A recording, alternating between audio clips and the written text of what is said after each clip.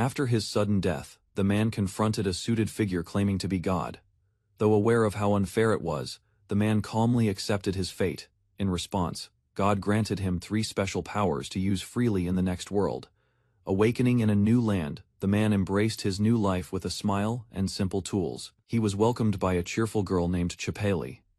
Life in the village began quietly but warmly. Reincarnation became a reality after dying in his 40s as a plain and forgettable man. Now reborn as a young villager named Vibalfasani, nicknamed Bay, he lives with his little sister, Chapel. Though rural life lacks conveniences like gas and water, Bay quickly adapts to the rustic routine. The sky clears, and with a smile, Bay embraces the peaceful rhythm of his new world. Before breakfast, he sets out for morning chores, eager to contribute to village life once again. Bay greeted his mother while discussing the fertile condition of the field, now overgrown with weeds. He checked on the goats and decided to help the injured one enjoy the fresh air. Moments like this reminded him how useful his reincarnated abilities could be in daily life. With ease, he lifted the goat, demonstrating his superhuman strength, one of the powers granted to him. Carrying the animal casually, he strolled along, drawing admiration for his unnatural strength from nearby villagers. Beiji reunited with Ferial, a returning adventurer apprentice who had just come back from burial. She expressed frustration over his habit of treating her like a child, despite being younger. Her irritation grew as Beiji teased her about childhood memories she wanted to forget. Despite appearing 15, Bei's retained memories made peers feel more like younger siblings, or even daughters. Feeling awkward and confused, he decided to head home, greeted warmly by his little sister. Bei noticed the meal Chapel prepared and asked about their younger brother Tuta, who hadn't returned.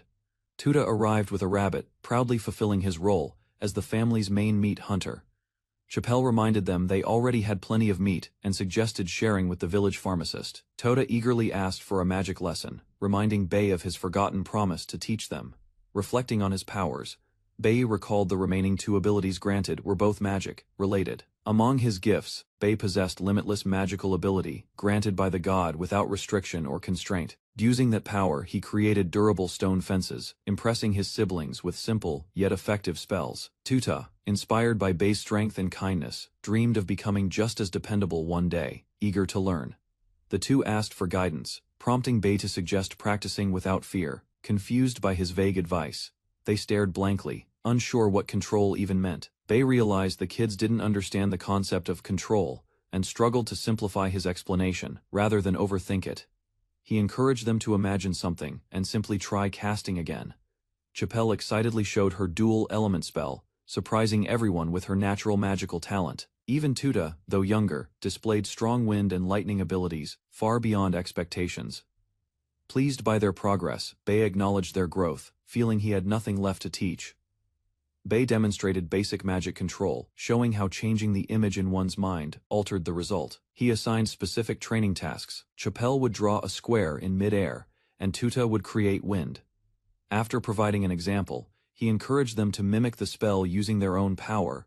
Tuta responded enthusiastically, promising to give it his all without overexerting himself. As training paused, Bei left them to practice, returning to handle his remaining responsibilities. Through practice, children without grimoires develop their own magic styles by visualizing and refining internal images. Bei enjoyed the freedom magic offered, especially when recreating techniques from his favorite anime heroes. His 3rd divine gift, a mana-free magic barrier, could be summoned at will without effort. This adaptable barrier could take any form, making it the most practical ability he possessed. Aware of its danger, he chose to keep this power secret, even from those outside family. Chapel called Bei for lunch, reminding him to join the family meal as she came downstairs. While gathering supplies, Bei asked her to cook deer stew for Grandma and prepare meat portions. Before leaving, he told Chapel and Tutoda to protect the village using magic if needed. Using a wagon, Bei headed to Colony, the central village area, far from his mountain home. On the way, he met Salaberry, a refined village girl who greeted him with her usual sass. Salaberry insisted on joining Bei to Colony, masking concern with a bold, demanding attitude. During the wagon ride, Beiji mentioned Ferial's return, prompting a quiet reaction from Salaberry. Her vague response left Bei puzzled, especially since the 2 girls were supposed to be friends. Unsure how to interpret her mood, he reflected on how hard it was to read girls. He sighed. Realizing all his childhood friends Fariel, Salaberry, and Talala were considered the mountain's three beauties, Bae asked why Salaberry was heading to colony, and she proudly claimed it was for work. He teased her about studying, which quickly triggered her suspicion that he was thinking something rude. She claimed to have finished reading, but Bae clearly doubted her answer. Questioning her sincerity, gently, he reminded her to study consistently. Just a little each day could lead to progress. Embarrassed yet honest, Salaberry admitted her desire to become as smart as Bae one day. Salaberry grew frustrated as Bae laughed, accusing him of mocking her dislike for studying. Worn out by the teasing and noise, Bae sighed at how lively the day had become.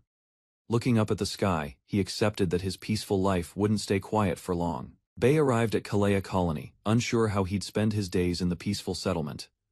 Chores quickly filled his schedule, delivering goods, supplying firewood, and checking on apprentice adventurers. Salaberry interrupted, urging him to take a break and accompany her on a shopping trip. Rather than accept, Bae pointed out her neglected duties and reminded her to prepare for her job. Their argument paused when the general store grandma called for Bae's help, and he willingly stepped forward. Bae quickly dodged Salaberry's request, claiming urgent business and leaving her frustrated at his sudden escape. Inside the store, Grandma asked for extra meat, hinting at something unusual happening recently. She explained that a broken ship had anchored nearby, its crew buying food in bulk. Though mildly concerned, Bae noted the short time frame and decided it wasn't an issue yet. Still, he questioned the logistics, estimating 30 men aboard and wondering how they're all being fed.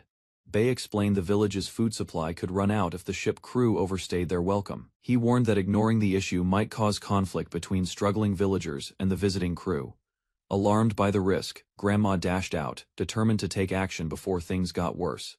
Bae sighed at her impulsiveness, then decided to check the harbor himself just to be sure. Reaching the coast, he was surprised. The ship wasn't nearly as large as he had imagined. Bae was stunned by the sheer size of the ship, large enough to resemble an island. Noticing the marked crates, he identified the name, Bazivador Company, a powerful and elite merchant group. He sighed, realizing the situation involved another influential figure with ties beyond ordinary noble power. The village chief appeared suddenly, urging Bae to follow without question for an urgent discussion. Apparently, Grandma had already pressed the chief to negotiate her energy and resolve still unshackably fierce. Bae was greeted by Legier, a smiling representative from the powerful Bazivador Company. The village chief praised Bae's talents, hoping he could handle the unexpected negotiations himself. Without hesitation, Legier requested that Bae hand over his horse to the company. Bae was stunned by the bold demand, but Legier assured him compensation would be provided. He silently fumed, realizing the man underestimated him and saw the village as something to buy. Bae demanded 100 gold coins, making it clear he wouldn't accept anything less for his horse. He calmly explained the price, justifying the cost based on his livelihood and tax obligations. His confident reasoning highlighted the real impact such a loss would have on his daily life.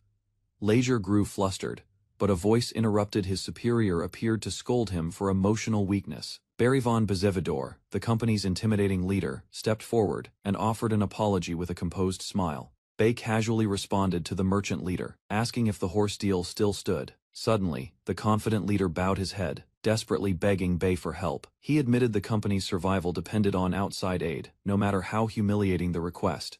Despite his surprise, Bae acknowledged the man's humility and agreed to lend his knowledge. With time running short before nightfall, both parties prepared to continue the discussion elsewhere. Bae invited Barivon to stay the night, and the merchant gladly accepted the generous offer.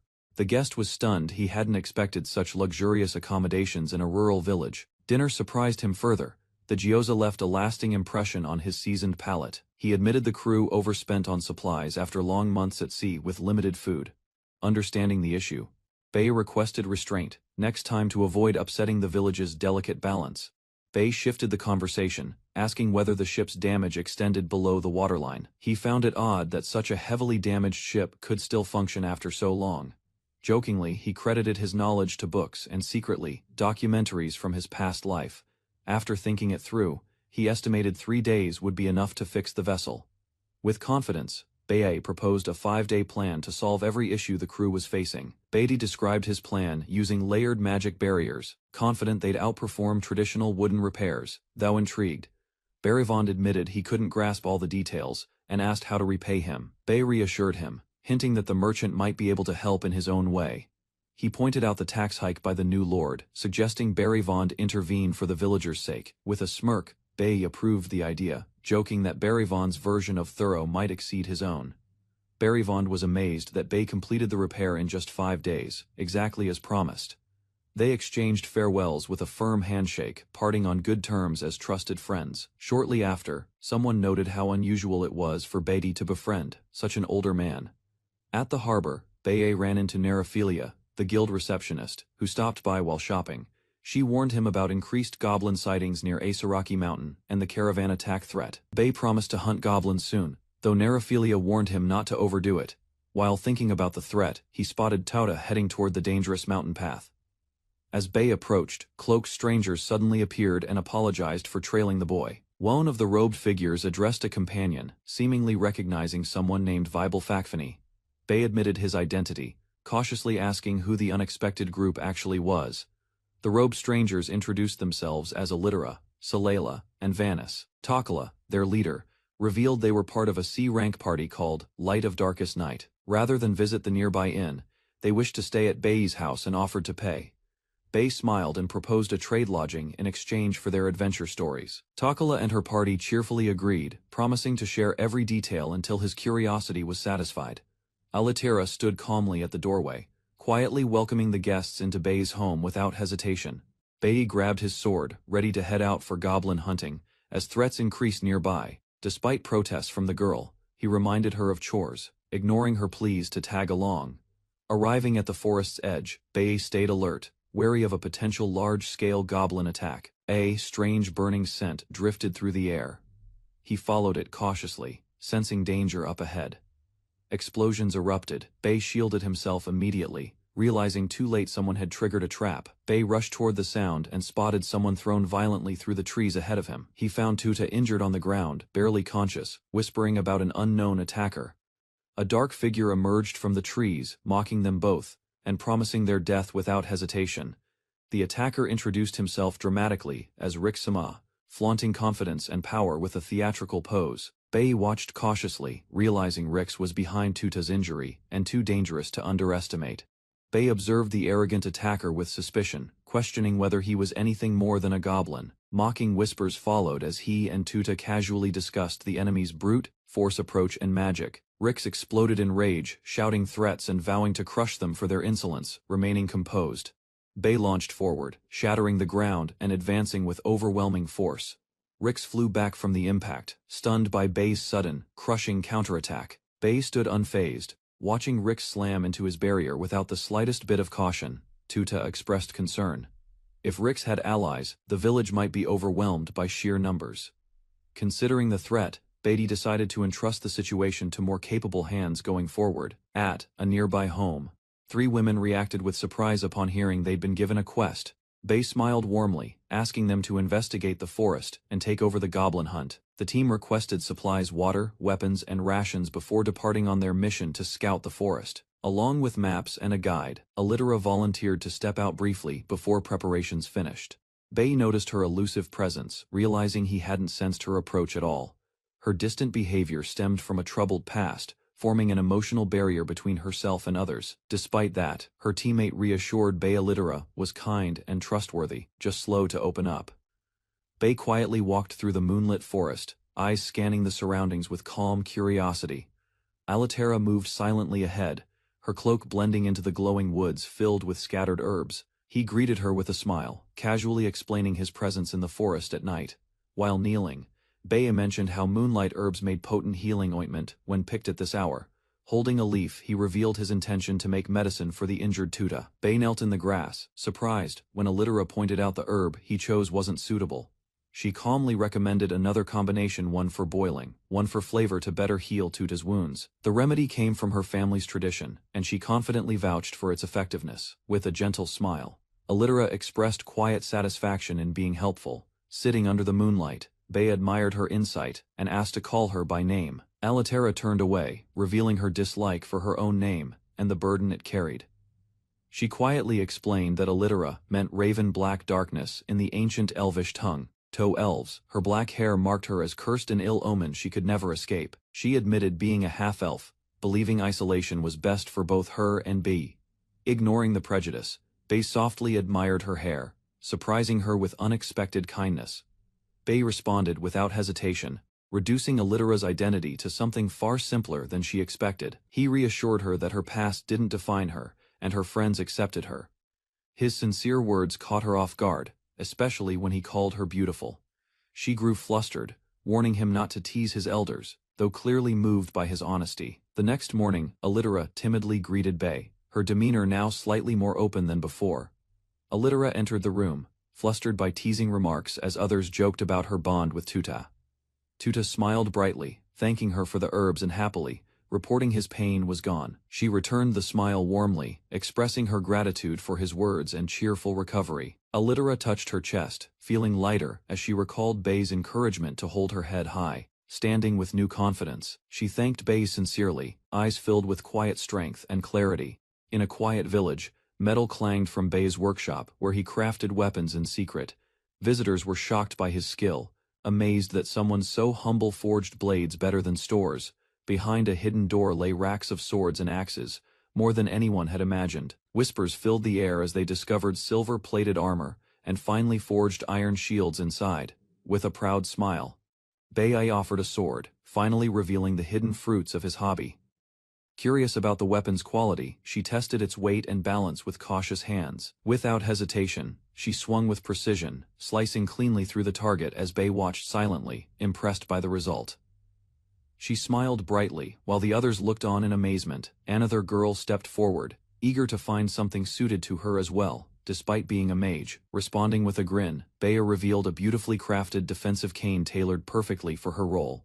Though it lacked charm, the cane's defensive power impressed her, shielding against attacks and poison alike. Another girl pouted, craving a unique weapon of her own and begging Bei for something special. To her delight, he presented 6 enchanted kunai, each infused with powerful time-use magic spells. As laughter filled the room, Beatty turned his attention toward the quiet, composed girl named Allitera. She politely declined, already equipped with a trusted staff and bow fit for her spirit magic. Surprised, Bei learned Allitera was the strongest among them, second only to the highest ranked. To support their journey, he offered a mysterious item, piquing curiosity with its odd shape. Holding it confidently, Bei revealed the item's purpose. It was a portable toilet for adventurers. He explained its origin, made for a female party member concerned about privacy on travels. To solve the issue, a bracelet was introduced activating its camouflage function, provided instant relief. A shimmering field appeared as the bracelet activated, forming an invisible, odor-proof toilet space inside. Bei grinned with pride, pleased by their reactions, and cheerfully thanked everyone for their support. Holding a bag of coins, he reminded them he couldn't afford to give gear for free. Before parting, Bei asked about their next move. Goblin hunting was the team's immediate plan. With confidence, Allitera promised to fulfill his quest, assuring him they'd return successful and safe. Bei smiled and placed his trust in Allitera, praising her as a dependable professional adventurer.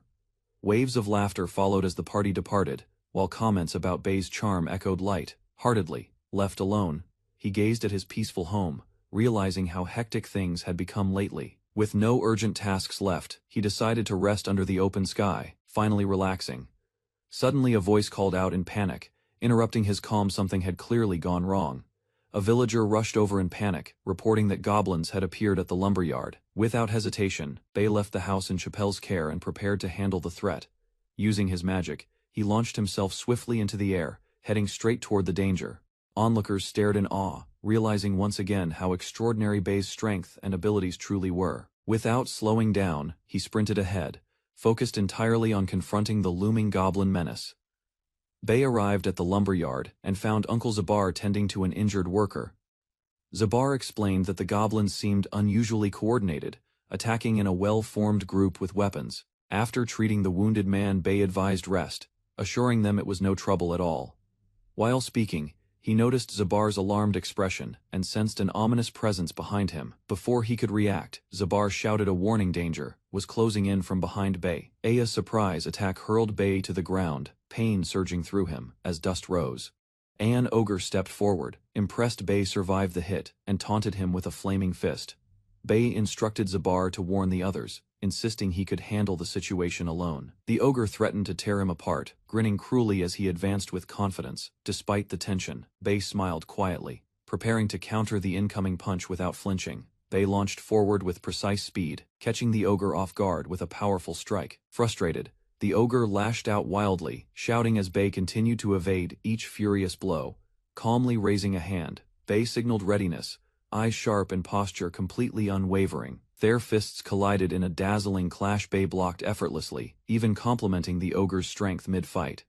Realizing the truth, the ogre trembled. Calling Bei a monster, an accusation Bei accepted with a grin. Unexpectedly, the ogre stood upright in full armor, leaving everyone stunned by its sudden transformation. Excited by the result, Bei cheerfully explained he planned to use the captured ogre for labor. Alitera stared at him in silence, radiating quiet hostility while Bei nervously tried to explain. The others watched with concern, worried that Alitera's anger might now become lethal for Bei. Taking a cautious step forward, she advanced slowly, ignoring Bei's plea to resolve the matter peacefully. Alitera confronted Bei, upset after rushing over, only to find him joking with the captured ogre. Lowering her voice, she questioned if he truly understood how they felt during the chaos.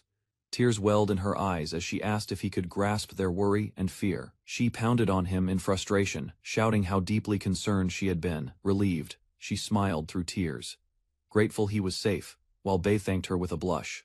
Bei was warned strictly by the village elder to avoid any reckless actions during his scouting. Before departing, he promised to return before dark, though everyone sensed the rising tension. Rumors about monsters lurking near the village spread rapidly, causing unease among the residents. Despite patrols by Alitera's team and other adventurers, the threat persisted beyond their efforts. Villagers remained anxious, their safety uncertain. Even with increased vigilance and watchful planning, Bei planned to revisit the ogre he previously captured, hoping for useful information this time. Though warned again to avoid violence, he calmly reassured her he understood the limits. Troubled by the increasing monster appearances, he considered using force to uncover the truth. Suspicion grew. He sensed the monsters might actually be connected or even acquainted with each other. Pushing doubts aside, Bei decided to question them directly once he reached the prison. Bei stumbled upon a mysterious girl lying unconscious on the ground, her presence completely unexpected. Still motionless, she showed no signs of injury, which made the situation feel even stranger. Doubt crept in. He questioned whether this was a trap and sensed something was off. Cautiously approaching, he was relieved when she stirred and began questioning her own condition. Awkward silence followed until she addressed him, confused and embarrassed about fainting in that place. Suddenly, the girl's eyes lit up with a hypnotic glow as she urged him to look. Startled, Bei noticed the strange shine in her eyes. Unsure of what she was doing, realizing the danger, he quickly identified them as magic eyes and acted without hesitation. His suspicion proved right. She attempted to use magic, but his preset barrier blocked the effect. As she tried to escape, Bei responded swiftly, determined not to let her get away. To Bei's shock, the girl suddenly revealed wings and launched into the air to escape. She landed atop a tree, her transformation catching him completely off guard with surprise. No exposed, she floated mid-air. Her appearance confirmed she was a succubus in disguise. She introduced herself as Charny, visibly frustrated that her magic eyes had no effect. Tensions rose when she demanded Rex's return and accused Bei of breaking Rin's horn.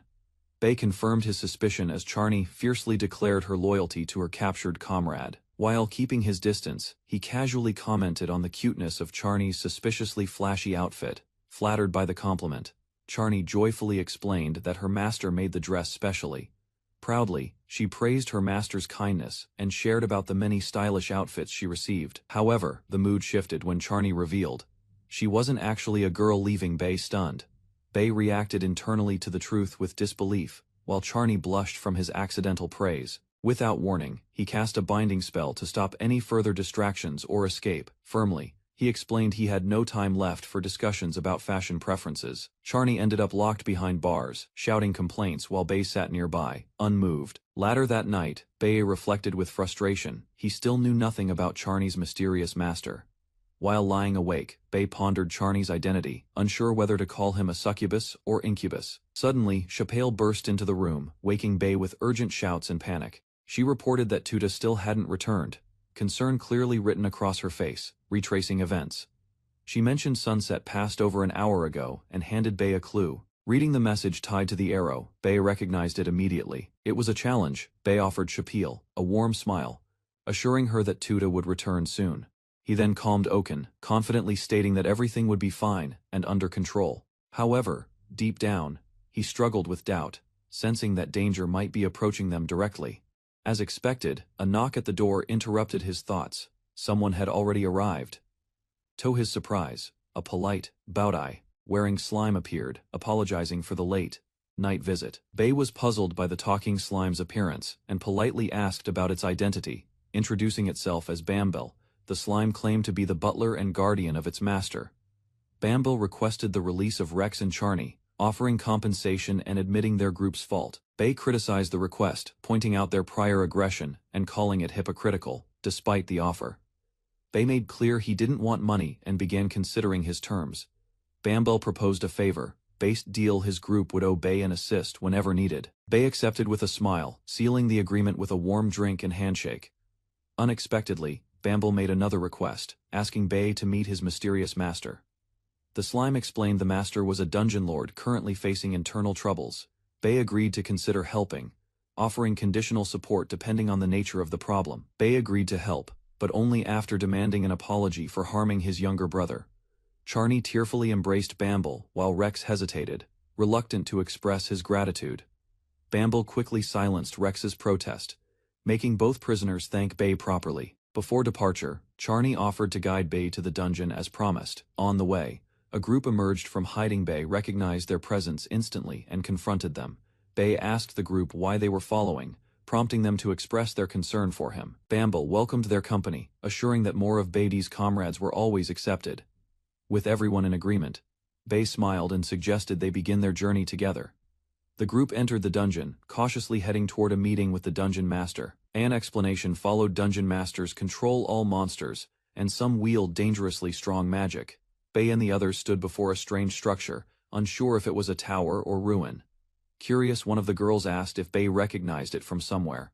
He admitted he did, though, only from his previous life. A strange slime in a bow tie visited Bei and invited him to a mysterious dungeon. Suspicious of the wording, Bei quietly questioned whether the message truly made sense at all. He tried rationalizing the situation, wondering if he had misheard the word entirely. Apologizing to his startled companion, Bei followed the slime deeper into the unexpected destination. Arriving at a Toki mansion, he realized it was no dungeon, just a peculiar misunderstanding. Bei was surprised to meet Kyuko, a cheerful woman claiming to be the mansion's gatekeeper. With a confident smile, she revealed her origin as a homunculus created by the master herself. Curious guests gathered, shocked to see such a rare being casually working as staff. One companion warned Bei to stay alert. The mansion's true master was not easily handled. Despite the warning, Bei sensed powerful magic and knew the homunculus creator wasn't to be underestimated. Bei entered a cluttered room while the slime searched for its elusive master among the mess. A joyful cry echoed as a young boy named Tuta suddenly ran toward Bei, calling out. Tears welled up in the boy's eyes as he clung tightly to his older brother's chest. Suddenly, chaos erupted. A crazed woman stormed in, yelling wildly, while an attacker emerged from the shadows. Reacting instantly, the elf girl leapt forward, clashing blades to protect the master from certain danger. Tensions flared as the elf held her blade while the slime tried to defuse the situation. Unbothered by the chaos, the master rambled about her crush and ignored the rising conflict around her. Fascinated by the elf's ears, she charged at her, prompting urgent pleas for calm from the slime. Disturbed by her behavior, Bei turned away with Tuta, clearly sensing danger and deciding to leave. As they parted, the elf promised to handle things, while Bei offered reluctant support and quiet concern.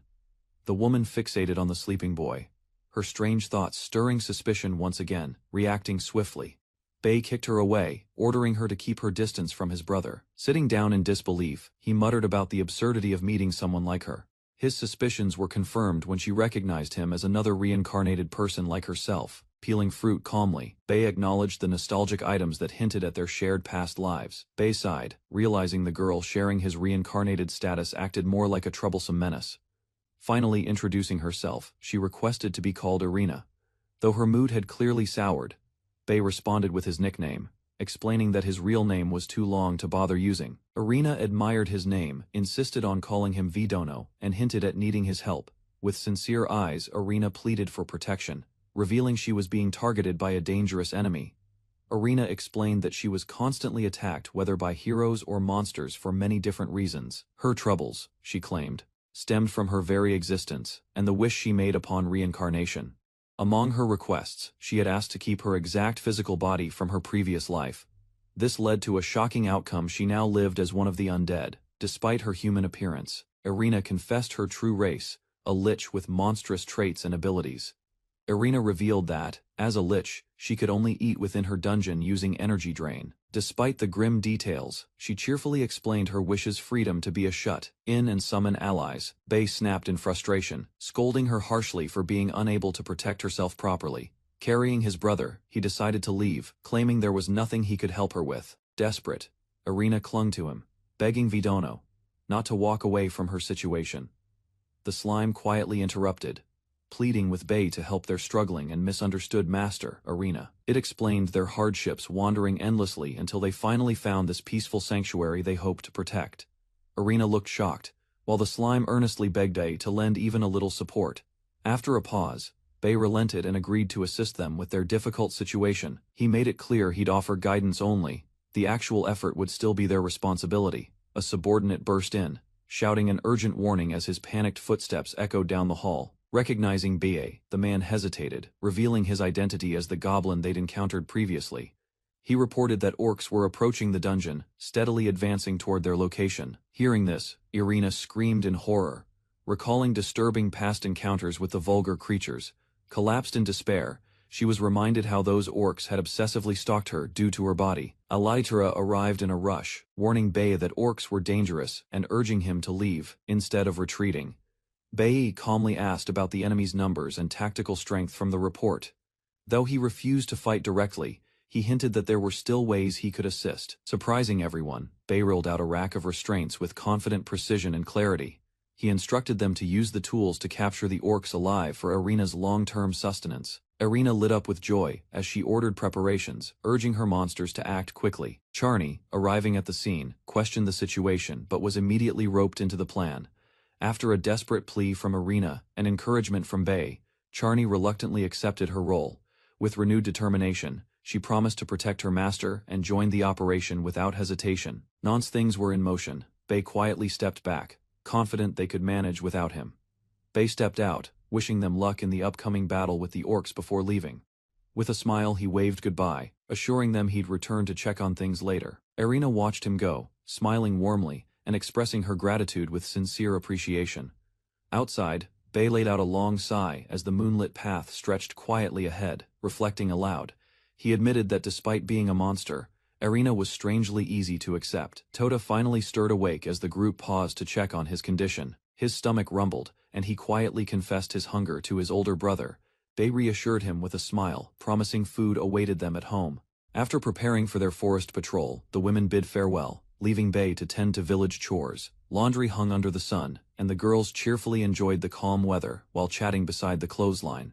A line of approaching carriages soon caught their attention, breaking the quiet routine of the morning. Recognizing the lead figure, Bei realized it was Avel, the merchant, returning with unexpected company. Surprised, Bei noted Avel's large entourage, unlike his usual solo visits to the peaceful countryside village. Avel encouraged his companion forward, prompting Bei to face the unfamiliar boy standing quietly beside him. With visible nervousness, the boy introduced himself as Box, Avel's younger brother, bowing with great formality. Avel gently explained Box's role, asking the villagers to support him as he began his merchant journey. Smiling, Avel revealed his retirement plans, aiming to settle down and open a shop in the village. Bei, surprised by the announcement, questioned the decision. While a new figure quietly approached the group, Bei was stunned when the unfamiliar girl, Serenilla, introduced herself as Avel's wife. With a proud yet awkward smile, Avel explained the sudden development he had recently married her. Startled by the news, Bei quickly congratulated the couple, scolding Avel for hiding such a big event. The cheerful announcement caused a stir, drawing attention and unexpected reactions from the other villagers. While the guests were invited to rest, Box politely excused himself for a pending business meeting. Box asked Bei for help reaching the village center, hinting at something important he wished to discuss. They sat down together as Box shared his wish to surprise Avel and Serenilla with a celebration. Deeply touched, Bae agreed to help and suggested planning something grand to honor their relationship. Plans quickly expanded, organizing a wedding, making a dress, and inviting the entire village for a joint party. Spotting Talala nearby, Bae called out, hoping she could assist in making the surprise possible. Bae asked Tola for a favor, crafting a bridal dress quickly for Aval's surprise celebration. Enthusiastic, Talala agreed instantly, confident she had the perfect material ready for the task. Box remained curious about the tailor, and Bae assured him she was a skilled childhood friend. A voice offered unexpected help. Someone nearby had overheard and wanted to assist with preparations. Bae parted with Box, then turned toward the trees, confronting Salaberry hiding silently in the shadows. Salaberry glared coldly at Bae, questioning his sudden busyness and the reason for her own irritation. Trying to shift the mood, Bae complimented her new hairstyle, which caught her pleasantly off guard. She proudly welcomed the praise, beaming as she urged him to compliment her more. Without warning, Bae asked if she could style Saranilla's hair for the upcoming wedding. Confused, but understanding, Salaberry realized who Saranilla was and quietly accepted Bae's flashy wedding plans.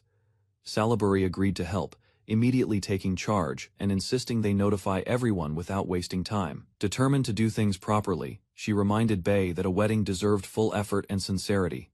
Back home, Bae was greeted warmly by the others, preparing lunch, cheerful and unaware of the plans. As they chatted, Bae mentioned Box's absence and cautiously addressed the knife still in her hand. Realizing her mistake, she panicked and apologized, embarrassed for unintentionally scaring them with the blade. Bae commented on Saranilla's unique personality, prompting Aval to reveal she was actually a noble's daughter. Jokingly, Bae teased Aval about marrying into status, noting Saranilla's refined aura. Aval explained she left her family to pursue medicine and was disowned for following that dream. Moved by her resolve, Aval admitted he fell in love with her strength and determination. Grinning, Bae offered to build them a house as a wedding present, surprising everyone with the gesture. Bae accepted the request, promising to consult the village chief and choose a location near their home. The suggestion of adding a clinic surprised Saranilla, her excitement immediately shining through her reaction. Although the project would take time, her long-held dream of owning a clinic felt suddenly within reach. Watching quietly, Bae smiled with confidence, hinting that another surprise still awaited the couple. Both Aval and Saranilla stared blankly, sensing something unexpected was about to unfold. While work continued quietly, Bae noticed movement nearby as someone returned to the village. A small group arrived home, relieved and comforted by the warm welcome, waiting for them. Their relief turned to confusion when a newly built house stood where nothing existed earlier. The visitors were introduced as adventurers temporarily staying under Bae's care. Shock spread as their identity was revealed, leaving Bae stunned by the unexpected reunion. Bae listened as exaggerated rumors spread, turning the visiting adventurers into legendary figures beyond their true deeds. Embarrassed by the praise, the group downplayed their reputation while Bae reacted with awkward disbelief. The moment shifted when help was requested, pulling Bae back into preparations as familiar faces returned. Suspicion followed quickly, and it became clear something important was being kept hidden from him. Just as the tension peaked, Box arrived late, unknowingly stepping into the middle of unfolding plans. Villagers arrived in high spirits, bringing gifts and congratulations as word of the marriage spread quickly. The surprise was revealed to Aval, who learned the entire village had been invited to celebrate. Standing calmly, Bae credited Box as the one who sparked the idea behind the grand gathering. Stepping forward, Box presented flowers, wishing happiness for Aval and Saranilla with sincerity. Overcome with emotion, Aval struggled to hold back tears as the celebration truly began. Standing before him, the moment arrived for Aval to face his bride, guided forward by quiet encouragement. Saranilla appeared in her wedding dress, calm and radiant, petals drifting as the scene grew still. Pride spread among those who prepared everything, admiring how beautifully the dress suited her. Overwhelmed, Aval expressed gratitude toward Box, Bae and the villagers who made everything possible. With the ceremony ready to begin, Bae stepped forward, signaling the celebration could finally start. As petals fell, Aval and Saranilla embraced, their wedding celebration beginning with shared joy together. Inside the unfinished house, Bae helps organize supplies, as Aval carries boxes with quiet enthusiasm. Other helpers arrange stacks and plan placements, turning scattered materials into an orderly workspace together. Days later, the completed home stands proudly, marking a fresh start after their recent marriage. Attention shifts toward future plans as Bae reviews layouts for shops and clinics ahead today. Despite minor setbacks, patience remains, showing progress will come slowly but steadily for everyone there. Calm returns as Bei surveys the scattered goods, realizing organization still needs patience and steady effort. Curiosity draws attention toward unusual books, noticing their careful placement and unfamiliar protective coverings. Inspection reveals special treatment on the pages, suggesting preparation for handling water or harsh conditions. A new business idea takes shape, linking trade ambitions with specialized customers near the harbor. Practical agreements follow, as Bei accepts gradual profits while supporting an unconventional merchant plan. Optimism grows as Bei considers shared profits, recognizing the unusual books could attract rare customers. However, concern emerges when Bei reflects carefully, realizing a serious obstacle still remains unresolved. Attention turns toward the mermaid world, where ongoing conflict threatens stability beneath the sea. Wider circumstances become clear, showing hostile nations, shifting alliances, and rising military control underwater. Despite distance from battle zones, uncertainty lingers, forcing careful planning around trade near the harbor. Doubts surface as plans stall, making business prospects uncertain and pushing Bei toward risky alternatives. The journey leads to the harbor hut, revealing a structure designed partly beneath seawater there. Preparation continues as concerns fade, suggesting a solution involving underwater dealings is already forming nearby. Unexpected figures appear from the sea, introducing unfamiliar beings whose presence raises immediate caution slowly. Tension rises when their strange behavior confirms danger, signaling that trade may invite serious trouble. Trouble becomes obvious as hostile figures approach, forcing Bei and his companion to react quickly. Sudden attacks erupt, turning the harbor chaotic and leaving escape as the only immediate option. A desperate plunge follows, sending both into the sea despite serious limitations and rising danger. Underwater safety is secured when a protective method allows survival beneath the surface briefly. Even then, pursuit continues relentlessly, proving the situation will not end without further confrontation. While fleeing underwater, Bei searches for refuge, guiding them toward a nearby military residence. Sudden impact strikes during the escape, leaving Bei injured as danger interrupts their path. Recovery begins slowly, awareness returning while pain confirms the damage taken moments earlier. Unexpected help arrives when a mermaid appears, revealing concern and responsibility for the incident. Introductions follow calmly, marking the start of cooperation as they move deeper toward safety together. Concern spreads as Beatty realizes pursuit continues, with enemies still tracking their movements underwater nearby. Urgency rises when danger is explained, making retreat toward land seem like the safest option. Revelations emerge about an invading empire, confirming the threat extends far beyond a simple chase. Attention shifts toward Baby's involvement, raising questions about why powerful forces target him. Specifically, gratitude follows, as past assistance is acknowledged, showing his support altered the balance of war. Information becomes clear as the Empire targets Bae, tracing the powerful equipment back to its source. Understanding settles in, confirming the pursuit is deliberate and carefully planned by enemy forces. Guilt overwhelms the Mermaid Guardian, burdened by failure to protect the assigned location. Reassurance follows, shifting focus towards survival and preventing the situation from escalating further. Resolve forms as Bae considers driving the Empire away, despite overwhelming numbers and looming danger. Calm confidence replaces fear, as Bae reveals he never planned direct confrontation from the start. Instructions are given quietly, sending others into hiding while danger gathers nearby underwater. Trust grows among companions, as familiarity with Bae's thinking reassures those watching him closely. Certainty settles when confidence in Bae's abilities outweighs lingering worry about the coming conflict. Meanwhile, enemy forces advance aggressively, spreading destruction that signals the situation is rapidly escalating. Observing their behavior calmly, Bae approaches the intruders, recognizing them as reckless bandits abusing power. Realization spreads among the attackers, as they identify Bae as the source behind the equipment. Confidence remains unshaken while Bae advances, forcing hesitation through sheer presence and control. Violence erupts when the enemies strike, yet their assault fails to break Bae's composure. A sudden countermeasure traps the attackers, triggering panic and retreat as their advantage collapses. A massive net seals the area, capturing the attackers as Bae calmly surveys the successful restraint. With the threat neutralized, he considers the next step while the trapped figures struggle uselessly.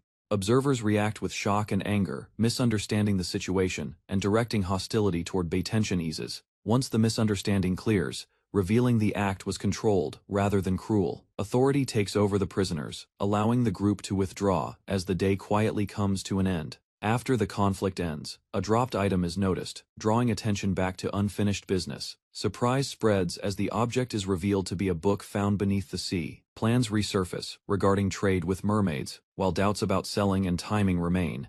Instead of payment, cooperation is offered, proposing help from the surface during recovery.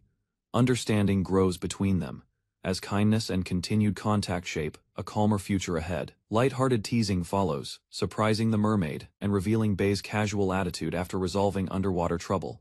Confusion lingers as Aval watches quietly, unsure how to respond to Bei's unexpected humor there. Bei's plan to enter a dangerous dungeon raised immediate concern from a startled elf companion.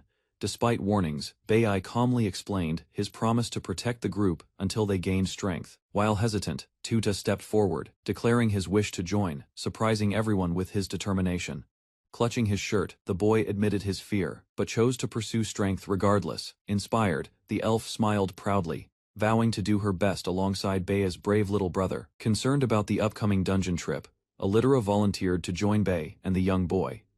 A sudden intrusion shattered the moment, as a dazed woman staggered forward, eyes spinning wildly. Her chaotic energy startled everyone, prompting Allitera to intervene while the boy hid behind her cautiously. Bei greeted the woman VI with a smile, asking her to compose herself before continuing their talk. With unexpected calm, V explained her purpose.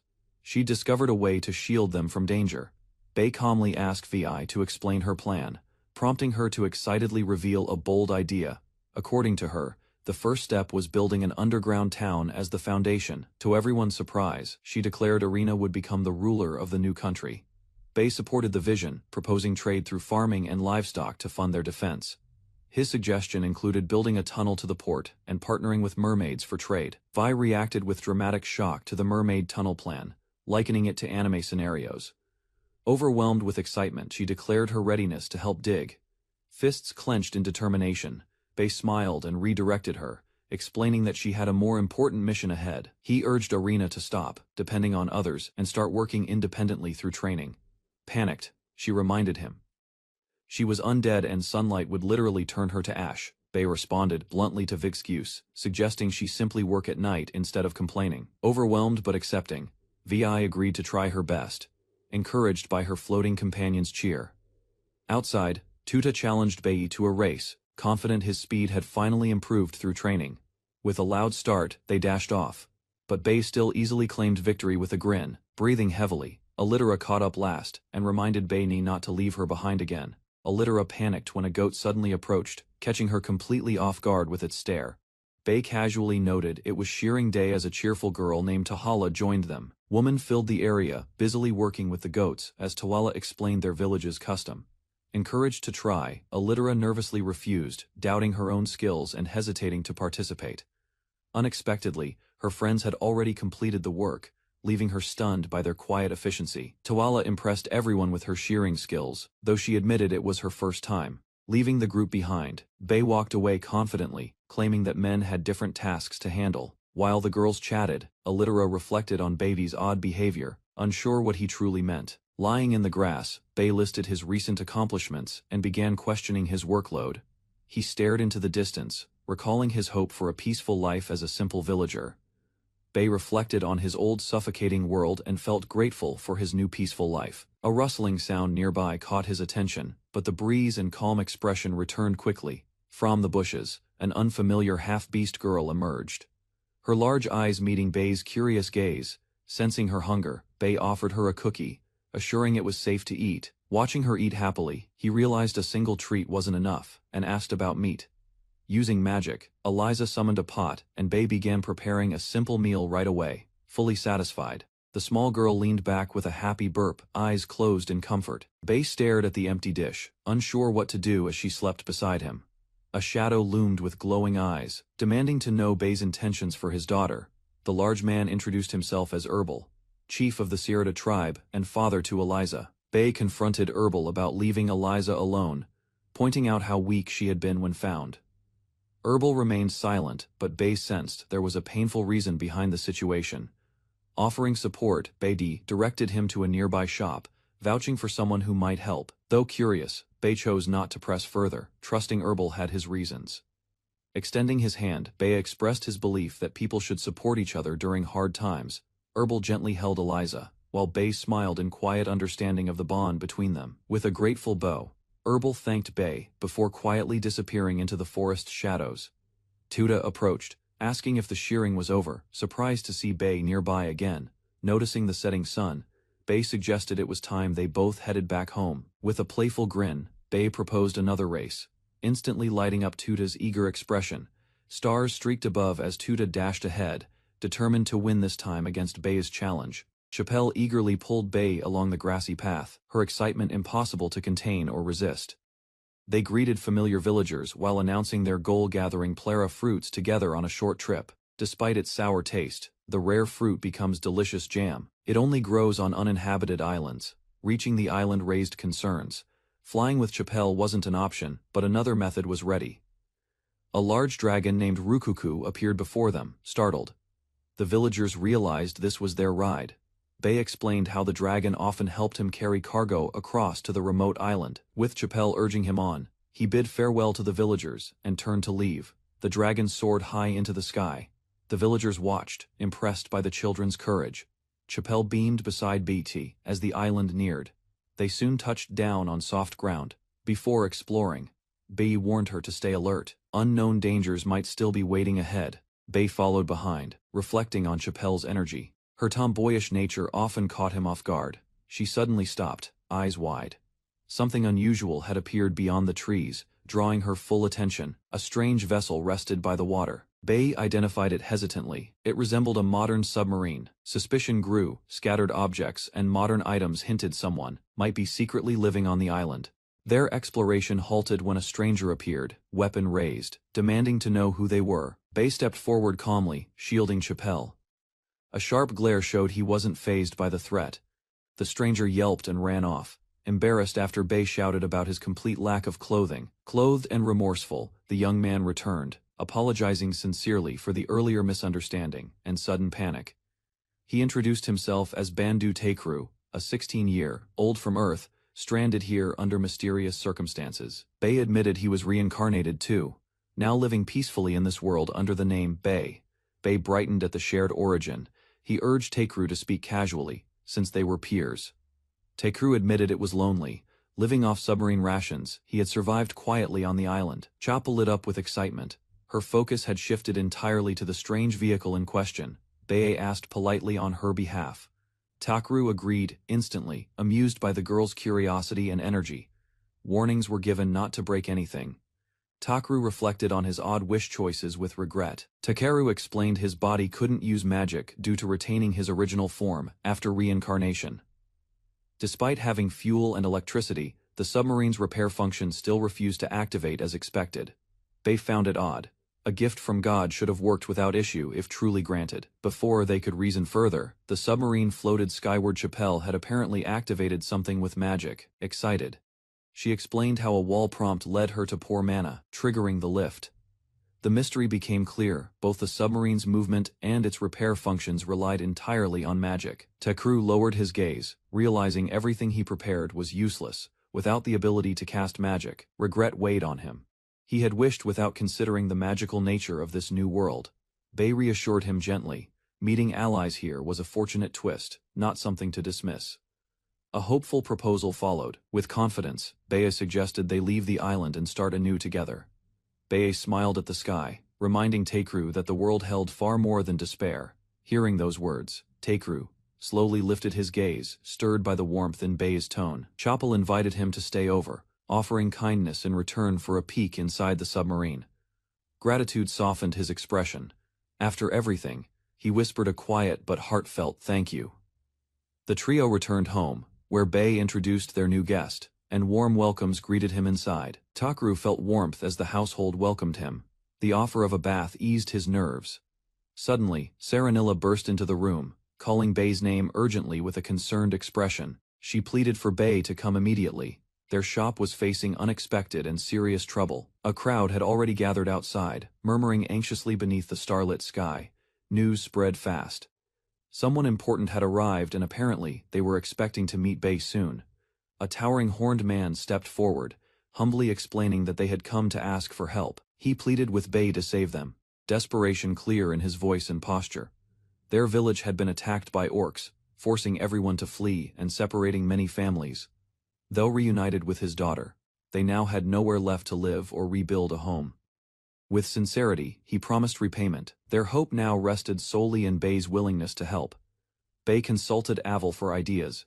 One proposal suggested relocating them to an old underground dungeon town. However, the area was still underdeveloped.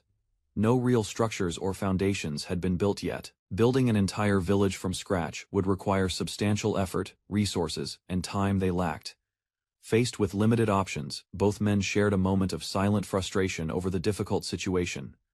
Despite everything, Takru brought food to support them, joining the effort without hesitation or complaint. Bei wished they had access to vast, unused land and suddenly recalled the uninhabited island. He proposed it aloud, noting its large size, lake, and mountain. The others were shocked, turning to the chieftain.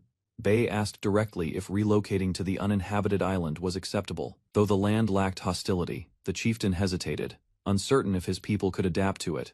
Aval objected to abandoning them, but Bei reassured everyone the idea wasn't cruel, it was hope. Bei offered to personally teach survival skills, including construction, hunting, and trade on the island. He smiled confidently and asked whether the Sirata tribe would accept pioneering the untouched land. The proposal left everyone speechless. Under the full moon, silence answered his unexpected invitation. Eliza stirred beneath the tree's shade, eyes slowly opening to the morning sun above. He glanced toward the forest's edge and mentioned they should gather with the others after breakfast. His expression turned serious as he hinted at something important he needed to discuss, setting a tone of quiet urgency. Later, a cheerful villager stepped forward to introduce himself to the group. With a wide smile, he called himself Bei and welcomed everyone. The gathering began with Bei announcing the uninhabited island frontier project. Eliza raised her hand, concern showing. She questioned the island's safety and voiced doubts shared by others. Acknowledging the concern, Bei nodded and redirected everyone's attention. He pointed to a quiet young man, assigning him the task of explaining the island's details. Caught off guard, the young man hesitated. Words failed him at first, and panic crept in. Still unsure, he stood awkwardly before the group as they sat waiting. The villagers asked carefully was the island dangerous, and had he faced any threats. With concern in their eyes, they sought honesty and clarity from someone who had first-hand experience.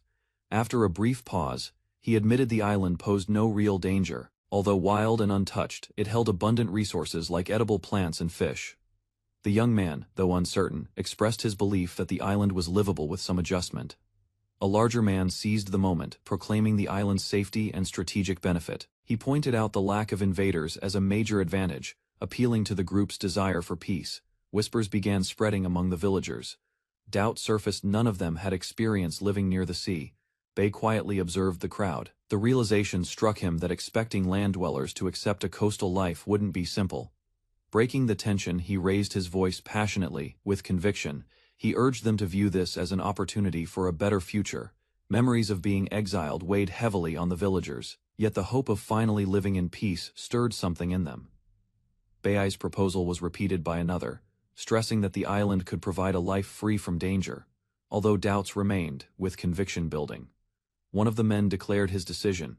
He chose to take a chance, believing this opportunity could reshape their lives. His plea was firm. Trust was all he asked for as he urged everyone to follow him, if only for now. One by one, the villagers voiced agreement. Together, they embraced the plan to rebuild their tribe and restore its greatness. Bei praised the chieftain's stirring speech, who, slightly embarrassed, admitted it had been a long time since he'd spoken that passionately.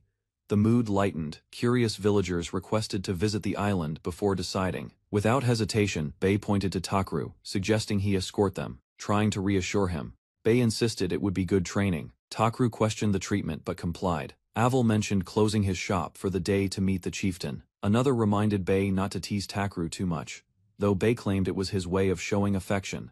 Switching to a business tone, the merchant requested Aval to sell the tribe's fur, hoping to support their future trade.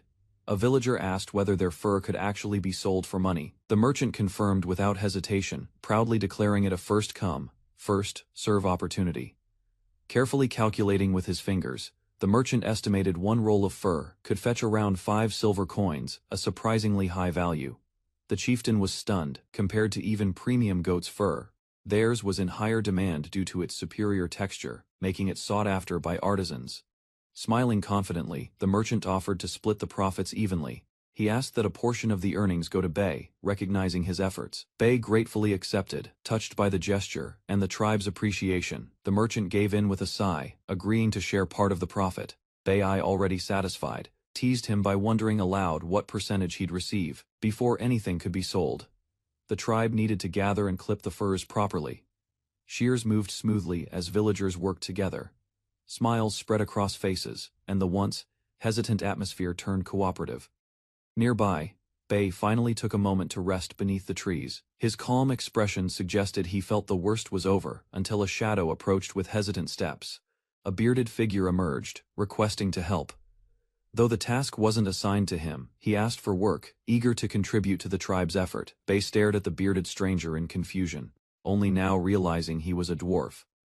The small man casually revealed he'd been with the Sirida tribe since the beginning. Curious, Bei asked if he wasn't satisfied helping with the island project. The dwarf admitted he was, but hinted that something felt lacking. Assuming the dwarf was a blacksmith, Bei enthusiastically offered to introduce him to a village smith. Taken aback, Bei asked what he actually could do. The dwarf hesitated, unsure how to respond, as the conversation shifted from confusion to curiosity. Beaming with pride, the dwarf finally announced his true skill, leather crafting. The dwarf spread his arms with pride, announcing he had made everything he was wearing himself. Lowering his gaze, the dwarf admitted that leatherwork was all he could offer. Still, he pleaded for the opportunity to be useful in some way. Beatty gently explained there were no leather workshops in the village, causing the dwarf's expression to fall. A solution came quickly. Beatty revealed he had a stockpile of unprocessed leather stored in his warehouse, hinting that there was already work waiting. Smiling, Bei ascended an offer to become his personal leather craftsman. The dwarf blinked, caught off guard by the unexpected proposal. Bei reassured the dwarf that not only would he be paid, but a house could also be arranged for him and his family if needed. Tears welled up in the dwarf's eyes. He struggled to believe someone would go so far just for him. Bei's calm gaze and quiet affirmation silenced any remaining doubts. With firm conviction, Bei declared that he wanted the dwarf. Nearby villagers watched the emotional moment unfold. The heartfelt declaration caught them off guard. While the dwarf's face turned bright red, overcome with emotion, he accepted without hesitation. Clasping Bei's hands, he promised to become his personal leather craftsman with all his heart. Bei reassured the dwarf that not only would he be paid, but a house could also be arranged for him and his family if needed. The offer was sincere and generous. Tears welled up in the dwarf's eyes. He struggled to believe someone would go so far, just for him. Bei's calm gaze and quiet affirmation silenced any remaining doubts. With firm conviction, Bei declared that he wanted the dwarf, not just as a worker, but as someone essential to his vision. Nearby villagers watched the emotional moment unfold. The heartfelt declaration caught them off guard, while the dwarf's face turned bright red. Overcome with emotion, he accepted without hesitation. Clasping Bei's hands, he promised to become his personal leather craftsman with all his heart. Takru smiled with determination, wanting to explore the world and see it with his own eyes. Bei responded warmly, clearly supportive. But a shift in tone soon followed. Suddenly, Bei stood up, his demeanor serious. He warned that the world wasn't so simple, and venturing into it wasn't something to take lightly. Listing responsibilities, Bei reminded Takru that he'd need to assemble a proper crew, fighters, a cook, and trustworthy allies to survive pirates and sea life. More than logistics, Bei pointed out a deeper issue. Takru still lacked basic knowledge about the world, making him unprepared for the journey ahead. Drawing close, Bei poked Takru's cheeks and emphasized his point. An ignorant captain would only endanger his crew. Takru, overwhelmed, could only nod nervously. Bei suggested they head to town the next day, his tone casual but full of purpose. Takru listened in surprise, as Bei explained he had business there anyway. Though confused at first, Takru slowly processed the offer. Realization dawned on him, and a smile broke through his blank expression. Laughter erupted as Takru let go of the tension. Joy filled the moment, lightening the air around them. While Takru teased Bei's impulsiveness, Bei simply shrugged. He valued his peaceful, flexible life, and saw no need to complicate it further. With arms lifted high, the craftsman excitedly reported to Bei that the requested task was complete. Bei examined the clothes given to him, unsure whether he should accept something so fine. Although they appeared expensive, he was assured they were made using leftover materials and expert skill alone. Just before departure, several children surrounded Bei, playfully demanding souvenirs from the town. Offering a small bow, Bei acknowledged their words and prepared for the journey. As he and his companion took off with their winged mount, the others waved and cheered them on. Not far off, a mysterious woman stood silently among falling leaves, her gaze fixed on the distant hills. Standing beneath the trees, the elven woman stared ahead in silence. Others noticed her stillness and teased her gently, hinting at feelings of loneliness. One companion spoke calmly, reflecting on Bei's change.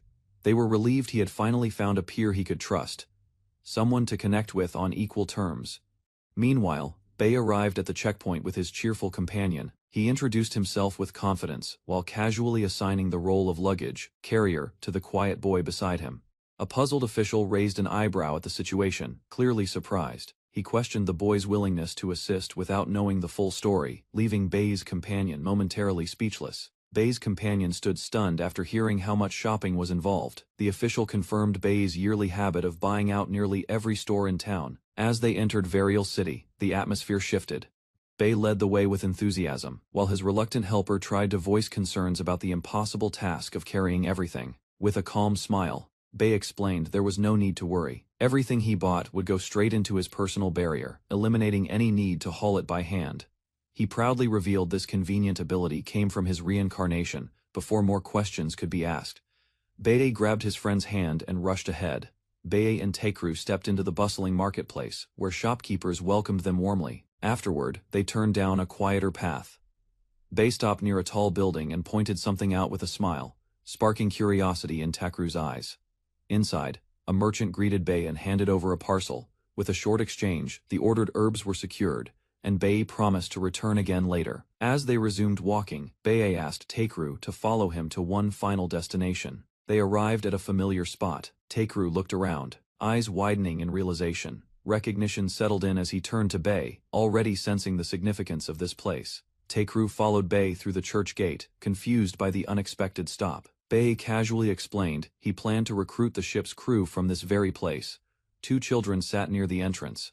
Bei asked for the director, prompting a shy response. Moments later, the director greeted them warmly. Her expression lit up when she saw Bei, who had clearly visited before. She explained the orphanage's stable condition was thanks to Bei's generous support. Not only had he donated funds, but he'd also crafted useful tools to aid the facility. Takeru stood frozen in disbelief. The idea that someone his age could financially support an entire church left him overwhelmed. As lunch was served, Bei and Takeru were surprised by the aroma.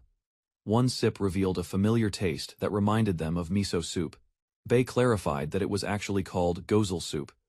The children had prepared it themselves, rotating responsibility as part of their daily routine. Curious about the young chefs, Takeru wandered around the dining hall.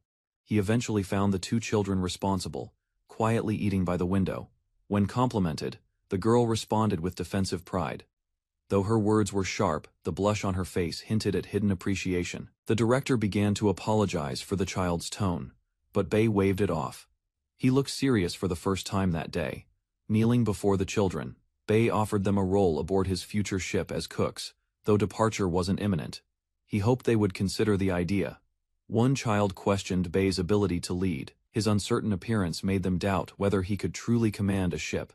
Despite the comment, Bei responded with determination. He admitted his inexperience, yet promised to show them sights far beyond anything they'd ever known. Hope lit up in their eyes. The promise of new experiences stirred a quiet longing they hadn't realized existed. Excited by the offer, both children jumped to their feet, with raised voices and eager smiles. Bei confirmed the children's decision with the director, who gladly approved. She trusted their judgment completely and gave her blessing. With new resolve, Bei declared their next destination, the royal capital. Takeru agreed, knowing their journey had just begun. Bei explained they needed to search further for capable allies. No one nearby could fend off pirates while also protecting the kids. When asked about his decision, Takeru didn't hesitate. He accepted the path ahead, ready to follow Bei's lead. A distant voice praised Takeru's newfound determination. That confident expression made it clear he had grown, thanks to Bei's influence. Under the moonlit sky, the orphanage rested in silence. Inside, the children slept peacefully without a care. Bei, still awake, looked up from his book as someone approached his room. The unexpected visit piqued his curiosity. Ali stepped through the door, wrapped in a towel.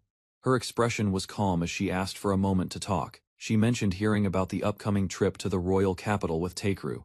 Bei confirmed the plan with a nod. While explaining his intentions to search for strong allies, Bei extended an invitation. He asked if Ali would join them, hoping for her support on the journey ahead.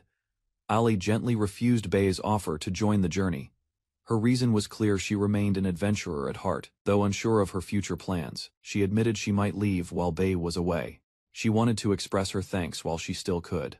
A soft smile crossed her face. She recalled how much it meant when Bei called her black hair beautiful. His words had changed something inside her. For the first time, she could look ahead with pride.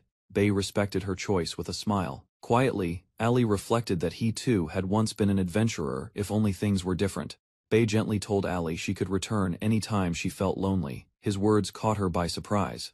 He smiled and assured her that no matter what happened, he would always be there for her. Ali held back tears as she thanked him. Though younger, Bei's kindness left a lasting warmth in her heart. Bei and his companion walked calmly beneath the trees, discussing their journey to the royal capital. Instead of flying by dragon, they chose the sea route for practicality.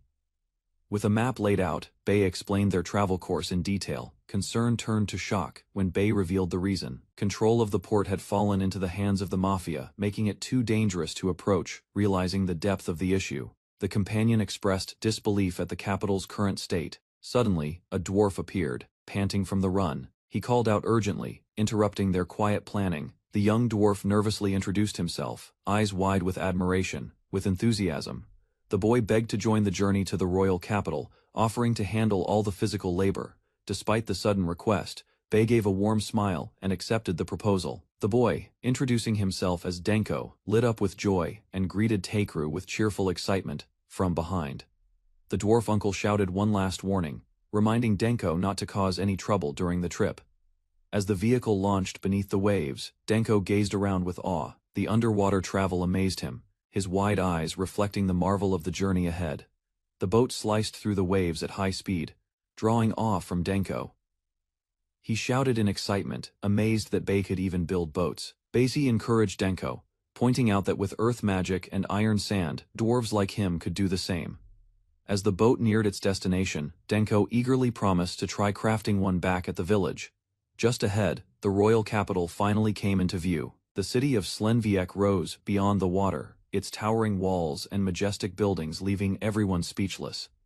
Before doing anything else, Bei suggested cleaning the warehouse so they'd have a place to sleep. Denko confidently accepted the task of cleaning the warehouse. He promised to make it spotless by the time they returned. With the task delegated, Bei proposed heading to the port. Takeru reacted in surprise, remembering the earlier warning about the mafia's presence. Takeru hesitated, voicing concern about the mafia controlling the area. Bei acknowledged the risk but suggested a simple walk wouldn't cause trouble. To Takeru's surprise, the friend in question was Barvand, the president of a powerful trading company. As they approached the crowded waterfront, Takeru stared at the bustling port and wondered how Bei had formed such an unlikely connection with a man of Barvand's stature. While walking through the crowd, Bei was recognized by a smiling man who greeted him warmly. Apparently, Bei had repaired this man's ship in the past. Though surprised, Bei couldn't quite recall the encounter, asking plainly who he was. The man introduced himself as Lodger, a member of the Bazavador company. With the mention of their previous meeting, Beatty began to vaguely remember him. Asked whether Barvand was available, Lodger explained that the president was too busy to meet. After thinking it over, Lodger made a suggestion. Instead of regular sailors, he proposed hiring adventurer merchants. Takeru, slightly confused by the term, repeated it aloud. Lodger explained that adventurer merchants combined travel and trade, making them suitable candidates for ship crew. Without hesitation, Lodger offered to guide them to the usual gathering spot of these adventurers. They arrived near the docks, scanning the area. Something unusual caught Takeru's attention, as he pointed out a strange sight in the distance. Thick smoke filled the sky, a ship nearby had caught fire, and people were already fleeing the scene. Chaos spread as a woman shouted for help. Injured passengers were visible. Takeru and Bei stood frozen for a moment, alarmed by the sudden emergency unfolding before them. The injured man lay unconscious as his daughter cried out in despair. Bei and the others learned their ship had been attacked by pirates. Nearby citizens hesitated to help. A bystander explained that doctors only serve nobles, leaving commoners helpless in emergencies like this. Without a word, Bei stepped forward. His presence caught the girl's attention as he approached calmly and purposefully. He stood before her and offered to help, His voice was steady as he asked whether she wanted him to treat her father. Moved by his offer, she looked up with hope. Bei explained that he had some medicine, and could likely stabilize the man's condition. Bei assessed the injuries carefully. The man's right arm was beyond saving, and amputation was the only option. Hearing that, the daughter snapped. Grabbing Bei by the collar, she screamed that her father's dream to sail would be crushed. Tears streamed down her face as she protested. Her father, once a proud adventurer, would never forgive losing his ability to sail. Bei didn't flinch. He calmly told her that while her pain was valid, nothing mattered more than saving the man's life. Suddenly, the injured man stirred, struggling to speak. He addressed Bei, apologizing for his daughter's behavior. The girl froze, overcome by relief and guilt. Blarney introduced himself as an adventurer merchant. Aware of the consequences, he gave Bei permission to amputate his damaged arm, choosing life over pride. While the girl looked after her father, Bei agreed to examine the rest of the injured crew, turning to Takeru. Bei handed him a blade. With a firm expression, he told him they'd work together to handle the situation. Meanwhile, smoke still rose from the burning ship at sea, a grim reminder of the pirates' attack. Later, Bei met Legier and thanked him for his help during the chaos. Legier reassured him there was no need to apologize, understanding it had been an unavoidable emergency. Before leaving, Bei asked Legier to send his regards to Barvand. With a smile, Legier agreed and took his leave. Inside, Takeru sat quietly, visibly shaken from everything that had happened. Bei approached and gently asked if he could walk. They began heading back. Bei noticed Takeru's silence and asked if the day's events had stunned him. Takeru admitted it had, acknowledging how dangerous sailing truly was. Lowering his gaze, Takeru sighed. The chaos and near tragedy had left a lasting impression walking along the pier. Bei teased him about getting cold feet. Takeru admitted he was afraid, but fear wasn't the only thing holding him back. Takeru looked out at the sky, thoughts heavy. He wanted to grow stronger, not for himself, but to protect the people sailing with him. Responsibility settled on his shoulders. He accepted it without hesitation, knowing full well the weight of being captain.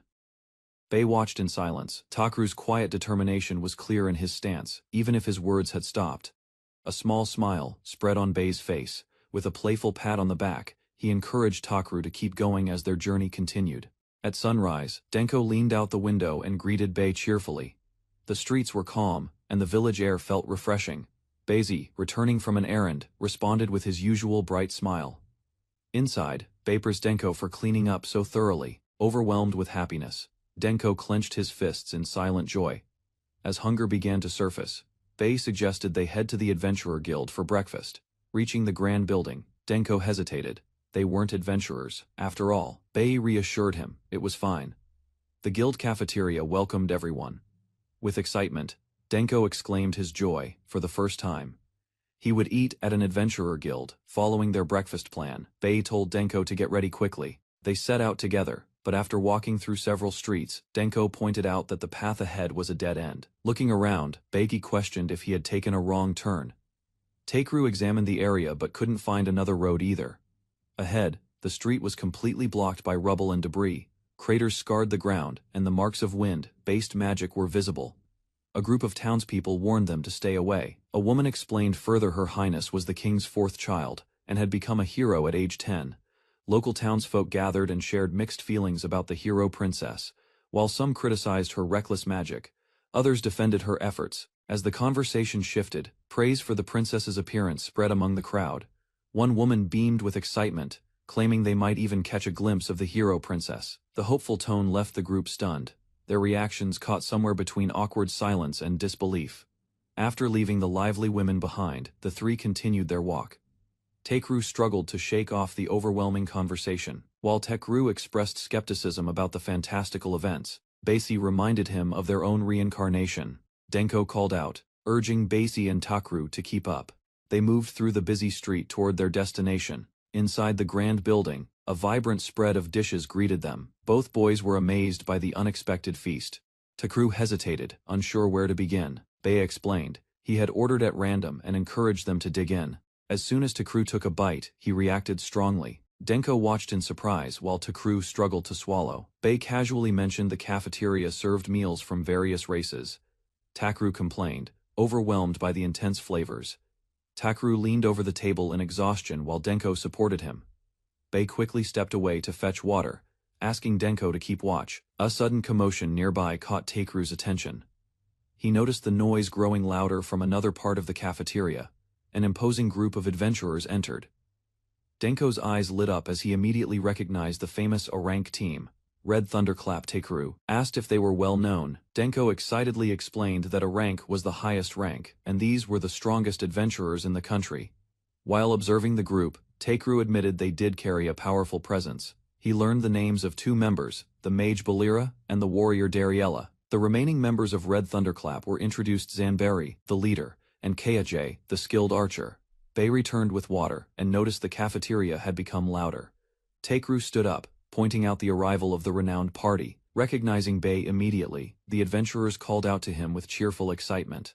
Takeru and Denko were left speechless by the unexpected familiarity. Bei greeted the party warmly, noting how well they seemed to be doing. He remained composed, despite the attention he received. Dariella rushed over and embraced Basie enthusiastically. The others reminded her not to cause a commotion inside the guild, but they all laughed, happy to see him again. Denko and Takeru stood amazed, wondering how Basie managed to befriend such renowned adventurers. Zanbari approached the boys with a friendly smile. After learning their names, he warmly recalled staying over at Bei's place multiple times in the past. The party asked to join their table. While Bei casually agreed, Kachidi hinted that Zanbari had something important to say. Balira quickly protested when Zanbari tried to delay. She insisted he speak up now, showing frustration over his habit of postponing important matters. Stepping back, Zanbari received a full scolding from Balira. She demanded he stop avoiding the issue and tell Bei what needed to be said immediately. Zanbari sat in silence, struggling to gather his words. Bei watched him calmly, waiting for a response. While the two sat apart, Balira and Kaije wondered if they had pushed Zanbari too hard. Both felt unsure about their approach. Takeru quietly asked if Beiti had done something wrong. Kache reassured him that everything would be fine, and that the topic wasn't bad. Finally, Zanbari began to speak. He admitted it was sudden, but there was something important he needed to share. With a serious expression, he leaned forward. In a low voice, he revealed his intention to marry someone, surprising Bei completely. Zanbari admitted he was already 45 and had been dating someone for 5 years. He felt it was time to settle down and start a family. With a warm tone, he described his fiancée as both beautiful and deeply understanding. Her constant support gave him confidence in his decision. Bei asked about the future of the Red Thunderclap. Kavache gently revealed that the group had decided together to disband after much discussion. Dariella added that they hadn't settled on retiring just yet. She was still considering freelance adventuring as a possible path forward. Curious, Takeru leaned forward and asked about the identity of the bride. Both he and Bei wondered if she was someone they knew from their own village. Zanbari finally revealed the name of his bride, Tu Binyanira. Bei stared in complete shock at the name, confused and stunned. Bei questioned if it was a joke. Takeru tried to understand the situation, asking if he knew her personally. Memories rushed back as Bei remembered Nyanira. To everyone's surprise, she was his mother, smiling warmly in the past. The team admitted the relationship had always been wholesome.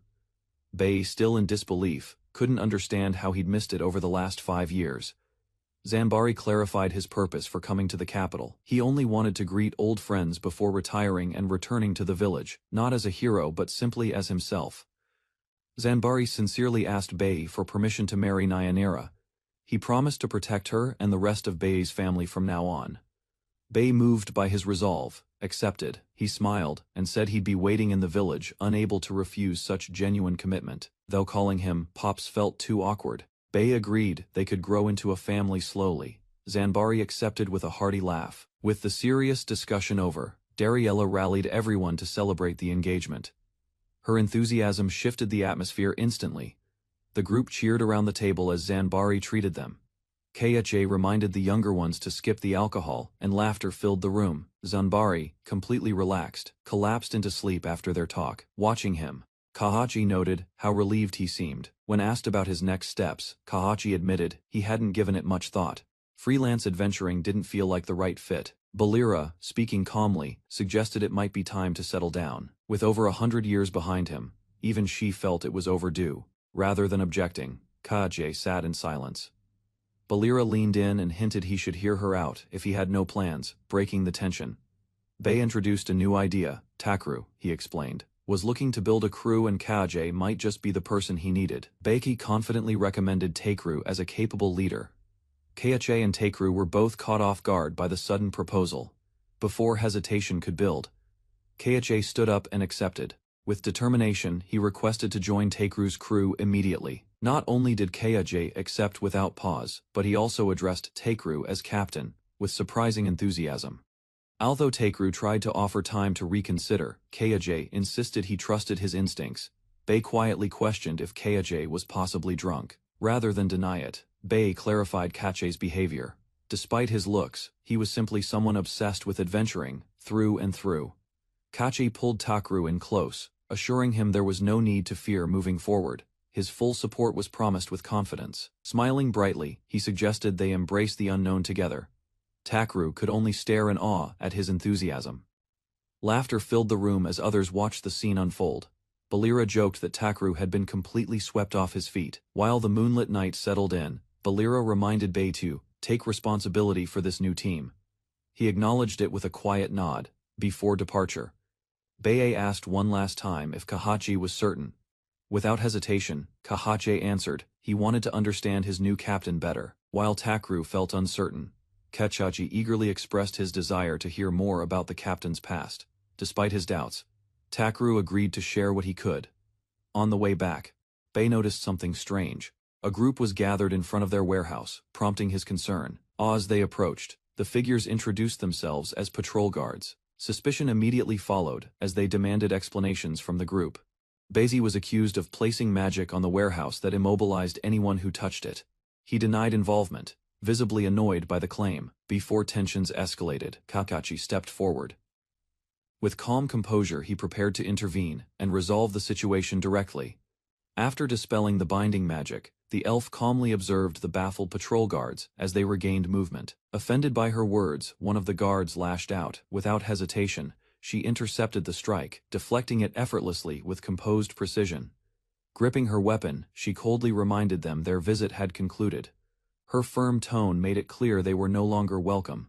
The trio watched the guards retreat. Though one member questioned her actions, the captain quietly offered his thanks, recognizing her intent. Back inside, the truth surfaced: the guards were imposters from the mafia.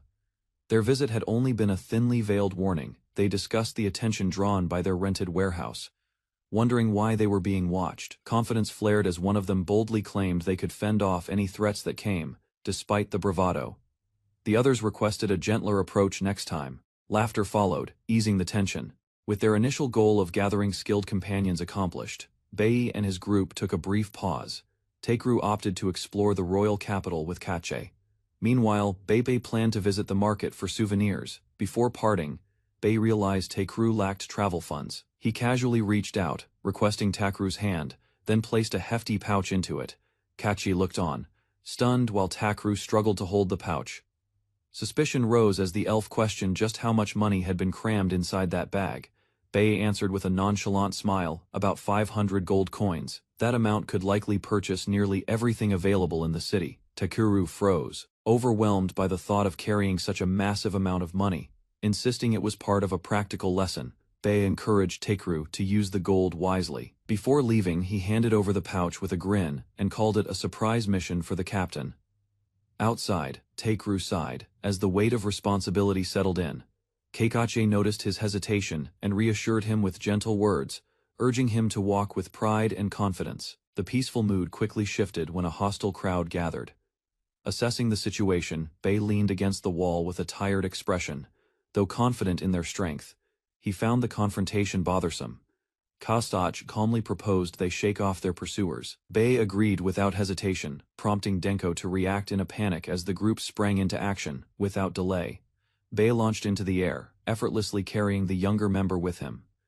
Kahache dashed forward with Denko in her arms, streaking past stunned onlookers. Their movement was so fast it left barely a trace behind, catching the enemies completely off guard. As the chase intensified, Kache couldn't help but enjoy the excitement.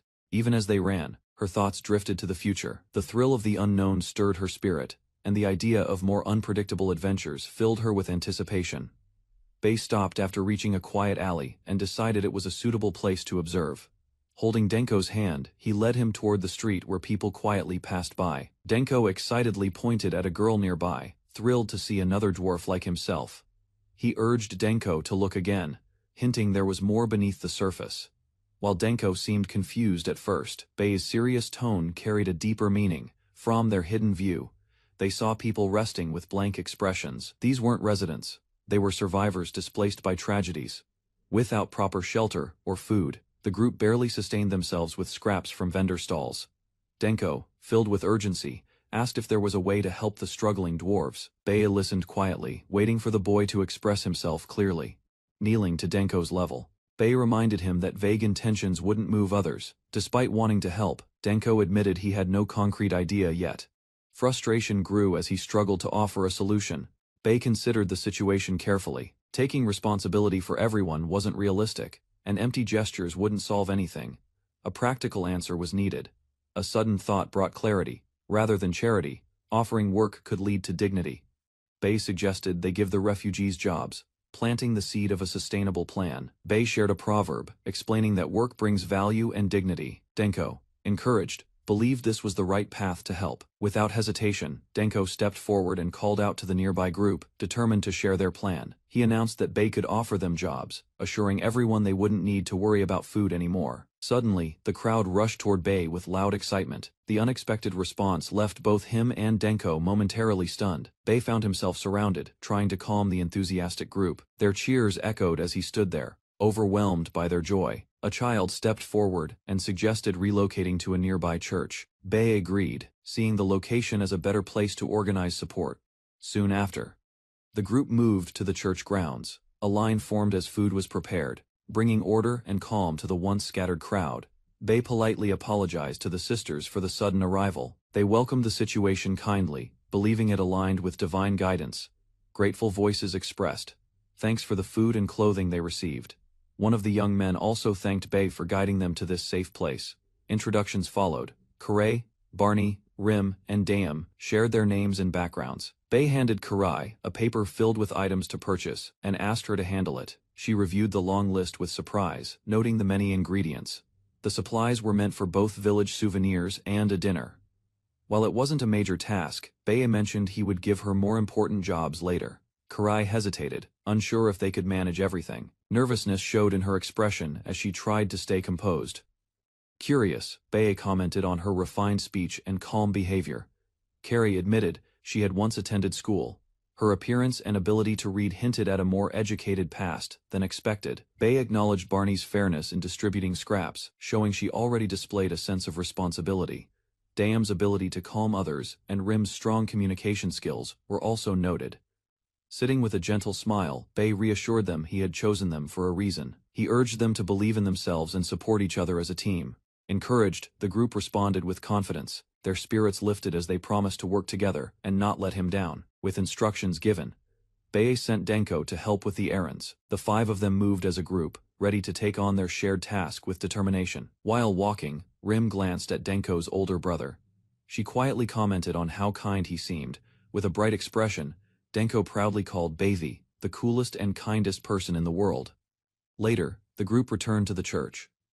A sister regretfully explained that they couldn't stay overnight due to space limitations. Bei responded calmly, offering to find other arrangements. Before parting, he mentioned they would return in the morning to discuss plans for rebuilding the church. The sister nodded in agreement. Under the night sky, Bei led them to a nearby building. He opened the door and told them this would be their home for the night. A fairy cried out as she spotted someone approaching. Excitement spread quickly among the other pixies when they recognized the familiar figure. The pixies swarmed Takeru, surrounding him with cheer and curiosity. Keiichi quickly stepped in, scolding them for overwhelming her captain. Confused by the scene, Bei asked Kahachi for an explanation. Kahachi revealed they had purchased the pixies. Her serious tone made it clear this was not just an impulsive act. She admitted they found the pixies being sold at the black market, despite knowing the cost. Takeru used the money Bei gave him to rescue all 30 of them. When asked about the pixies, Takeru answered confidently. He planned to let them work aboard his ship. He admitted using Beigi's money and expressed hope that it was still acceptable. Despite the hesitation, his decision had been well considered. Bei didn't scold him. Instead, he acknowledged the choice as Takeru's own and chose to trust his judgment. The pixies burst into celebration, excited by the news. They cheered about working and traveling on a ship together. Meanwhile, Denko watched in awe. Seeing the pixies for the first time left him amazed. One of them approached Bae and thanked him, impressed by his kindness. Pixies explored their surroundings joyfully. One sat atop Bae's head, while he sighed, realizing peace might now be difficult.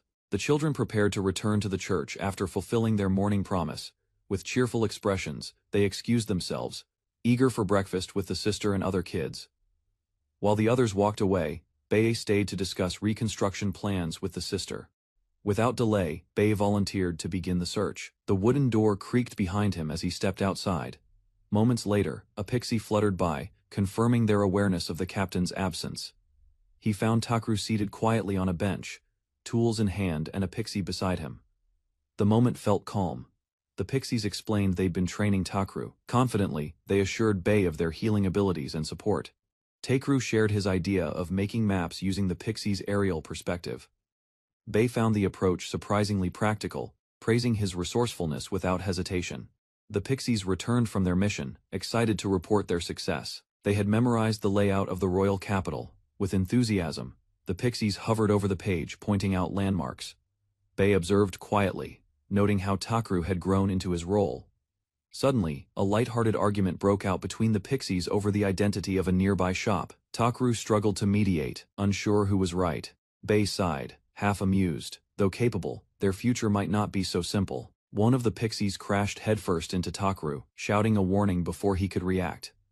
Still rubbing his head, Takru groaned while the pixies gathered silently. Bae approached calmly and asked what had caused such panic, noticing their nervous expressions.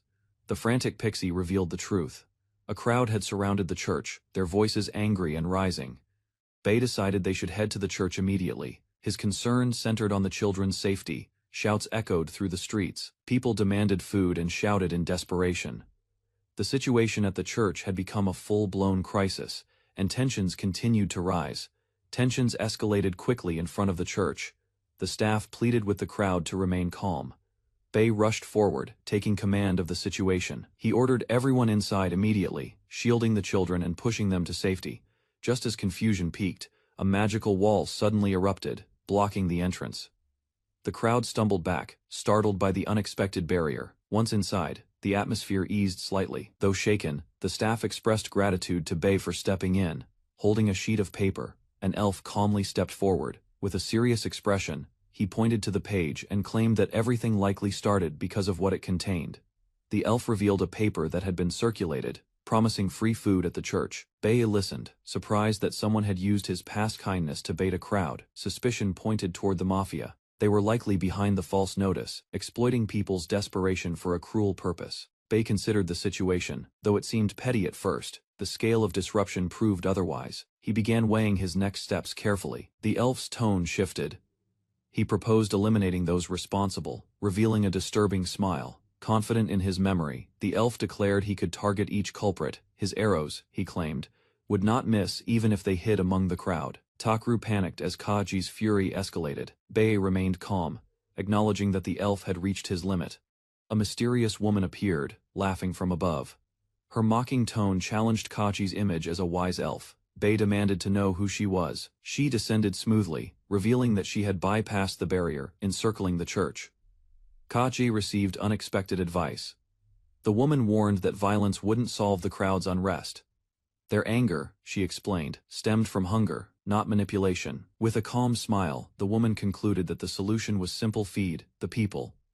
Takru lunged forward, restraining Kaji before he could escalate things further. The mysterious woman observed quietly, unimpressed by the outburst. Kaji panicked, with regret. Bae remained puzzled by the woman's identity, while she cheerfully praised the return of calm. The woman introduced herself as Thani, an immortal figure known to many as the Everlasting Witch. Her presence now carried weight and mystery. She explained her visit wasn't hostile. Instead, she extended an invitation to Bae, an offer to join her for a tea party. Bae, clearly occupied, tried to decline. Thani pointed, casually, to Takru, suggesting he handle things in Bae's place. Takru reacted with disbelief. Bae tried to object, reminding Thani he hadn't agreed to anything. Her confident tone, however, praised his abilities and encouraged him to believe in himself. She then revealed the tea party was hosted by her friend, an influential figure known in the region. According to her, attending would be to Bei's benefit. Despite her assurances, Bei remained hesitant. Thani leaned in with a sharp look, challenging him with a quiet intensity. Curiosity surfaced as Bei questioned the host's ties to the mafia. Thani's vague response only deepened his doubts, making him suspicious yet intrigued. Finally, unable to resist the mystery or her pressure, Bei gave in. He reluctantly agreed to attend, though his tone remained cautious. Bei entrusted the church to Takru, asking Kaje and Denko to assist him. Takru protested, surprised by the sudden responsibility placed on him. Before leaving, Bei warned that the protective barrier would disappear. The people outside, likely still hostile, might try to break in once it did. The weight of the task overwhelmed Takru. Kache noticed his tension and cautiously asked if he was holding up, determined to rise to the moment. Takru slapped his cheeks and focused. He called out to the sisters, asking them to prepare food using all available supplies. It was time to calm the crowd with what they truly needed: something to eat. Takuru took charge, calling on Kache and Denko to follow him. With urgency in his voice, he stepped into action. Meanwhile, Bei walked alongside Thani, who commented on the chaotic but entertaining nature of his friends. He asked where the party would be held. She led him to a quaint, ivy-covered building. With a gesture, she welcomed him to Café Granny Gurin's pleasant moment. Bei was surprised to learn it was a café, Thani explained. She also lived there and worked as a waitress when needed. Inside, he admired the exotic decor. Someone recognized him, confirming his identity as the rumored Bei. Thani responded with a simple yes. Thani introduced Bei to her friend, Dazel. The elderly man invited Bei to relax and simply call him sire. As Bei observed, Dazel mentioned that his tea was currently being poured seemingly by magic, without visible hands. Thani explained that Granny Gurin, the mysterious owner, rarely appeared and hadn't spoken in 100 years. Bei was told Gurin was now preparing his tea. According to Thani, her behavior and tea were both unusual, fitting her reputation. As his tea was served, Bei froze. The teapot in front of him was identical to the one he had cherished in his previous world, a detail too specific to dismiss. Thani explained that Gurin's tea could draw out powerful memories. The teapot itself was magical and never ran dry. Dazel noted that being served tea was a rare honor. Bei, convinced, accepted the offer and prepared to drink. To express his gratitude, Bei offered a gift: homemade tea cakes created by his younger sister, a token of appreciation for Gurin.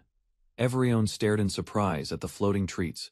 Thani was thrilled, immediately recognizing them as tea cakes and reacting with delight. Chaos followed as the cakes vanished one by one. Thani demanded more, while Dazel scolded Gurin for hoarding them. After the light-hearted tea session, Dazel asked Beatty to meet him in the next room. The mood turned more serious as he prepared to discuss the real issue. Bei entered the room and apologized for the earlier chaos. Dazel dismissed it, instead focusing on the matter at hand. Several unfamiliar men stood behind Dazel when asked. Bei admitted he had never seen them before. Realizing this, Dazel concluded the troublemakers were acting independently, without orders. That only made the situation more dangerous. Turning to the suited men, Dazel issued a stern warning. He made it clear that no one was to touch Bei again, or there would be consequences. The suited men bowed respectfully. They acknowledged Dazel's warning and agreed without protest before taking their leave. As they exited, Dazel casually explained that those men represented all 4 major mafia families. His message had reached every boss in one move. With a confident smile, Dazel assured Bei that he no longer needed to worry about mafia trouble. Bei was stunned by the influence Dazel quietly wielded. Bei expressed his admiration, but Dazel downplayed the gesture. To him, it wasn't anything grand, just necessary action. The elder leaned back and lit his pipe. He told Bei that young people should focus on their own path, leaving heavier burdens to adults like him. Bei responded with gratitude, promising to keep Dazel's words in mind. A genuine smile showed his appreciation. Their conversation continued in good spirits. Dazel praised Bei's honesty, and Bei humbly accepted the compliment, finding it an unexpected honor. Upon returning to the church, Beatty was warmly welcomed. Takru looked worn out, drawing immediate concern from everyone. Fatigue had clearly caught up with Takru.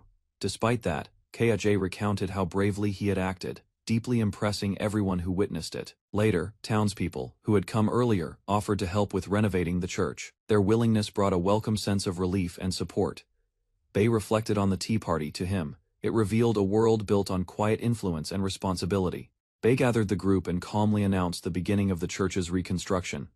Denko was assigned first. His job was to prepare meals for the children and sisters, with the added note to use earth magic for creating extra tableware if needed. Next, the pixies received their duties. They would handle all communication during the project. Kaiji was named the troubleshooter. Her role would involve stepping in whenever problems arose, even if force was required. Finally, Bei turned to Takeru. Unexpectedly, he was assigned the role of site foreman. Taken aback, he stared silently, while Bei handed over the floor plan with a confident grin. Takeru questioned the decision. Surprised by the sudden assignment, he wondered aloud if Bei was simply avoiding responsibility. Bei stayed calm, pushing Takeru's hand aside with a grin. Despite the resistance, he reaffirmed that every role was assigned with purpose. To justify himself, Bei revealed his plan to meet someone important, a person who would help the church long-term. Takeru sighed, still doubtful. He asked why Bei couldn't handle it himself, recalling advice from an experienced adult. Keiichi leaned forward and asked if he had someone specific in mind. Without hesitation, Bei said he intended to recruit Blarney, an adventurer merchant. Denko recalled the man Bei met at the port, an adventurer merchant named Blarney. He wondered aloud how Blarney was doing now, and if he'd accept the offer. Keiichi shared her doubts. She considered the possibility that Blarney may have already retired due to injury. Bei admitted he wouldn't know Blarney's answer until he asked. The real issue, though, was more basic. He didn't even know where Blarney lived. Unexpectedly, one of the girls in the group raised her hand. She claimed to know Blarney's address. Takeru flinched in surprise as she revealed the location. With a sly smile, she teased his reaction, enjoying the moment. The mysterious woman brushed off questions with a sly smile, claiming it was just a casual visit. She shared new information. Blarney's daughter, Navari, had recently been seen near the market at the port. When asked for her source, she responded with a smug expression. Gossip, she claimed, held more power than most people gave it credit for.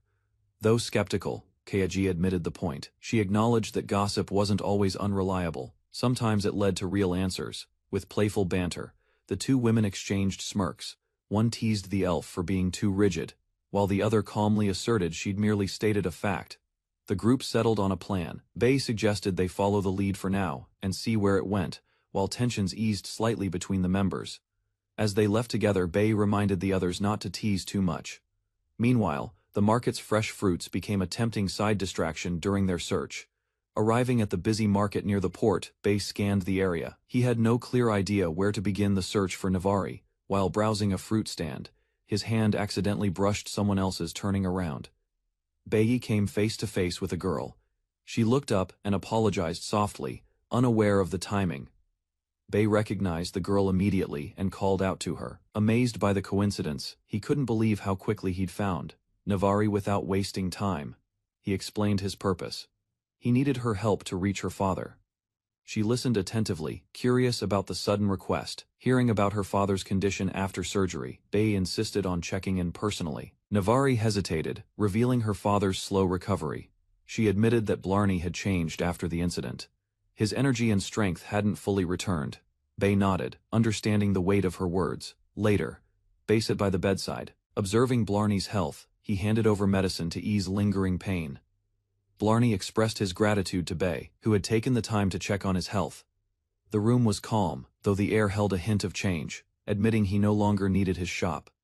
Blarney confirmed he was retiring. The once busy space now stood as a reminder of his past work. He reflected on his misfortune injuries, a lost ship, and fading trust had ended his merchant days. Bei offered him a job without delay. The timing felt perfect, catching Blarney by surprise, but also lighting a spark of curiosity. Despite knowing nothing about the details, Blarney agreed without hesitation. His cheerful acceptance left Navari stunned, while Bei smiled at the unexpected ease. Navari hesitated but couldn't argue. Blarney reminded her they owed Bei too much to decline. Bei admitted there was more to it. He hinted at a larger plan related to the church, one he hadn't yet explained fully. Growing impatient, Navari urged him to speak clearly. Bei finally revealed the true scope. He wanted Blarney to manage an entire island. The island, located near the royal capital, was uninhabited. Bei explained that it was close enough for regular visits, making it a viable assignment. He then tied it back to the church. The current reconstruction was being done by orphans and people from slums once finished. They'd lose their jobs. Bay explained the plan developed the island into something self-sufficient. The choice of what to build was theirs. Blarney quickly understood the opportunity presented. Navari struggled to keep up with the scale of the plan. Bay reassured them that he'd handle the funding and logistics. To give it identity, Bay named the island Abrict, meaning harmony in the southern continent's language. Blarney considered the name seriously. Eagerly, Navari suggested transforming the place into a trade town. The first step would be to build a functioning port to support their plans. Blarney became animated. Though the future wasn't guaranteed, he saw potential. He asked Bay to connect them with possible trading partners, showing renewed enthusiasm. Bay paused to think about potential trade partners. Jokingly, he teased Blarney's energy, despite his age. In an unexpected suggestion, Bay mentioned his mermaid friends. The idea of trading with mermaids sparked instant curiosity and excitement. Later, under the night sky, Takru continued managing the reconstruction efforts. He checked on the progress while others busily worked around the church. Bay rejoined the group. Takru reported that everyone was making solid progress and the work would wrap up in a few days. Concerned for Blarney's condition, Takru asked if he was okay. With a smile, Blarney assured him he was fine and ready to inspect the church himself. Takru asked if the meeting ended smoothly. Bay smirked, saying Blarney was so fired up he'd swim to the island, if allowed. A young girl entered, announcing dinner was ready. She paused upon noticing the unfamiliar guests. Bay introduced Blarney to the children, starting with Kere. He explained that Blarney would be looking after them going forward. Though nervous, Kere politely greeted him. Blarney reassured her with a gentle smile, telling her they were more than just co-workers. With a kind gesture, he placed his hand on her head and declared they were now family. Kere looked up, eyes wide, touched by his words. As Blarney gently patted Kere's head, another child stepped forward, quietly watching the exchange with curious eyes. Holding a warm bowl, the young girl bravely asked if he would join them for dinner. Blarney, momentarily surprised, gave a small nod. He accepted the invitation with a smile as the group gathered inside. Bay and Takru watched with satisfaction. Navari, slightly hesitant, followed them in. Outside, Navari paused. She looked at Bay and acknowledged how kind-hearted he truly was. Bay simply smiled in return. With a soft voice, Navari admitted it had been a long time since she saw her father so genuinely alive. That simple smile meant everything. Navari smiled warmly, her eyes glistening as she expressed heartfelt thanks. The atmosphere softened around her. Children rushed toward her with joy, calling her name and hugging tightly. Bay quietly accepted her gratitude with a calm smile. Laughter spread as the kids invited her to dinner. Navari, surprised but touched, noticed her own face had relaxed, more than expected. Takru turned to Bay, suggesting they join the others. Bay agreed without hesitation, following the sound of cheerful voices into the dining hall. Children played joyfully in the newly reconstructed yard, their voices echoing under the calm afternoon sky. Bay arrived casually, waving at the group. The children greeted him with cheerful energy, happy to see him again. One of the children asked if Mr. Pops and Navari would be joining them. Bay gently explained they had gone to Abrict Island today, leaving the kids visibly let down. He scratched his head, apologizing and promising to bring them next time. The children tried to hide their disappointment, but their silence said enough. Before the mood sank further, Navari appeared at the gate. Shocked and overjoyed, the kids ran to her. Navari approached Bay with a serious expression and requested a favor, something she had deeply considered. She asked him to build a fully functional magic ship. Bay, caught off guard, froze in surprise, curious about her request. Bay wanted to understand more. She explained her desire to carry on her uncle's legacy. Navari revealed that Denko had suggested Bay was the best candidate for the task. Since the original ship had been destroyed in a fire, she had been seeking a skilled craftsman. Bay smiled at the mention of Denko, and agreed without hesitation. Navari's eyes lit up with joy, eager to contribute. Navari promised to help, while Beatty demonstrated his ability to craft a ship model, instantly using only sand. She watched in awe as Bay effortlessly shaped the model, but he reminded her it would still need a power source. Realizing that magic ships relied on mana, Navari quickly deduced they would need a magic stone to make it function. With growing enthusiasm, she asked if there were any shops nearby that sold such stones. Bay hesitated, knowing they weren't common. Eventually, they found one, but the cost was steep, 3 gold coins for a ring-sized stone. Even so, they considered it. Bay reassured Navari not to worry about money, but reminded her they'd need a much larger power source. Navari pointed out that in the royal capital, magic stones were small and often used as accessories. Finding one large enough seemed unlikely. With no better options, they agreed to search every shop in the capital, determined to find what they needed. They visited different places, meeting shopkeepers and browsing inventory, but nothing met the requirements. The search dragged on. After exhausting the local shops, Bei sighed. A large magic stone was nowhere to be found. He realized another solution would be necessary. With no suitable stones in the shops, Bei decided on a bold alternative: hunting monsters for magic stones. Despite knowing it wasn't necessary, he committed to the idea and marched off without hesitation. Before he could act, a mysterious woman appeared, teasing him for being too busy to rest. Bei asked if she had more information, but instead, she claimed she was only offering advice. With a mischievous smile, she pointed to the ground and warned him not to take another step forward. Bei stood in silence as the mysterious woman reassured him with confidence. She promised he would find exactly what he was searching for. Left alone in the corridor, Bei stared blankly ahead. Her cryptic advice left him confused. A voice suddenly called out his name. Bei turned to see a cheerful man approaching him with urgency. The man explained he had been searching all over, clearly relieved to have found him. After a moment of squinting, Bei recognized him. He called out the man's name, Lagier, with enthusiasm. With little hesitation, Lagier got straight to the point. He had heard that Beatty was searching for a powerful magic stone to operate a ship. Lagier confidently offered his company's help, promising a strong selection of high-quality magic stones in stock. As they wrapped up their conversation, a girl approached Bei with curiosity. He introduced Lagier as someone offering to sell them a magic stone. Lagier remained polite and calm, despite the girl's surprise. Hearing the name, Bazivador, sparked an unexpected reaction from the girl. She assumed Bei had close ties to the renowned figure behind the company, and reacted with clear shock. With a light-hearted tone, Beiki confirmed that the so-called Mr. Boss was a rather unique individual.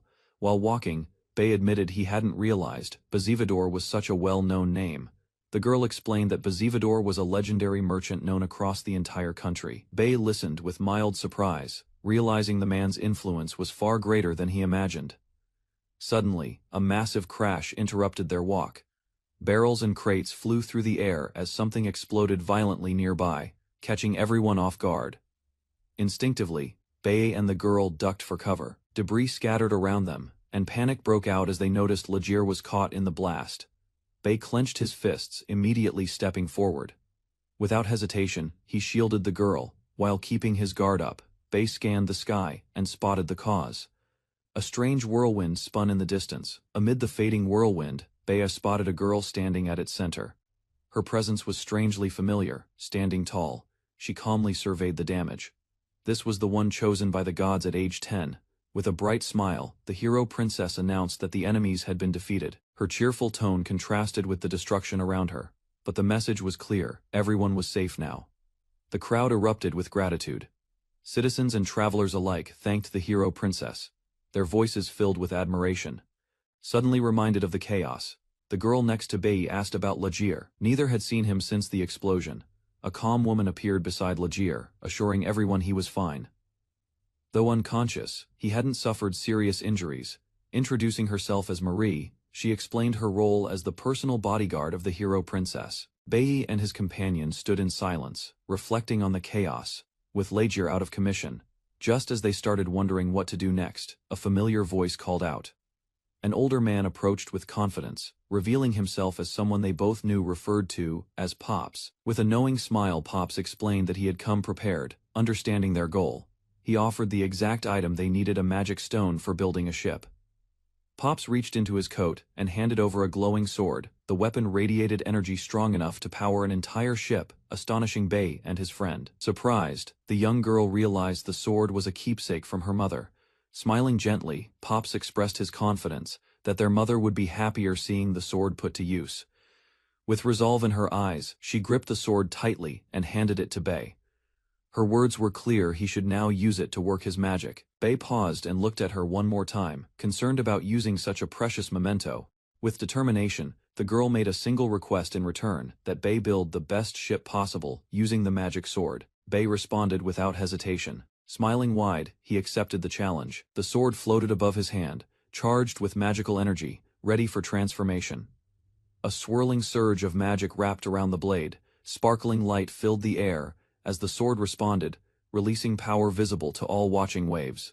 of energy surged across the ship's structure as Bae worked. Watching the result unfold, he gave a satisfied nod, confident that the magic had been fully harnessed. Standing beside him, Pops praised the outcome. Bae humbly downplayed the achievement. Bae proudly presented the completed ship, eager to hear Navari's opinion. Her face lit up with joy as she praised the design. Overwhelmed with excitement, she immediately asked to explore the interior, receiving unexpected permission to customize the ship. Navari was momentarily stunned. Bae assured her the vessel now belonged to her. Encouraged, she nodded while Pops watched supportively in the background. Before she could respond further, Pops offered a confident thumbs up. He reminded Navari that she wasn't alone. Her father would always be cheering her on. Bae woke from a peaceful sleep, the sunlight filtering through the windows of the cabin as he made his way through the house. He was met with a warm greeting, nodding in return.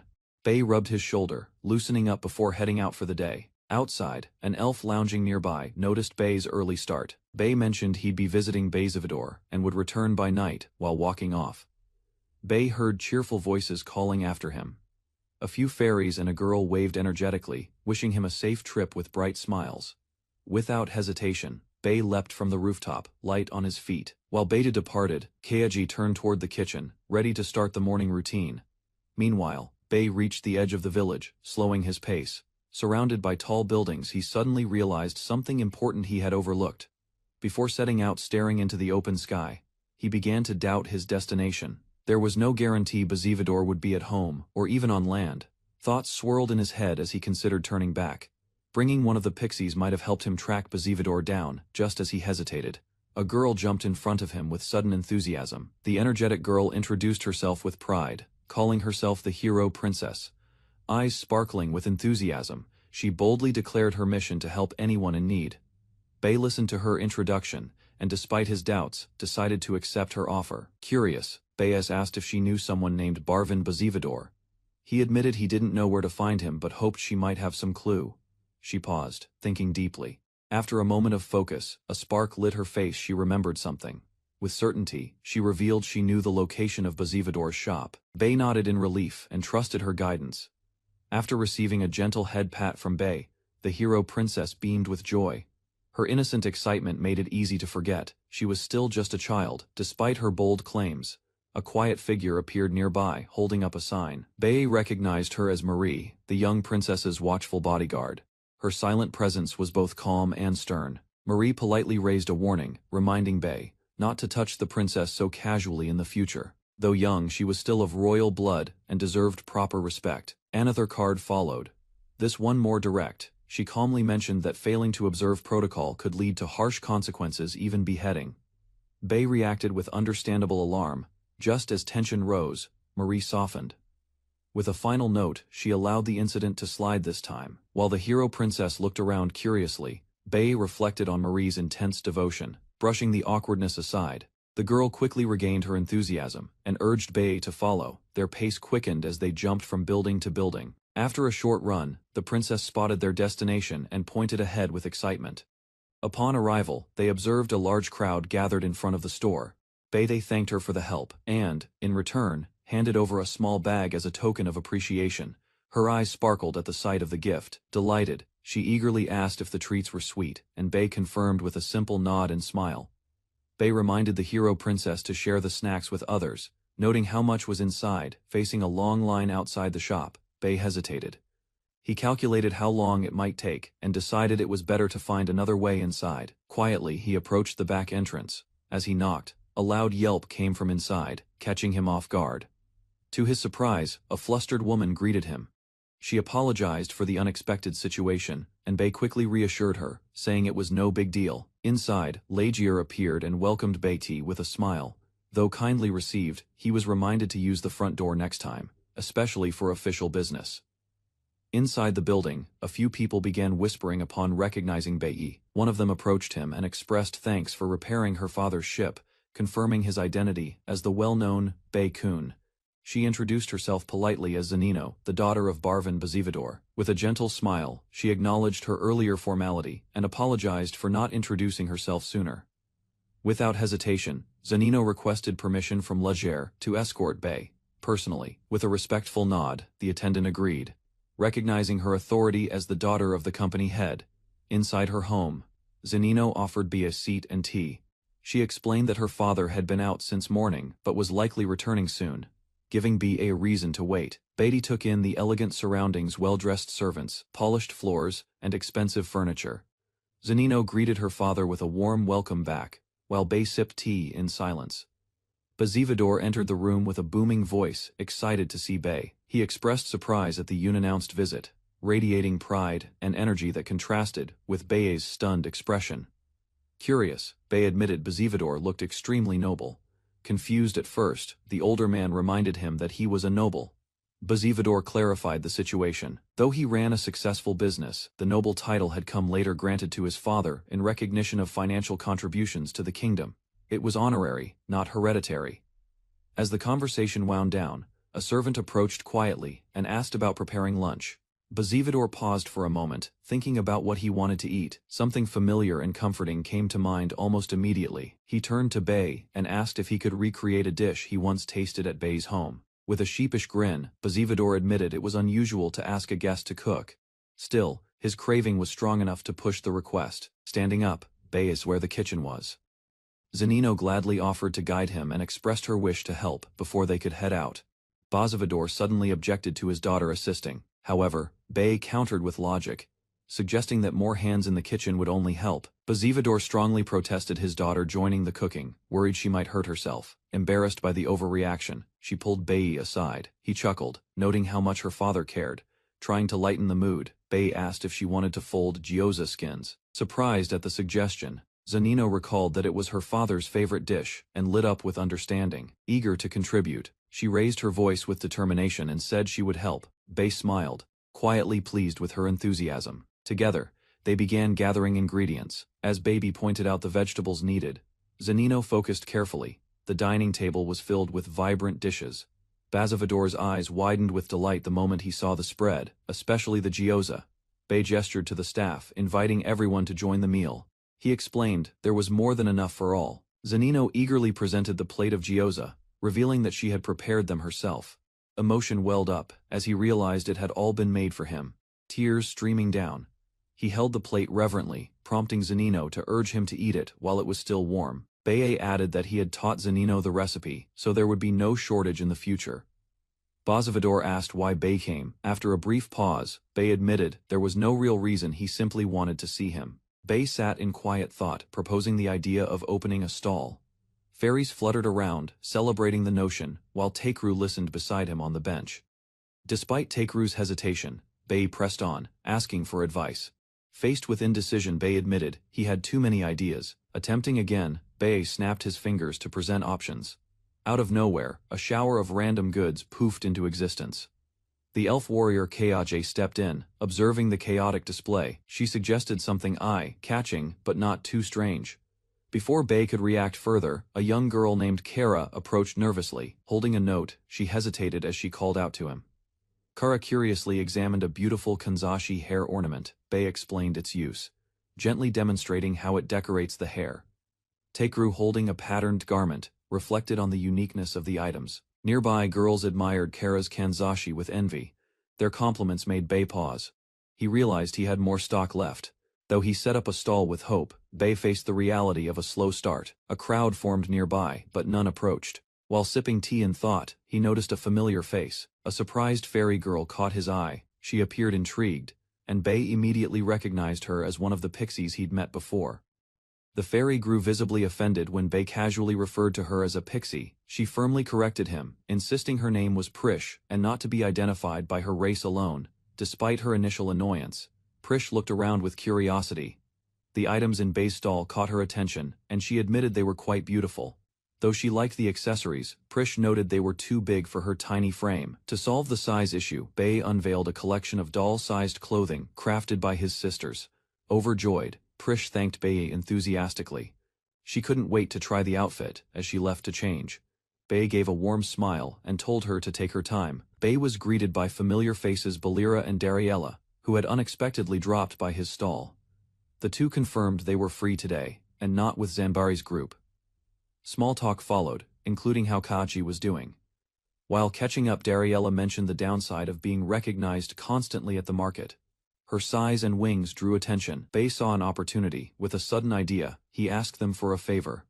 Clarifying it wouldn't involve hard work, he simply requested they wear his store's accessories and walk through the market to attract attention. The girls were stunned. Dariella immediately understood Bei's plan. He wanted them to act as walking advertisements to attract more customers.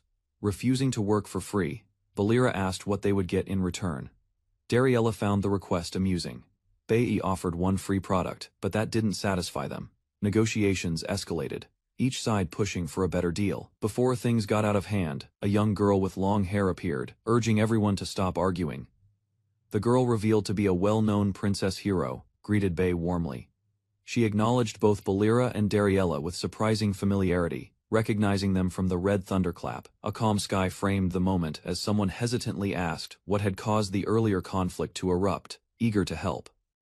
The princess enthusiastically volunteered to join the shop promotion as a model, surprising the others. Realizing it was a royal request, Dariella acknowledged they had no choice but to accept. Valera agreed reluctantly. Before leaving, Dariella insisted on being rewarded with sweets. Bei smiled and casually agreed. Suddenly, someone peeked from nearby. Prish, dressed neatly, floated over in concern.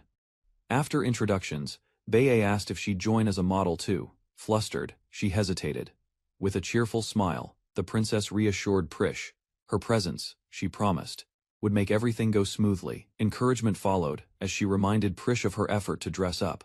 Hiding such beauty now would be a waste. The group walked through the marketplace, drawing attention.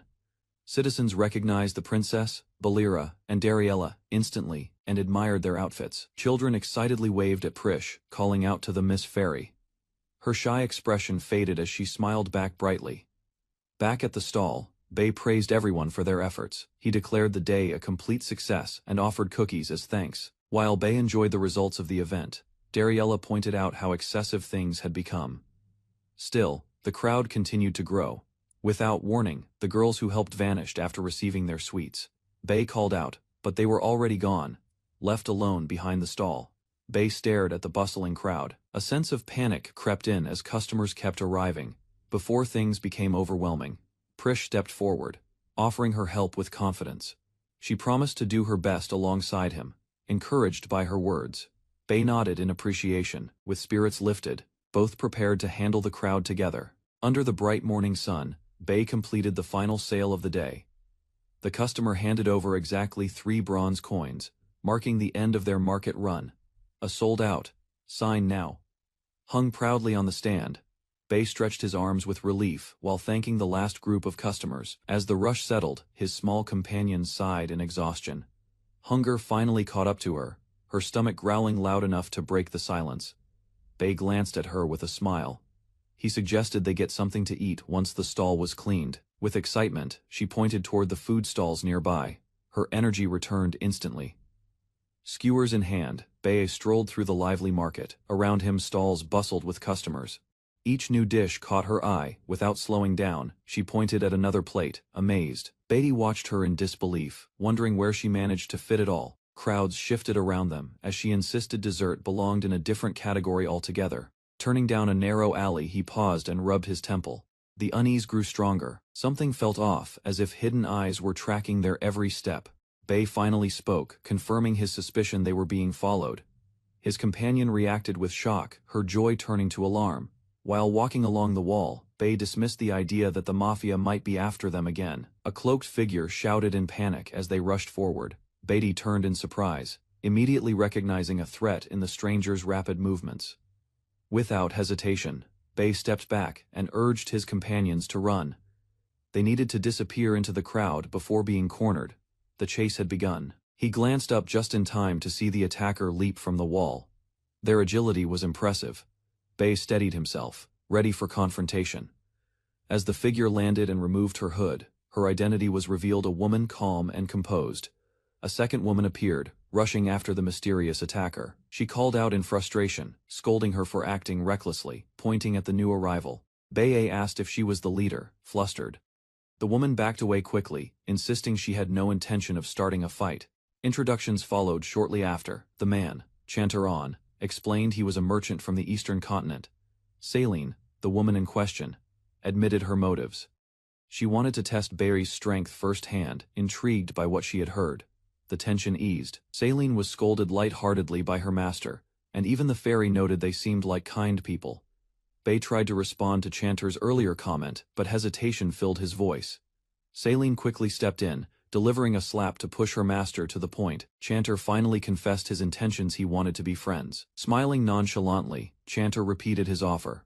Saline, ever the realist, urged him to also discuss business matters. With a shift in tone, Chanter offered to continue the conversation aboard his ship. He hinted at more important topics yet to be discussed, prompting interest from Bay and Prish. Before moving forward, Bay introduced himself and his companion. Prish cheerfully greeted the pair, calling out their names with excitement. Bay gazed at the docked vessel in awe. Its elaborate design and gleaming ornaments made him wonder if all Eastern ships were built to impress. Chanter explained that he'd painted the ship like an amulet for good luck. Bay suspected it took more than luck to own such a ship at that age.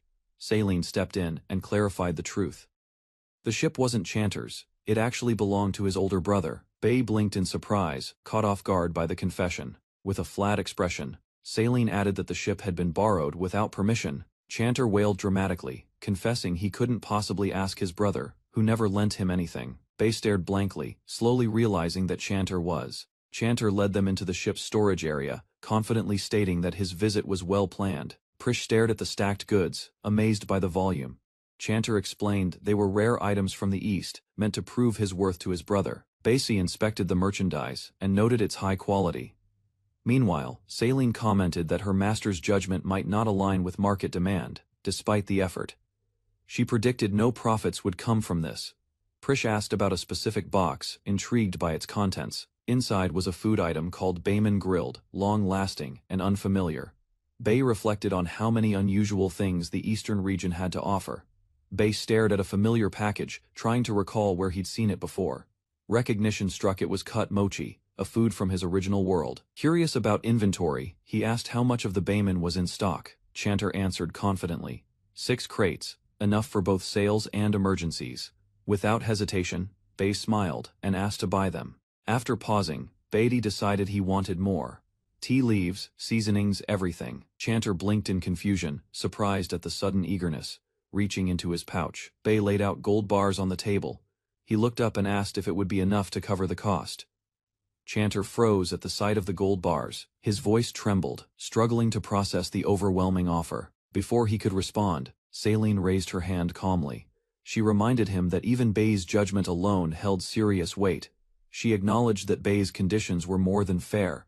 However, she declined selling all of the products outright. Chanter turned toward her in confusion. He asked why she stopped the deal when everything seemed beneficial. With a composed expression, Saline explained her reasoning.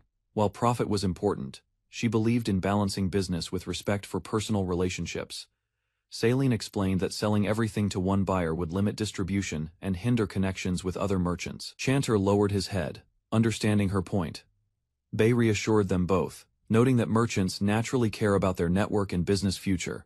To ease concerns, Bay promised to promote Chanter's name in the capital, relying on his many acquaintances there. Filled with gratitude, Chanter expressed his thanks. Bay, in turn, encouraged him to improve and asked that he be more mindful of Saline's efforts. Trying to sound sincere, Chanter pledged to do his best. Saline, unconvinced, watched him closely and muttered a quiet remark about his unreliability. Under the moonlit sky, Bay explained how their dinner ended up being mochi, or rather, Bayman. With a nostalgic smile, Bay mentioned he had soy sauce and sugar. The flavor reminded him of New Year traditions from his previous life. As everyone enjoyed the food, Prish suddenly made a request. Her fairy friends wanted clothing, and she eagerly begged Bay to help, while food was being served. Bay gave a quick warning. Kachi, in particular, was told to eat carefully and not rush. He explained that sticky food like mochi could be dangerous for the elderly. Kachi, who happened to be a 1000-year-old elf, froze in quiet disbelief. Steam rose from the chewy Bayman resting on the plate. Someone hesitated, realizing its dangerous texture. Despite encouragement, doubt lingered. Its stickiness made even simple chewing feel like a cautious task. Tears streamed down the girl's face as she sat alone, overwhelmed by cruel teasing. Harsh words echoed nearby, turning whispers into arguments. Some girls tried to calm the situation, but tension only grew. One girl stepped forward, trying to mediate. Her words were met with resistance. From a distance, Bei silently watched the confrontation. A tiny fairy perched on his shoulder, equally surprised. Navari entered the room holding a first aid box. Bei turned his head, alert and curious. The air felt heavy, uncertain. As Navari approached, her expression softened, the atmosphere brightened. The once crying girl now smiled while holding a small mirror. Navari stood behind her, gently supportive. In the peaceful clearing, the girls gathered around, enjoying their time grooming and chatting happily. Bei, puzzled by the scene, questioned their joy. Trying to help, she pointed out a flaw in the boy's messy hair. Her gesture, though harmless, triggered a harsh response. Later, Navari recounted the incident with discomfort, explaining the boy's sudden outburst. While the boy sat alone in silence, others discussed the ongoing conflict. The sisters struggled to keep peace among the children, recognizing the deeper tension that had always existed between them. Bei offered to step in. He believed talking to boy might help resolve things. As he approached the troubled child, determination filled his eyes. He gave instructions calmly, asking Prish to accompany Navari in case healing magic was needed. Sitting beside the boy, Bei listened quietly. The child explained he hadn't intended to upset anyone. When pressed for a reason, his gaze dropped, unable to find a proper explanation. Emotions surfaced as the boy revealed his frustrations. Girls always surrounded him but focused only on each other. Understanding the root of the conflict, Bei reflected on his actions. Though he acted in kindness, his favoritism had consequences. Guilt weighed heavily on Bei's mind. The quarrel that unfolded wasn't one person's fault alone. A small gesture had led to misunderstanding. Encouraged by Bei's words, the boy brightened and promised to think of a way for everyone to play together. Leaning in, Bei offered a quiet but meaningful lesson. He urged the boy to be gentle toward people he cared about. The boy quickly denied any feelings, flustered by the implication. Prish reacted with frustration, accusing Bei of teasing. After resolving the emotional tension, Bei changed the subject. With a smile, he asked Prish about the nearest toy store. Inside the toy shop, Bei examined a row of stuffed animals. One stood out. He nodded with approval, satisfied with the choice. While choosing a gift, Prish questioned Bei's decision to visit a store. She reminded him that he often used magic to create items, and wondered why he didn't do the same this time. Bei explained that magic required a clear image in his mind. Without a solid blueprint, he couldn't recreate anything properly. She pointed out the contradiction. He could imagine complex machines, yet couldn't form a mental image of a stuffed toy. Reflecting deeply, Bei tried to recall his own childhood. Wandering past a display, he questioned how far back he needed to go in memory to find something meaningful and usable. As he paused, the display in front of him began to glow. Something within the memory sparked a magical reaction. Bei examined the shelf curiously, recognizing a familiar object from his world, a baseball bat. She confirmed that she crafted the bat and invited Bei into her store to see more. Intrigued, he followed, wondering how something from his past life ended up here. Suspicion grew in his mind, despite Prish's protests. Bei stepped through the entrance. He believed there was something more behind the encounter. He weighed his curiosity against his original goal. Though he needed to buy a gift, the possibility of another reincarnated person tipped the scale. Frustrated by his sudden detour, Prish called after him again. Bei, however, had already made up his mind. Bei stepped inside the shop, greeted by a confident woman who introduced herself as Celine, the owner and woodworker. She quickly identified him by name, noting the letter he had written. Bei returned the greeting politely, while Celine expressed how rare it was to have a customer in her shop. While showing off her products, Celine picked up a wooden club, though her designs were impressive. Curious, Bei examined the club more closely. Celine explained how most clubs were built for strength but lacked aesthetic appeal. Rather than settle for the ordinary, Celine chose to craft elegant, slim models. For her, beauty mattered as much as function. Celine held up the club proudly, showcasing her craftsmanship. Her eyes sparkled with satisfaction after achieving the exact design she had envisioned. Through years of refining her work, Bei watched silently as she praised her own talent with exaggerated flair. Despite her skill, frustration lingered beneath her smile. The people in the capital failed to appreciate her artistry. Bei paused, considering the situation carefully. Seeing her potential and determination, he leaned forward and spoke her name. A smile returned to his face as he extended his hand with an invitation. He asked her to move to his village, a new place where her talent could thrive and be welcomed. Bei calmly suggested that if the shop faced decline, then relocation should be considered. Saline turned to him, surprised by his concern. Though she appreciated it, she asked what reason he had for suggesting such a bold idea. He responded sincerely. Showing her a sample of her own crafted work, Bei expressed how sad it felt to see such skill overlooked. A sudden realization lit up Saline's face. She held his hand excitedly, interpreting his words as admiration. Her smile widened, seeing him now as a genuine supporter of her craft. Though Bei hesitated at her phrasing, he nodded with a gentle smile. To Saline, a fan's request was enough. Saline teased Bei with a playful question, wondering if he planned to take her away immediately. Instead of rushing, Bei explained that some preparations were still necessary. He asked her to take time to pack up. Before leaving, Bei requested to take the club with him. Though Saline warned it wasn't suitable for combat, he intended to use it to restore connections, not for fighting. Back in the village, the young girl swung the club powerfully, sending the ball high into the sky. Laughter filled the air. The children gathered around, amazed by the swing. Smiles replaced tension, and the club, once a display item, became the bridge that brought everyone together. The girl looked to Bei for guidance after hitting the ball. He calmly instructed her to drop the bat and run to first base, watching the game unfold with interest. With a quick nod, the boy reached for her hand and pulled her toward the base. Their hands met in a brief moment of understanding, tension replaced by teamwork. From a distance, Bei and Navari watched the children playing. Curious about the game, Navari asked what it was called. Bei explained. It was baseball, and offered to teach her. While giving instructions, Bei leaned a little too close, flustered. Navari tried to hide her embarrassment. Saline arrived at the field unexpectedly, drawn by curiosity.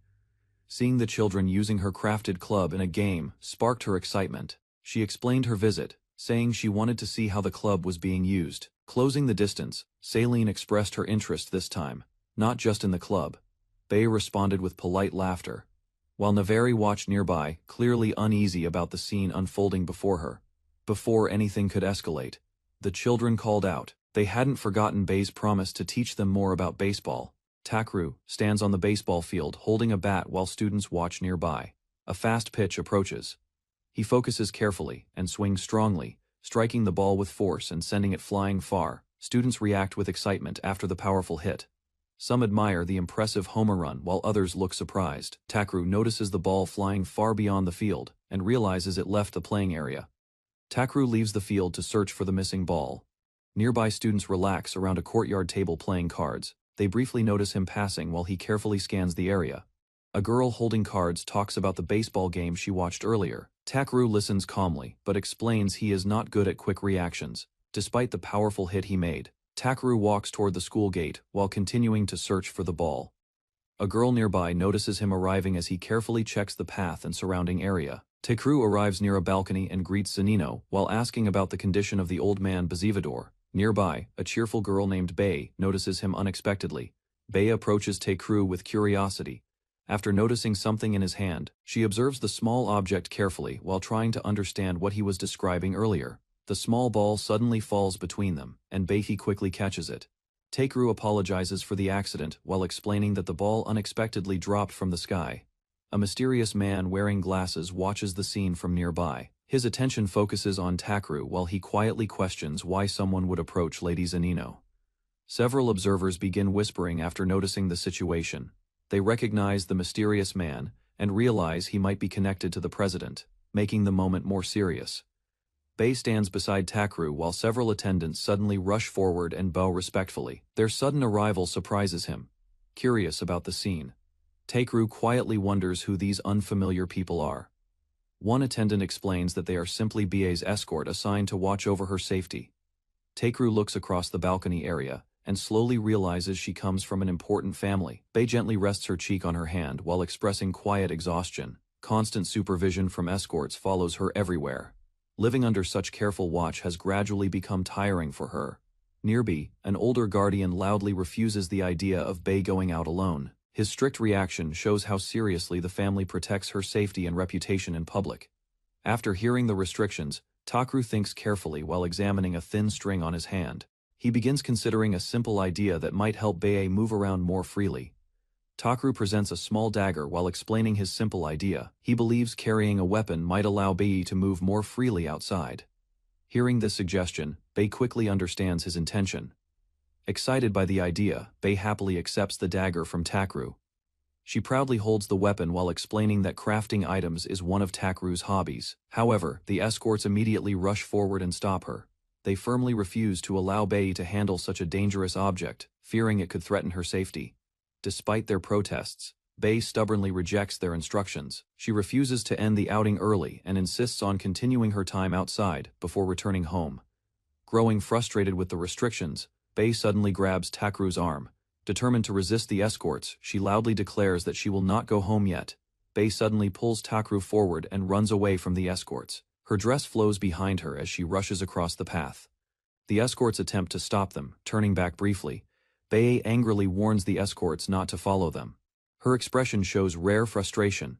She threatens to resent them if they continue interfering. The escorts freeze in shock after hearing her harsh words. Their expressions turn stiff and silent as they hesitate, unsure how to respond to her sudden anger. Later, Takru and Bei stop near a quiet gate outside the building. Takru calmly checks on her condition while giving her time to settle down. Sitting together on the steps, Bei reflects on her behavior with embarrassment. Takru reassures her gently, explaining that strong emotions are natural during moments of rebellion. Bei sits quietly while reflecting on her frustration. Takru advises her that during moments like this, releasing stress honestly can help calm overwhelming emotions. After calming down, Takru asks Bei whether she has somewhere she would like to visit. Seeing her hesitation, he kindly offers to accompany her. Bei suddenly becomes curious and looks up at Takru with excitement. She asks if he would go with her to visit a weapon shop. Takru remembers that he often crafts weapons as a hobby. Hearing this, Bei confidently believes he must also have many weapons available. With bright excitement, Bei decides she wants a weapon for herself. She mentions a famous craftsman connected to her family and promises to introduce Takru soon. Walking through the quiet streets, Takru follows Zanino toward a house she confidently selected. Her determined attitude surprises him, and he realizes she has already decided where they should go next. They arrive at a traditional workshop where an elderly craftsman rests outside. Recognizing Zanino immediately, the old man greets her warmly and comments that it has been quite a while. Zanino respectfully introduces Takru to the craftsman. She explains that he is interested in weapons. The old man listens calmly while observing Takru with curiosity. Hearing about the craftsman's reputation, Takru and Zanino react with admiration. They realize he is considered the capital's finest weapon maker, though the humble craftsman denies such praise. After the introductions settle, Zanino explains her intention clearly. She asks if Takru could purchase one of the weapons made by the famous craftsman for her. The old craftsman studies Takru carefully and asks whether he understands blacksmithing. Takru smiles calmly and admits he has no formal knowledge, while the craftsman confidently assures them about his product quality. Takru explains that his experience mainly comes from personal experimentation. Through repeated attempts and mistakes, he has spent time crafting different weapons, simply as practice and curiosity. Over time, Takru continued creating more weapons. The number gradually increased while he improved his techniques, producing many items without realizing how large his collection had become. Soon, several large crates filled with weapons appear inside the workshop. Seeing the overwhelming amount, the old craftsman warns Takru to stop bringing more because the floor might collapse. Observing the situation, the craftsman expresses surprise. He remarks that someone who underestimates weapon making usually struggles, yet Takru somehow managed to create many impressive weapons already. After examining the weapons carefully, Takru calmly decides to purchase every one of them. Zanino happily supports his decision, believing the weapons show impressive craftsmanship. The old craftsman watches Takru with curiosity and remarks that his weapon is still inferior compared to his own work. Takru responds calmly. While Zanino observes the discussion with interest, satisfied with their interest, the craftsman suddenly invites them deeper inside the building. He decides to reveal his true craftsmanship and leads them toward another hidden area. Takeriku and Zanino follow him into a concealed workshop filled with many carefully stored items. The craftsman explains these are experimental prototypes that cannot be sold publicly. While examining the room, Takru notices many thin metallic pieces stored along the walls. Curious about their purpose, he wonders whether these objects are special accessories or weapon parts.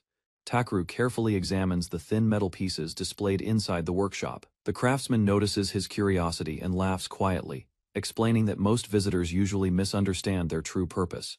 The old craftsman proudly reveals the truth behind the strange items. He explains that the famous Lord's creations, including those thin pieces, are actually designed to function as weapons. Listening carefully, Takeru and Zanino learn that the craftsman has recently focused on creating lighter equipment.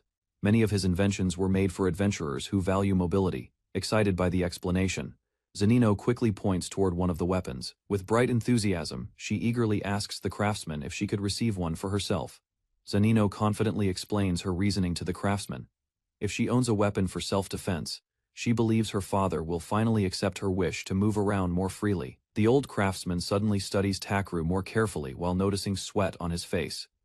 Suspicion grows in his mind as he wonders what kind of person Takeru truly is. Takeru calmly responds while holding the curved weapon in his hand. He questions whether the escorts and others might be slightly too protective of Zanino's safety. Sharing his thoughts, Takeru explains that in modern times even women and children can become adventurers. Carrying a weapon for protection has become completely normal. Hearing this reasoning, the old craftsman slowly nods in understanding. He explains that people who lack power often need weapons to protect themselves from danger. Zanino listens closely as the craftsman agrees with Takeru's opinion. Encouraged by the discussion, she becomes hopeful that obtaining a weapon may finally convince her father. Takeru reminds the craftsman about the promise of giving Zanino a weapon. However, the old man quickly refuses and firmly declares he will not hand such an item to her. Takeru protests playfully and challenges the craftsman's reasoning, laughing loudly. He argues that someone with strong determination should not be compared unfairly to Zanino. The craftsman then turns his attention towards Zanino and asks an important question. He wonders what truly matters when someone chooses to carry a weapon. Takeru suggests that knowledge and responsibility are important since weapons can be dangerous. The craftsman listens carefully while holding one of the weapons thoughtfully. Finally, the old craftsman explains the true meaning behind wielding a weapon. He declares that anyone who carries one must possess the resolve to take another life. After hearing the craftsman's harsh explanation, Zanino immediately reacts with shock. She quickly protests, insisting that she never intended to harm anyone or take another person's life. The old craftsman calmly responds while gripping the weapon firmly. He explains that regardless of intention, carrying a weapon always means accepting the possibility of using it.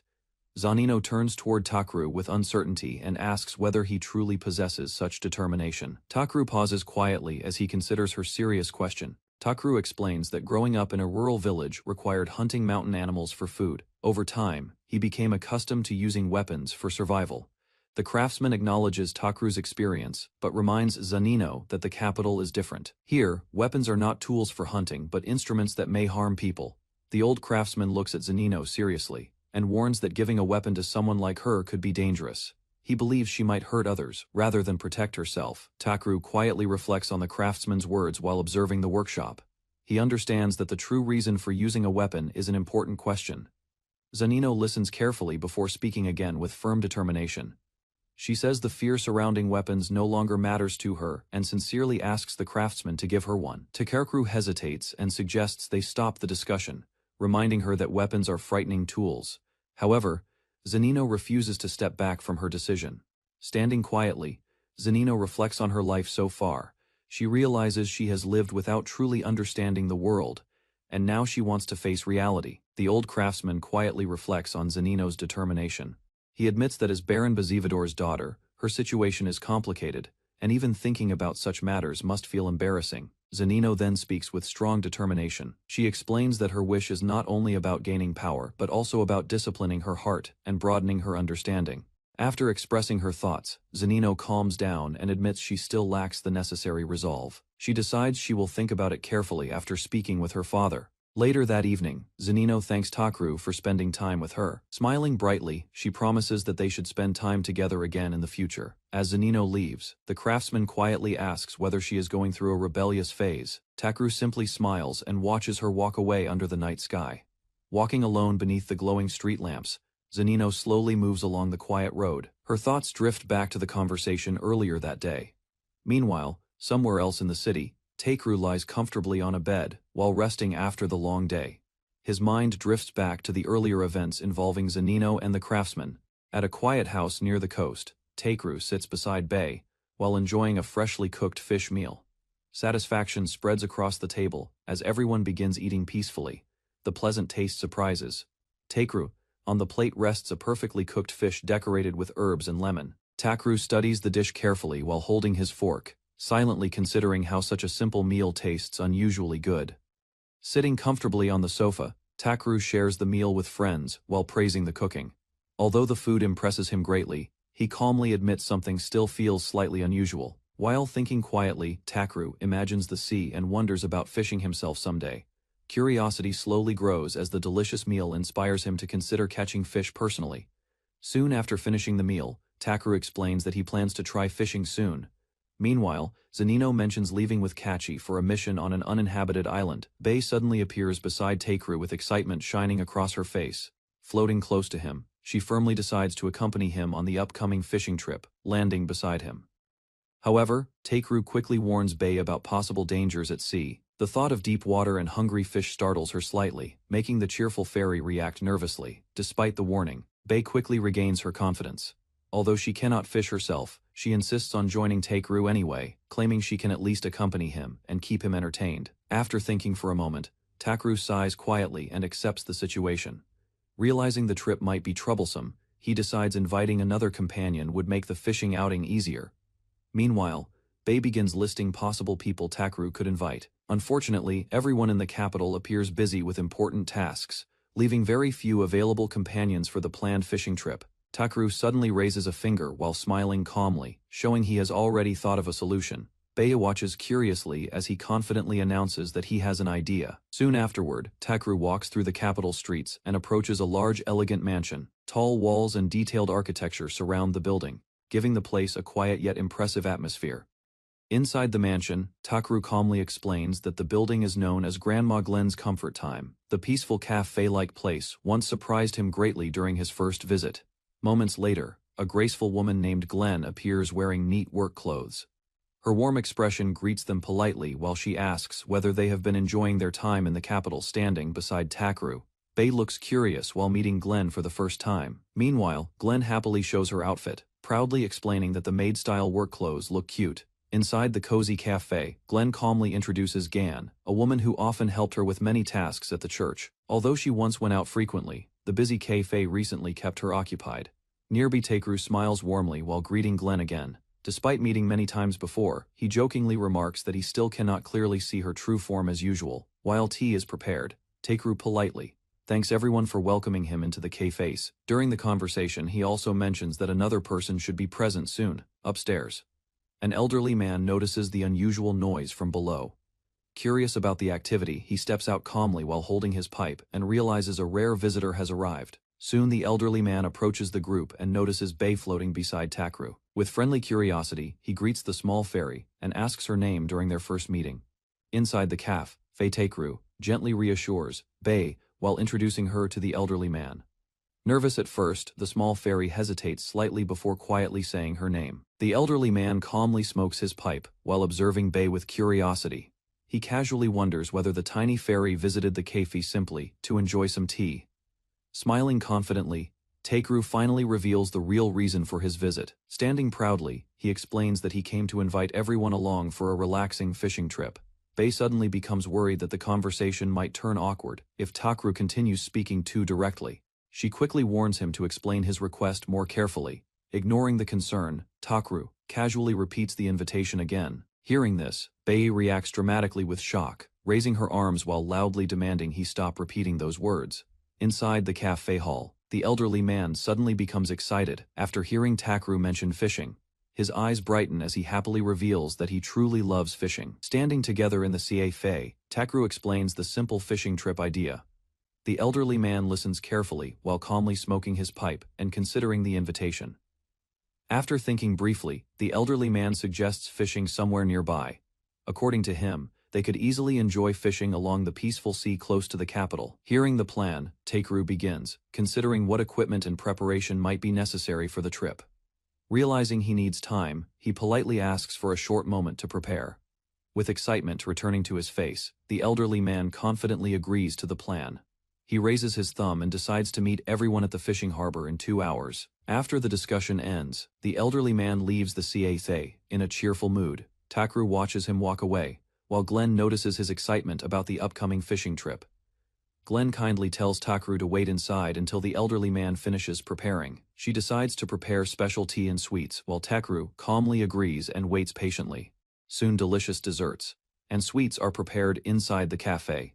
Bei happily floats beside the table, admiring the colorful treats while enjoying the peaceful moment before the trip. Later, Takeru and Bei arrive at the fishing harbor near the capital. Standing beside the water with fishing rods, they carefully observe the harbor while searching for their companion. Before long, an old man wearing sunglasses approaches them along the harbor steps. Takeru realizes he is the retired weapon shop owner who came after receiving Dazzle's message. While waiting at the harbor, Takeru begins wondering why their companion has not arrived yet. Beside him, the elderly man casually remembers their mischievous childhood adventures together. Confused by the strange comment, Takeru asks for clarification. The elderly man calmly explains that the person they are waiting for might actually arrive using a boat. Before Takeru can understand the explanation, Bei suddenly notices something unusual in the sky above the harbor. Excited and surprised, she urgently calls Takeru's attention. Looking upward, Takeru sees a large glowing circular object floating above the sea. The mysterious structure shines brightly, creating confusion as he wonders if it might be some strange flying device. Moments later, the elderly man calmly greets the arriving group. Several unusual companions appear beside him, suggesting that the mysterious object brought them there to join the fishing trip. Seeing the unexpected group arrive, Takeru stands frozen with confusion. The elderly man calmly remarks that with so many people joining, Takeru might feel like an extra. Still puzzled, Takeru asks about the strange flying vehicle used for their arrival. The elderly man casually explains that the unusual method was necessary because many companions decided to come. While observing the newcomers closely, Bei notices something unusual about them. Their presence carries a mysterious aura, making Takeru quietly wonder about the true nature of these companions. As the group gathers near the harbor, Takeru studies them carefully. Their appearance strangely reminds him of legendary figures, similar to the famous 7 gods of fortune. Soon the elderly man activates a floating plate for travel. After confirming preparations are complete, he calmly instructs everyone to step onto it so they can head toward the coast.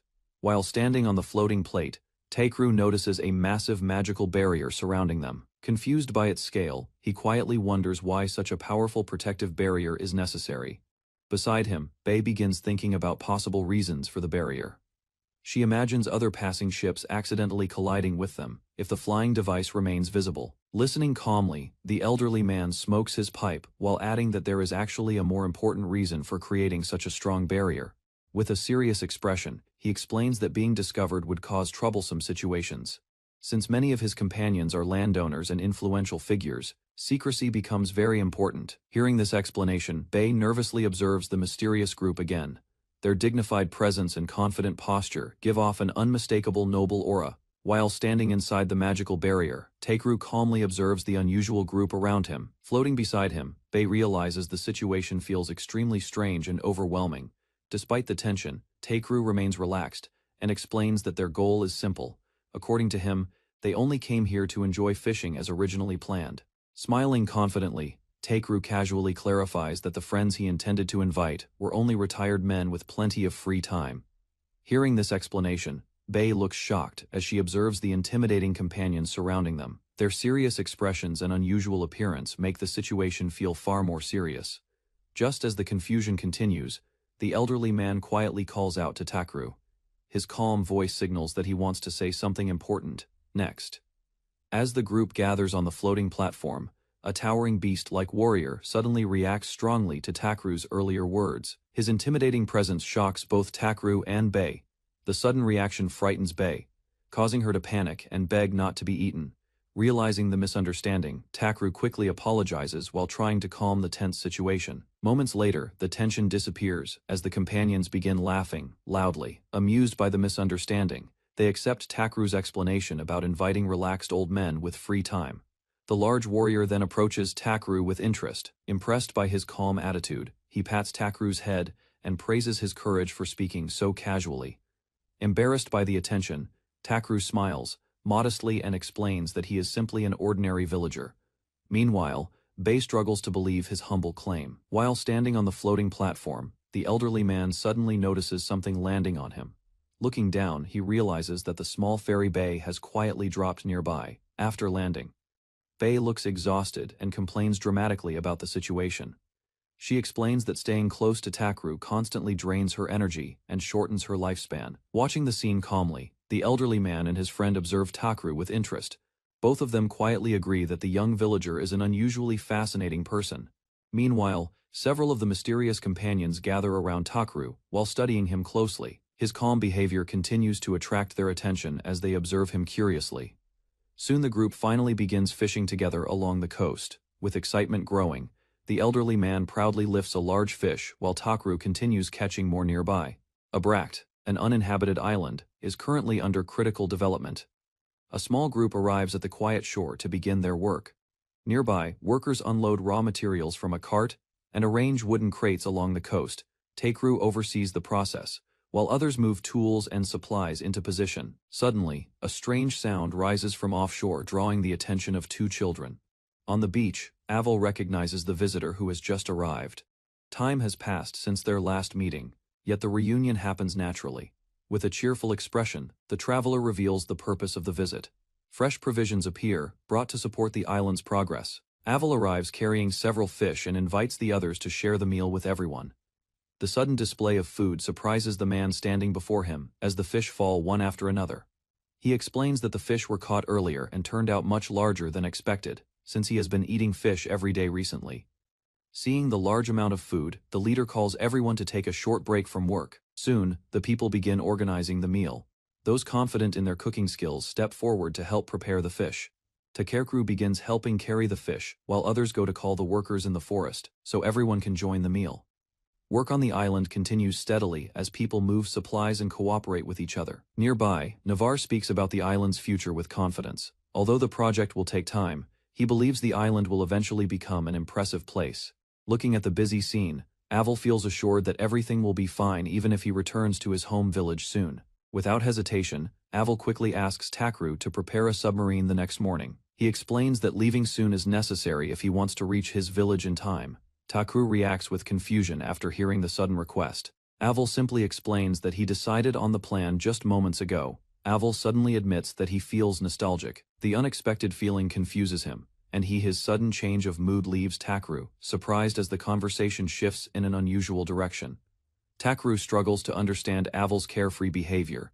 Acting without much consideration often leaves others confused. Despite the confusion, Takru admits that people believe everything will remain safe because Avel is around. Others soon remind Avel that his presence is still important. Children need someone to watch over them, and strong protection is valuable even if old threats no longer interfere. Some people without homes are living there, while the warehouses also require careful management. Avel calmly tells Takru not to worry too much about the situation. According to him, things will settle naturally with time. His relaxed attitude contrasts with Takru's concern. Frustration finally builds up inside Takru. He reminds Avel that acting carelessly often forces others to deal with difficult problems. One memory in particular stands out, when a serious conflict once caused chaos in the church. The tense moment shows how dangerous those situations had been. After calming down, Takru decides to assign someone responsible for watching the church and managing the warehouses. The chosen helper accepts the responsibility without hesitation. With the matter settled for now, Takru quietly asks Avel for cooperation moving forward. Avel repeats his plan to return to his home village the next day. Takru quickly follows him, urging him to move fast and head to the capital if he truly plans to leave soon.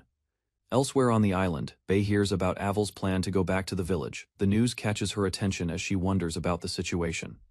Before leaving, Avel gathers several people and asks them to watch over the island while he is gone. One offers to protect the church while others express their willingness to help take care of the children. Another man steps forward and decides to manage the warehouses, explaining that he owes Bae a favor. Avel suggests storing food in the warehouse for emergencies. While showing an example, he mentions a preserved meat called baiman. Curiosity spreads through the room as someone explains that the food is commonly eaten in the eastern regions. Hearing the discussion, a man decides to approach Avel directly. He asks Bae for permission to leave his seat so he can speak with Avel about business. Permission is granted without hesitation. Avel calmly tells him that once the conversation is finished, he can return home afterward. One enthusiastically invites him to relax and drink together like they used to, while another mentions that someone else has been hoping to see him. A woman with a calm expression agrees to take responsibility for the task that was just discussed. Not long after, Avel walks through the town streets, thinking about how quickly everything was resolved. While he wonders what to do next, he suddenly hears someone calling his name. Prish appears nearby and approaches him. Aval looks surprised, wondering where she had been since he had not noticed her earlier. Explains that she usually follows wherever he goes, though she keeps her presence hidden most of the time. Instead of discussing it further, Aval suggests taking a short walk around the capital. Prish happily agrees, and follows beside him. Aval and Prish move across the capital while exploring the city together. Prish leaps across rooftops with ease, watching the streets from above while Aval continues walking below. The peaceful evening sky spreads over the city, as he spends a moment observing the calm surroundings. Night begins to fall, and Aval realizes that it has grown late while reaching for the door. He suddenly remembers that someone important is not around tonight. Inside the building, several people notice someone returning and greet him warmly. Their cheerful welcome surprises Aval soon after. Takru appears and speaks to Aval. He explains that he was also surprised by the situation when he returned earlier. Prish excitedly explains the loud noise around the building. Everyone has been preparing a farewell party because Aval plans to return to his village. Another woman approaches and explains that she heard about Aval leaving soon. After hearing the news, she gathered people around the town. The idea of a party quickly spread, and many agreed to participate in the preparation. Soon the room fills with people and dishes prepared for the celebration. Several volunteers explained that they also wanted to help, offering food as a gesture of thanks. As everyone gathers, the host announces that the main guest has finally arrived. The farewell celebration is ready to begin. During the gathering, Aval notices Denko standing quietly nearby. Seeing his uneasy expression, Aval asks what is troubling him. After gathering his courage, Denko suddenly declares that he wants to stay in the capital. His bold statement surprises the people around him, drawing their full attention. Denko explains that he recently met Rim and several others in the capital. Spending time with them made him feel comfortable. Hearing the request, Aval calmly responds that the decision is not his to make. Instead, Denko should discuss the matter with someone else who has the authority to decide. Aval then reminds him that permission must come from his father in the village. He calmly tells Denko that if he truly wants to stay in the capital, he should face his father and discuss the matter properly. Beyond the door, a quiet house suddenly appears. Leaves drift through the air as the familiar home stands in front of them. Realizing the door connects directly to his village, Denko rushes inside with excitement. Others nearby question how such a strange door can lead directly to Denko's house. The situation sounds unbelievable, yet the connection clearly works. Soon another person tries the mysterious door and discovers that it can also lead to their own home. Through the mysterious door, Aval arrives at a familiar house in the village. Children quickly rush toward him with excitement. One boy stands beside Aval and proudly explains that he has grown a little since their last meeting. Soon, the boy eagerly demonstrates what he has been practicing. Magic skills that he trained recently are proudly mentioned as he tries to show his progress. At that moment, a woman appears and introduces herself as Baya's mother. She politely asks whether her mischievous son caused any trouble while staying in the capital. The conversation quickly becomes friendly and relaxed. Noticing their guests may not have eaten yet, Aval finishes visiting the village and prepares to leave through the strange door. The children wave happily and promise to see him again tomorrow. Moments later, Takru reacts with disbelief after learning how Aval returned. The simple method of traveling through the door makes the submarine plan seem completely unnecessary. Using the door feels too easy and lacks the sense of a real journey, which leaves Takru even more confused. Takru sits down in frustration while thinking about how much effort he spent worrying earlier. Nearby, Prish tries to calm him while Aval quietly wonders if his actions made him look foolish. The tense mood slowly turns into awkward humor. During the lively gathering, some people quietly comment on the unusual personalities around them. Watching the situation unfold, one woman begins laughing softly. She explains that the chaos feels completely normal whenever Bae is involved. Meanwhile, Aval approaches Bae and places a hand on his shoulder. He gently reminds him that his moody nature often creates confusing situations. A woman then steps closer to Aval and invites him to visit the capital again someday. With a shy expression, she admits she will wait for that moment and hopes he will not forget about her. One person asks Aval to visit the church when he returns, while children excitedly suggest playing baseball together again in the future. Before the gathering continues, one girl reminds Aval that she, Prish, and Takru will be waiting for him. Soon afterward, Aval looks over the prepared dishes on the table. Realizing the food will become cold, he begins the long-awaited farewell party as everyone gathers around the meal. Deep under the sea, a submarine travels quietly through the water while fish swim around it. On a bench inside the submarine, A young man sits and thinks about their destination. Ahead of them lies a small village. Nearby, the small girl begins listing people she remembers from that village. Various names come to mind, including friends, family members, and even mermaids they once met. Soon after, an announcement spreads through the submarine. The young man listens as the crew prepares to bring the vessel toward the surface. Far above, faint light filters through the water. Bubbles drift upward as the submarine rises from the deep sea. Excitement spreads quickly when the group finally arrives at Bei's hometown. A small ferry celebrates with raised arms while looking at the village surroundings. Suddenly the captain steps forward and claps loudly to gain everyone's attention. The cheerful noise fades as the group turns toward her. With a firm but composed attitude, the captain orders everyone to return to their posts. After giving instructions, the captain reassures them that the sailors will handle the submarine from here. A short rest is allowed, and she plans to visit Bei's house before sunset. Captain walks away with confident steps, while the others observe quietly. One of them comments on her energetic nature. After leaving the submarine, Bei decides to check the village before resting at home. He walks along the wooden path with a companion, while thinking about the current situation of the village. The ferry circles happily in the air while imagining how fun the visit will be. From behind, the others watch her excitement. Soon, Bei reaches the entrance of the village. Familiar sights appear, including a windmill and simple houses. Villagers quickly recognize him. As Bei walks through the village, people happily greet him. The fairy notices how warmly everyone treats him, and realizes that he must visit the village often. Suddenly, someone loudly calls out Bei's name, drawing everyone's attention toward the unexpected voice. As Bei walks through the village path, several girls suddenly run toward him with bright smiles. The girl who noticed his hair looks closely and firmly declares that it has become too long.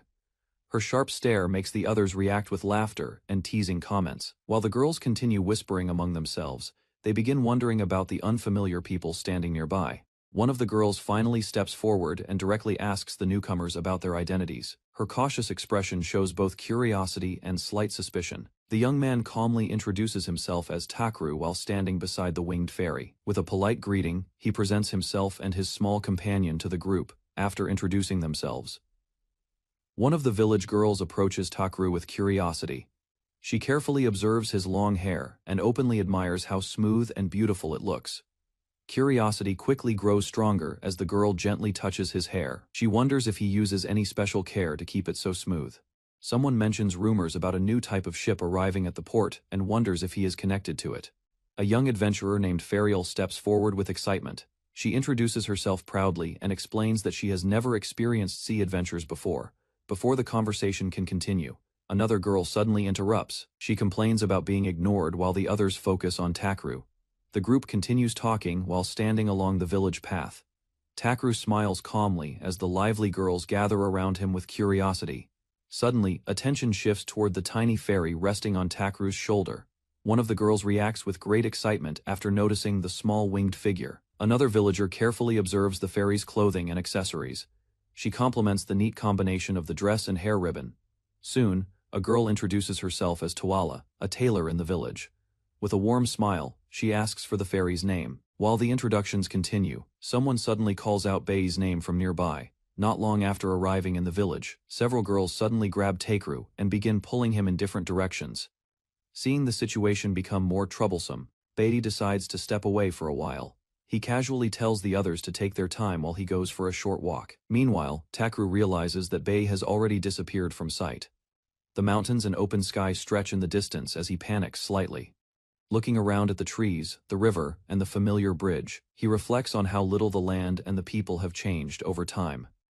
Bei suddenly notices a mysterious girl standing nearby. She holds an elegant umbrella. While walking through the quiet path, Bei studies the mysterious girl standing nearby with a parasol.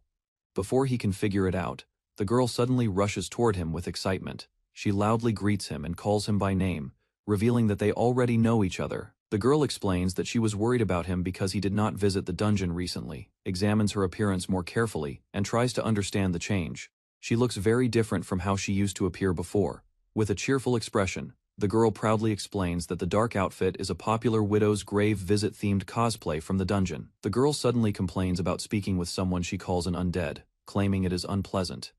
Elsewhere nearby, Takru walks slowly while recovering from the exhausting crowd earlier. The small fairy floats beside him and asks if he is all right after the chaotic welcome from the villagers. Standing beside him, the girl under the parasol quietly observes the surroundings while repeating a strange sound in curiosity. She excitedly asks Bei to introduce the boy to her, assuming he must be someone familiar to him. At that moment, Takru appears running quickly from afar. Hearing his name called out, he looks toward the direction of the voice, while the fairy points toward the approaching figure. Suddenly Bei grabs Prish and leaps into the air without warning. The sudden movement shocks everyone nearby. Moments later, the mysterious girl with the parasol calmly watches from the ground. Leaves drift around her as she quietly confirms that the others have already left the area. Not far away, Bei continues carrying Prish while moving quickly through the village paths. She complains about his speed, but he keeps moving toward a nearby house. Meanwhile, Takru collapses from exhaustion after the chaotic situation. Villagers bring Takru inside and ask the family to take care of him, while also passing along news that the sailors from Takru's ship will arrive in the village later. Bei arrives at his house, and the door quickly opens. Several girls greet him warmly and welcome him back to the village. As they walk together, someone recalls that the group once planned a trip before Bei left for the capital. Soon after, Bei asks about Allitera. Entering the house, he finds her sitting quietly inside the room, approaches her and asks what happened. Sitting on the floor, Allitera admits that she has been thinking about leaving the village for a while. She then explains the reason behind her thoughts. After Bei left for the royal capital, many villagers began bringing her requests for help. Inside the quiet house, Allitera sits on the floor while explaining her feelings. The constant requests from villagers have exhausted her. Allitera lowers her head, feeling embarrassed by her confession. The memories of those moments still trouble her. Bei moves closer and crouches beside her. Instead of reacting harshly, he simply greets her again after his return, showing a calm and reassuring attitude. Hearing his gentle response, Allitera slowly raises her face.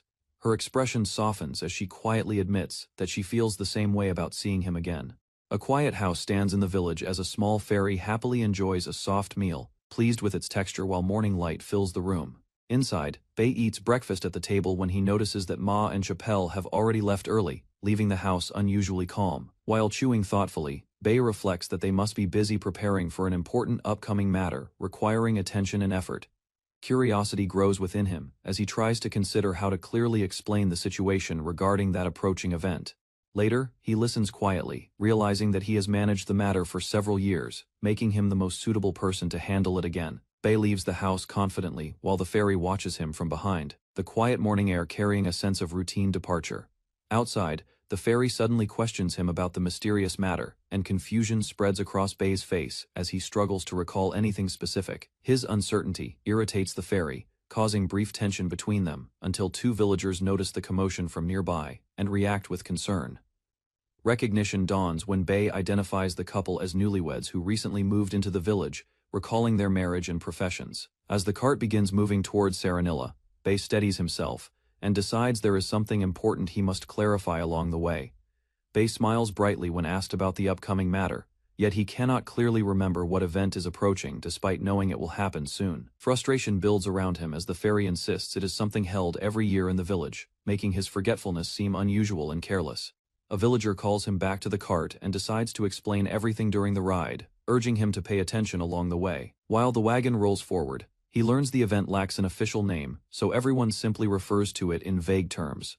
The explanation continues, with details about setting roadside stalls and offering village goods to traveling merchants passing through. Bei listens as the event is described as a competitive marketplace where shops quietly battle for customers behind the scenes. Gradually, his memories return, and recognition shows on his face as he recalls organizing the lively annual trade gathering. Pride surfaces when he remembers creating the idea years ago, realizing he had shaped the village tradition himself. Uncertainty follows, since he has not decided whether to open a stall, choosing instead to inspect the location first. Suddenly, villagers rush toward him in visible panic, seeking his guidance as confusion spreads through the busy festival grounds. Crowds gather around the fountain as merchants finish arranging their stalls, turning the square into a lively marketplace. Suddenly, a harsh voice cuts through the noise when an impatient customer begins arguing with a shopkeeper over a sale. Unease spreads among the vendors, who feel troubled by his attitude, despite their willingness to trade fairly. Noticing the commotion, Bei focuses on the scene and understands that the villagers expect him to intervene. Reluctance shows on his face as they urge him forward, reminding him that he resolves these disputes every year. Faced with the disturbance, Bei steps forward despite his reluctance, accepting that avoiding the situation is no longer possible. Without hesitation, he strikes the aggressive man and sends him crashing to the ground, shocking the watching crowd into silence. Calmly assessing the fallen troublemaker, Bei remarks on his foul behavior, while others consider removing him from the area entirely. Responsibility is claimed when another man arrives and admits the offender works under him, asking the villagers for understanding. Moments later, several imposing figures appear behind the speaker, their presence heavy, as they formally request forgiveness for the incident. Bei stiffens under the intense presence of the cloaked figures, forcing himself to agree while sweat forms across his face. The leader promises to discipline his subordinate, then steps forward and asks for patience, hinting that there is a deeper reason behind the earlier aggression. Raising a hand to pause further explanation, Bei admits he will listen, yet points out that their strong odor is overwhelming. Embarrassment spreads among the group as they accept his suggestion, and arrangements are made for them to use the village bath in turns. Steam later rises from the bathhouse as the cloaked visitors wash thoroughly, easing tension and restoring calm to the unsettled festival grounds. Inside the hall, a young woman bows formally to Bei and apologizes for the earlier disturbance, explaining that her people are unfamiliar with local customs. Relief softens the mood as Bei responds kindly, while the small fairy hovers nearby, pleased that tensions have eased. Soon after, the woman mentions that her father, who leads their group, will personally explain the reason behind their behavior. Moments later, a tall man with long damp hair enters, looking refreshed from the bath and admitting he lost track of time. Concerned about his appearance, his daughter quickly approaches him, drawing Bei's curious gaze toward the newly arrived leader. Bei studies the long-haired man carefully, sensing an unusual presence that feels far beyond that of an ordinary traveling merchant. Composure defines the visitor as he formally resumes the discussion, introducing himself as Karl Varon Anival and presenting his daughter beside him. Shock spreads across Bei and the fairy when they learn he is the younger brother of a reigning king. Despite the revelation, the royal guest encourages a relaxed atmosphere, and Bei calmly introduces himself while maintaining his usual attitude. Seriousness returns when Bei notes that for royalty to seek his assistance, the circumstances behind their visit must be grave. Seated across from Bei, the royal visitor mentions rumors describing him as an unusually capable merchant with influence beyond a small village. Calm confidence marks the man's tone as he explains hearing tales of Bei's inventions and wide connections during his travels. Leaning forward, he formally addresses Bei and states that he has a serious request requiring both resources and reliable networks. Grave determination fills his expression as he asks for enough provisions to prevent his kingdom from falling into starvation. Shock spreads across the room, since supplying a realm far larger than a village demands, an effort normally expected between nations, not from one man. Arms crossed, Bei states firmly that no nation would hand over its food supplies without compensation, especially during economic and agricultural hardship.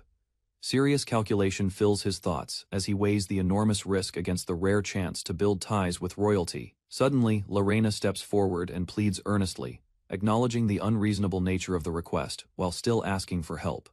Emotion overcomes her composure as she kneels before him, declaring that their people have no other hope and promising future repayment. Desperation drives her to grasp his shoulders and beg directly for assistance, leaving Bei startled by the intensity of her appeal. Lorena's desperation pushes her onto the table as she leans over Bei, startling him while her father hurriedly calls her name in alarm. Realizing her behavior, she quickly withdraws and bows repeatedly, overwhelmed with embarrassment as her father apologizes for her impulsive nature. Composure slowly returns to the room, and Bei admits the sudden plea surprised him, yet he recognizes the sincerity behind her actions. Determination replaces hesitation as he decides that such earnest resolve cannot be ignored, and promises to use his extensive connections to assist them. With his decision made, the matter is settled, and the quiet village houses stand unaware of the larger crisis now set in motion. Bei quickly assigns Uncle Bazivador and Chanter to handle preparations, placing responsibility on them while expressing confidence in their abilities. Documents soon pile up before the two men, who tremble at the overwhelming quantity of supplies required for the massive undertaking. Meanwhile, Karl Varon maintains dignified composure, apologizing once more and stressing that his kingdom's survival depends entirely on this agreement. Formal bows conclude the meeting, and arrangements are set as both sides prepare to depart and begin their respective tasks. Upon returning to their residence, Karl Varon and his daughter are warmly welcomed, signaling the start of urgent efforts to save their homeland. Celebration fills the room as Karl Varon announces the negotiations succeeded, and Lorena rushes forward in gratitude toward Bei. Overcome with excitement, She impulsively leaps at him before quickly retreating in embarrassment at her own boldness. Composure restored.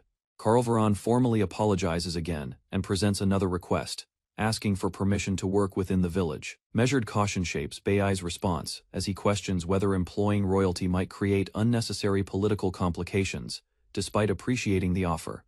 Enthusiasm replaces hesitation when Carlveron and Lorena eagerly agree to accept any task, determined to repay their debt through honest labor. Carlveron and Lorena eagerly press Bei for work, crowding him with enthusiasm, until he protests against the overwhelming pressure, regaining control of the situation. Bei tells them to wait and assigns them practical tasks, noting that their sudden determination needs proper direction. Soon after, Lorena begins washing clothes by hand, struggling at first but carefully adjusting her movements under guidance. Nearby, Carlveron assists with surprising grace, earning admiration for his neat and efficient handling of the laundry. By the end of the day, both father and daughter reflect on their first experience with village chores, finding satisfaction in their honest labor. Bei warns Carlveron that the burden will grow heavier and firmly states that the provisions supplied must eventually be repaid. In response, Carlveron smiles with calm confidence and readily accepts the condition, affirming his commitment without hesitation. Two village girls whisper about a group once covered in dirt who were recently seen doing laundry. Surprise spreads quickly as the rumor reaches nearby homes and market stalls. Excitement grows among the young women as they describe a refined man with smooth silver hair, said to be connected to royalty. Their admiration turns the strangers into figures of fascination. The gossip disrupts work inside a shop. An older worker storms in, scolding the distracted girls while crates thump against the floor.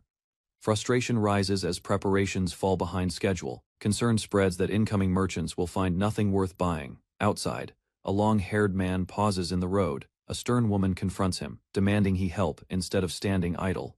Bei approaches calmly as the girls notice his silver hair and refined presence. They quickly recognize him as the royal figure rumored throughout the village marketplace. Standing beside a long-haired committee member, Bei listens, while the festival's executive representative formally explains his role and invites cooperation for upcoming preparations. Confusion briefly surfaces when the festival name is mentioned. Clarification follows as Bei casually admits he created the title himself. Energy surges through the group as the young workers eagerly volunteer, determination replaces earlier gossip, and they pledge full support for the Bobla festival's success. Enthusiasm spreads further across the gathering. Smiling confidently, Bei accepts their commitment as the village unites behind the festival preparations. Bei laughs as the volunteers cheer behind him. Their morale rises quickly, and he notes that the pace of preparation should improve from this point forward. Soon after, two helpers arrive and report that they completed the assigned task. A small winged girl rushes in to greet Bei enthusiastically. Documents are handed over, detailing caravan numbers and their expected route toward the village. Bei studies the attached map with visible approval. Impressed by their effort, he acknowledges the careful planning. The group expresses readiness to assist further with festival arrangements. With responsibilities assigned, Bei instructs them to monitor the caravans and report any changes. The team disperses to carry out their respective duties. Villagers observe Takeru giving steady instructions near the fountain. His composed attitude impresses those watching, and they begin to see him as a capable leader. From a short distance away, he reflects quietly while a small fairy hovers beside him. A thoughtful mood crosses his face as he considers recent changes. Suddenly, a lively girl in dark clothing rushes forward, waving energetically. She notices the busy atmosphere and quickly guesses they are preparing for a festival. Introducing herself as Prish, she reacts with excitement upon spotting the fairy. Meanwhile, Takeru explains that everyone is occupied with urgent tasks, refusing to leave. Prish boldly insists on helping. Her enthusiasm clashes with his blunt dismissal, yet she remains determined to lend her support. Takeru explains that Arena, though appearing human, is actually a lich. He understands her usual behavior, but worries other villagers may not accept her presence. With a dry expression, he adds that her obsessive tendencies could create unnecessary trouble. Doubt lingers as he imagines the chaos she might cause. Prish reacts confidently, claiming she can conceal those peculiar traits. She insists there is no need for excessive concern.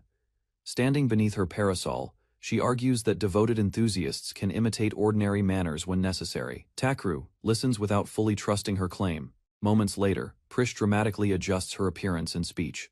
Sparkling with confidence, she seeks approval, leaving Takeru quietly surprised by the sudden transformation. After a tired sigh, Takeru reluctantly grants Prish permission to help. Her eager expression brightens instantly as she prepares to rush off. Without hesitation, she dashes across the square, parasol spinning above her. Takeru watches her leave, already sensing trouble ahead. Nearby, Bei and a fairy observe the situation carefully. Unease surfaces as they question whether Prish will truly behave herself. Moments later, she approaches a young boy with exaggerated politeness. Takeru realizes too late that her intense manner may overwhelm him. As she cheerfully fixates on the boy's name, concern spreads among the onlookers. Takeru fears her strange enthusiasm could spiral beyond control. A quiet understanding passes between them as they acknowledge their shared origin from another world.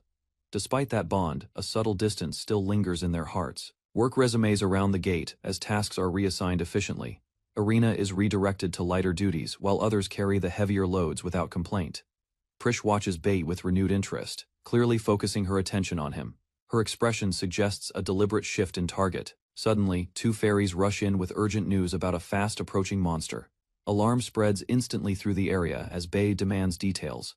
The description sounds oddly harmless, mentioning wings, long hair, and cute clothing. Confusion replaces panic as Takeru peers toward the horizon to confirm the threat. A horned figure descends before the group, startling everyone at first glance. Confusion spreads when it is revealed that the supposed succubus is actually a male incubus. Relief follows as they learn he is not an enemy but Arena's servant. However, his casual remark about killing someone unsettles the mood again. Prish approaches him directly and addresses him as Charny. Their familiarity suggests prior connection rather than hostility. With a playful smile, she questions his recent outings and invites him to join her. Suspicion lingers beneath her cheerful tone. Suddenly pointing toward Takeru, she accuses Charny of meeting him in secret. The unexpected claim leaves Takeru visibly stunned. Charny suddenly unleashes his power, lifting crates into the air as he declares his loyalty. His jealousy toward Takeru surfaces openly. Disrupting the square, chaos erupts as Takeru is nearly struck amid the flying debris. Shock spreads through the onlookers while Charny lunges forward recklessly. Before further damage occurs, a spear pierces through Charny's advance and halts him mid-air. The impact forces him back, scattering splinters across the ground. An elf warrior steps in calmly, criticizing Charny's outburst as disgraceful. With firm authority he shields Takeru and prepares to withdraw.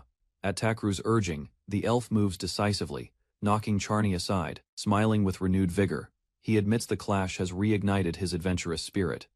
Bei calmly remarks that the elf might overdo the fight. Moments later, a heavy explosion echoes across the square. Villagers scatter as debris flies overhead. The elf and Charny clash mid-air, trading swift strikes that shake the surrounding buildings. From a distance, Bei watches with concern, realizing the battle could damage the festival grounds if it continues unchecked. Charny darts around erratically, taunting his opponent while avoiding direct hits. His movements grow faster, increasing the chaos. Suddenly, Arena's presence shifts the atmosphere. Her cold gaze settles on Charny, and his confidence falters as he senses her displeasure. Under Arena's cold stare, Charny immediately apologizes, his earlier arrogance gone. He hovers nervously, asking if she is angry with him.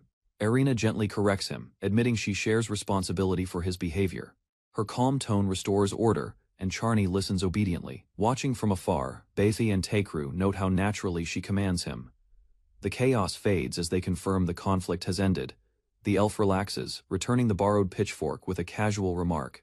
Attention shifts back to the festival grounds and lingering damage. Discussion turns to repairs and compensation, yet Arena declines concern. She prepares to leave while Charny insists on offering a proper apology before departing. Arena adjusts her glasses and calmly admits fault for intervening between the fighters. She tells Charny that the misunderstanding began with her decision to step in.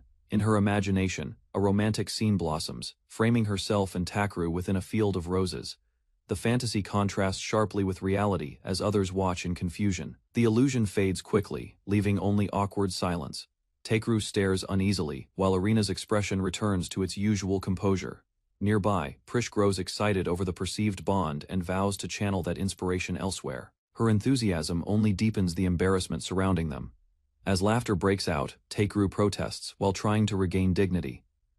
The tense incident finally settles into uneasy relief. Bei casually explains Prish's peculiar hobby, describing her fascination with imagining close bonds between men.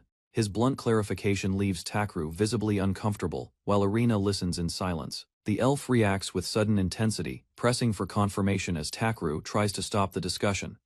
Embarrassment spreads when the explanation becomes unnecessarily detailed. Nearby villagers enthusiastically praise their captain for ending the earlier conflict. Excited chatter shifts attention away from the awkward topic. Gratitude echoes across the square as several people thank Takru directly. Overwhelmed by the sudden praise, he awkwardly asks them to keep their distance.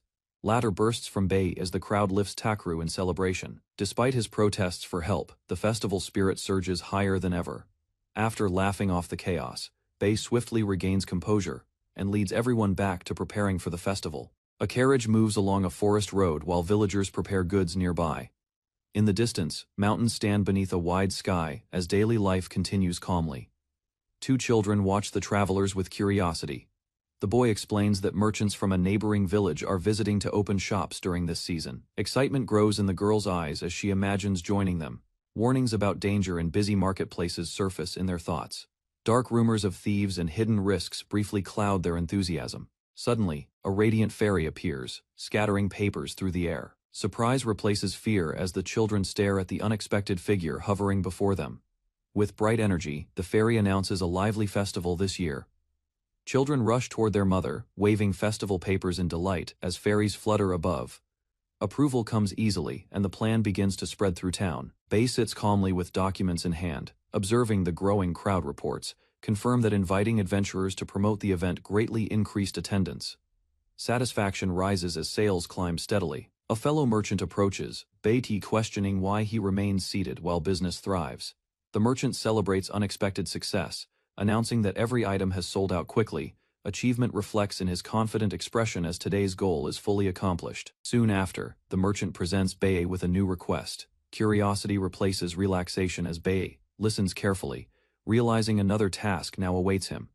After helping at the shop earlier, Arlita arrives with a tired expression beside her cheerful friend. They explain that the day's work ended quickly, leaving them unexpectedly free. Her friend eagerly suggests that Bei guide Arlita around the festival. Surprise shows on Arlita's face as the invitation is directed toward him without hesitation. Encouragement continues as she insists there is nothing to worry about. From a short distance, Bei watches quietly while Arlita hesitates, uncertain how to respond.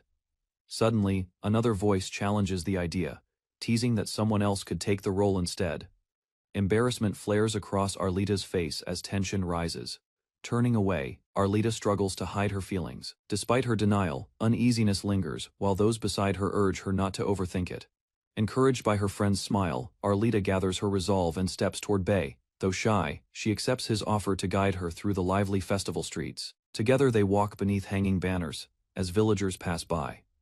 Bei points out different stalls, explaining each attraction while Arlita listens with growing curiosity.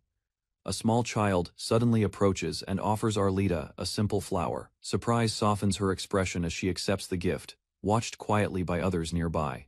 They notice young vendors confidently managing their own stands.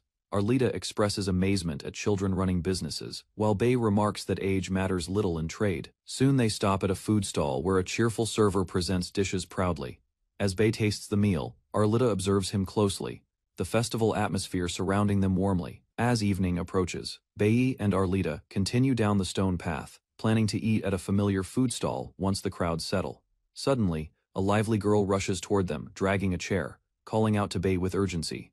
She insists they sit, her energy disrupting their quiet walk. Without warning, she produces scissors and stares critically at Bei. Arlita stiffens beside him, as the sharp blades glint under the fading light. The girl bluntly declares that Bei's hair needs cutting, claiming his untidy look drives customers away. Confusion spreads across his face at the sudden accusation. Arlita quickly intervenes, trying to calm the situation before it escalates. Meanwhile, the girl argues that she will fix his hair for free, demanding simple cooperation. The girl studies Bei's face closely, urging him to smile more instead of frowning. She warns that constant irritation will only drive customers away from his stall. Ignoring his discomfort, she suddenly grabs his hair and begins cutting recklessly. Bei flinches as the scissors snap near his ear, while Arlita panics beside them. Before the chaos settles, another young woman approaches, raising her hand calmly. Her cheerful expression contrasts sharply with the tense atmosphere surrounding the haircut. Sensing trouble, she questions whether they are in the middle of something serious. Bei awkwardly reassures her, though confusion remains evident on every face nearby. Finally, she explains that her clothing shop lacks enough workers. With composed urgency, she asks to borrow help from them, shifting the situation in an entirely new direction. With firm confidence, the shop owner declares that Arlita would be far more suitable as a sales attendant. She argues that placing a man in front of the stall lacks appeal and elegance. Turning toward Arlita, Bei gently asks whether she would consider helping. Though hesitant, she listens carefully as he assures her that he supports the idea. Uncertainty fills Arlita's eyes as attention shifts to her hood. Beiki questions why she insists on keeping it on, noting that appearance matters in greeting customers. Slowly, she lowers her gaze and grips the fabric tighter. Embarrassment surfaces as she admits she prefers hiding her hair from public view. Thoughtfully, Beisi reflects on her concern and responds with calm reasoning. He explains that most villagers would not mind, though some customers might still form their own impressions. Memories surface of their first meeting when Arlita mentioned that dark hair was seen as a sign of misfortune. Beiri reflects that such judgments depend largely on the feelings of the person involved. Suddenly tension rises as Arlita reacts sharply to the discussion. Her movement startles those nearby, and concern spreads across Bei's face at her distress. Struggling to speak, she admits that her hood exists because she lacks confidence. The words come slowly, revealing how deeply the belief has affected her. Saraba steps forward firmly, rejecting the idea that Arlita should hide her beautiful hair. She insists that no one's careless opinion deserves such weight. With fierce resolve, Saraba declares that any insult about the hair should be directed at her instead. Arlita stands stunned, as protective determination fills the space between them. With bold confidence, Saraba declares she will gather the villagers and confront anyone spreading insults. Despite her fierce tone, she reminds Arlita that violence would not solve anything. Gratitude softens Arlita's expression as she admits finding new courage. She offers to assist at the stall, suggesting they meet again after sunset to talk further. Saraba teases Bei loudly, yet he responds with calm admiration for her straightforward nature. The tension eases as playful energy replaces the earlier conflict. Deciding to move elsewhere, Bei suggests finding a quieter place with fewer passers-by. Saraba eagerly follows, still intent on cutting his hair properly. Standing tall, Beisi allows her to prepare, confident in her skill. She raises the scissors with determination while he calmly reminds her not to cut too much. Beneath fluttering festival banners, Saraba studies her work while villagers gather around. Arlita watches quietly as curious onlookers wait to see the result. Turning him around, Saraba announces that she has finished. The surrounding crowd leans in, eager to judge the sudden transformation. A brief silence follows as Beidi touches his shortened hair. Surprise flickers across his face when he realizes just how much has been cut. Confidently, Saraba declares the speed and precision of her skill. Even a passerby comments that the trim ended far quicker than expected. Soon mothers and children step forward with bright expressions, asking for haircuts as well. With pride, Saraba agrees, inviting them to line up before her. After finishing the haircut, Saraba decides to leave, satisfied that customers have gathered. Bei calls out, mentioning he will meet Arlita later once the crowd thins. Walking alone, Bei rubs his neck and notices the cool air. Without his longer hair, the evening breeze feels sharper against his skin. Meanwhile, Arlita appears in a new outfit, her cape flowing gently as she steps forward. The change in hairstyle gives her an unexpectedly refined presence.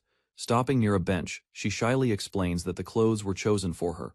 Wearing unfamiliar colors makes her feel slightly self-conscious. Bei studies her quietly before offering honest praise. His calm approval eases her tension, and a soft smile begins to replace her earlier doubt. Quietly, Arlita admits she once disliked herself and struggled with long-held insecurity. Standing beside Bei now feels strange, as if those old feelings are slowly loosening. Petals drift around her as she smiles with gentle confidence. Living in this village has gradually changed her, allowing her to accept parts of herself she once rejected. Bei listens with warmth before suggesting they visit the food stall again. He expresses simple happiness that she feels more at ease among the villagers. Turning toward him, Arlita notices his relaxed expression and the softened mood between them. The evening breeze carries fallen leaves as their conversation grows lighter. Without thinking, she reaches out and touches his hair, confirming its smooth texture. Startled yet amused, Bei watches her as she quietly withdraws her hand. Bei runs a hand through his newly cut hair, noticing how different he looks. Arlita studies him closely and remarks that his shorter style makes him appear younger than before.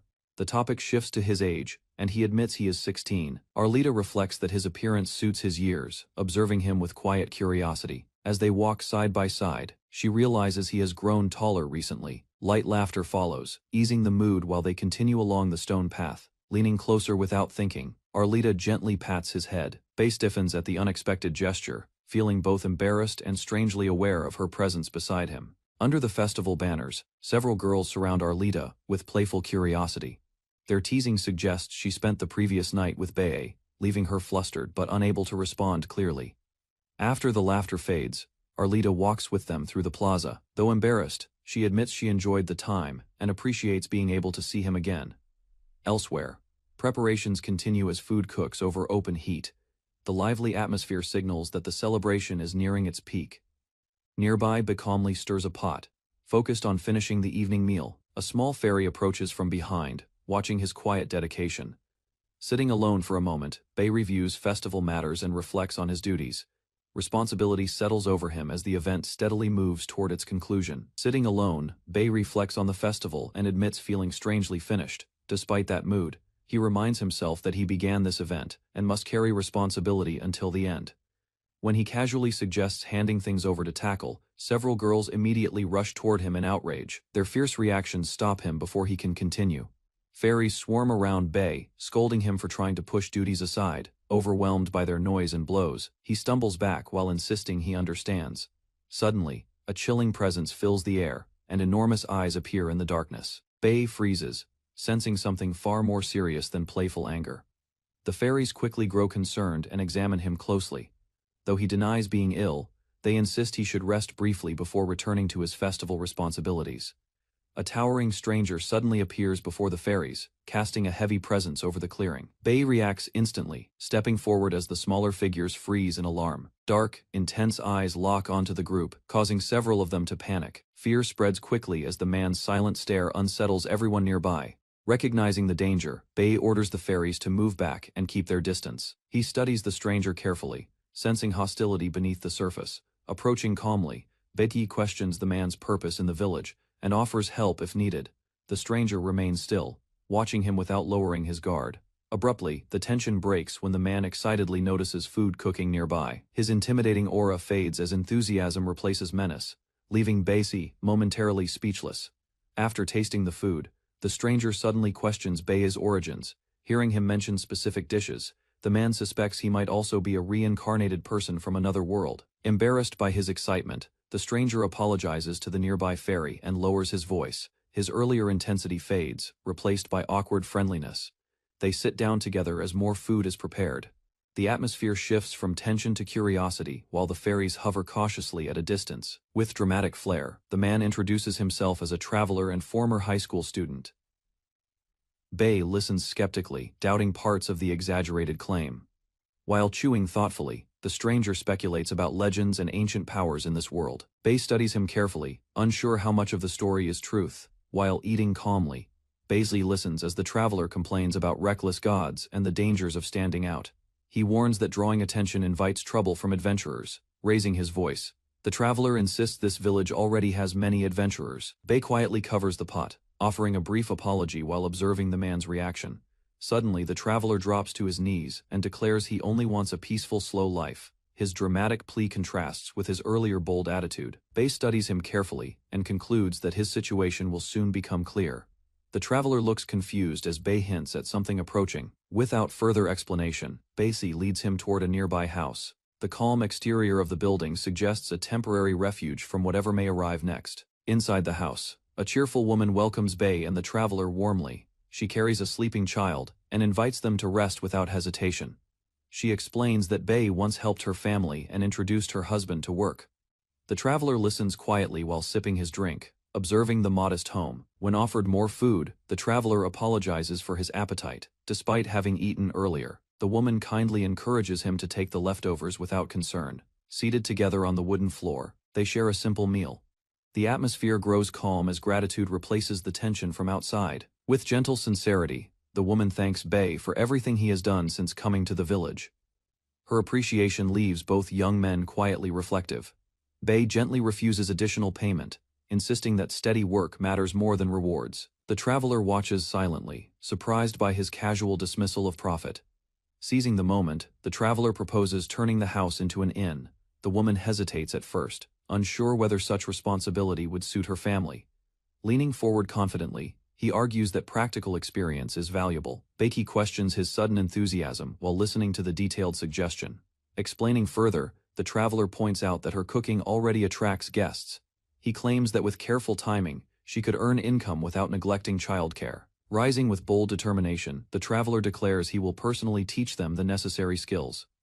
His confident grin fills the room with unexpected ambition. Encouraged by the traveler's bold proposal, the household begins to imagine a new future. Bei watches quietly, impressed by how easily the idea gains support. Amusement crosses his face as the traveler studies him seriously. A direct invitation follows, suggesting that Bei remain in the village instead of wandering again. Surprised by the offer, Bei listens as the traveler reasons that shared backgrounds make them suitable companions. The suggestion of building a life together lingers in the air. Without hesitation, the traveler pulls Bei into a tight embrace, declaring firm acceptance. The sudden display of emotion leaves Bei flustered and speechless. Relief softens the traveler's expression as he admits genuine happiness. Held in strong arms, Beiki senses that he has finally found a place where he belongs. The traveler confidently explains that if land is available, he can build a house himself. The woman eagerly offers them a place to stay until everything is ready. Curiosity grows as Beiti wonders whether such skill comes from his past life. The traveler listens, slightly surprised by the thoughtful question. Instead of giving a direct explanation, he promises to demonstrate his ability. Determination shows in his posture as he steps outside. Standing near an open patch of ground, he considers using magic for construction. Bei watches carefully, holding the child while waiting for proof. After choosing the spot, the traveler raises his hand and releases powerful energy. Light bursts across the clearing, beginning the creation of their new home. The traveler calls Bei and calmly claims the power he uses was granted by a god. Sparks of light gather around his hands as the others step back in confusion.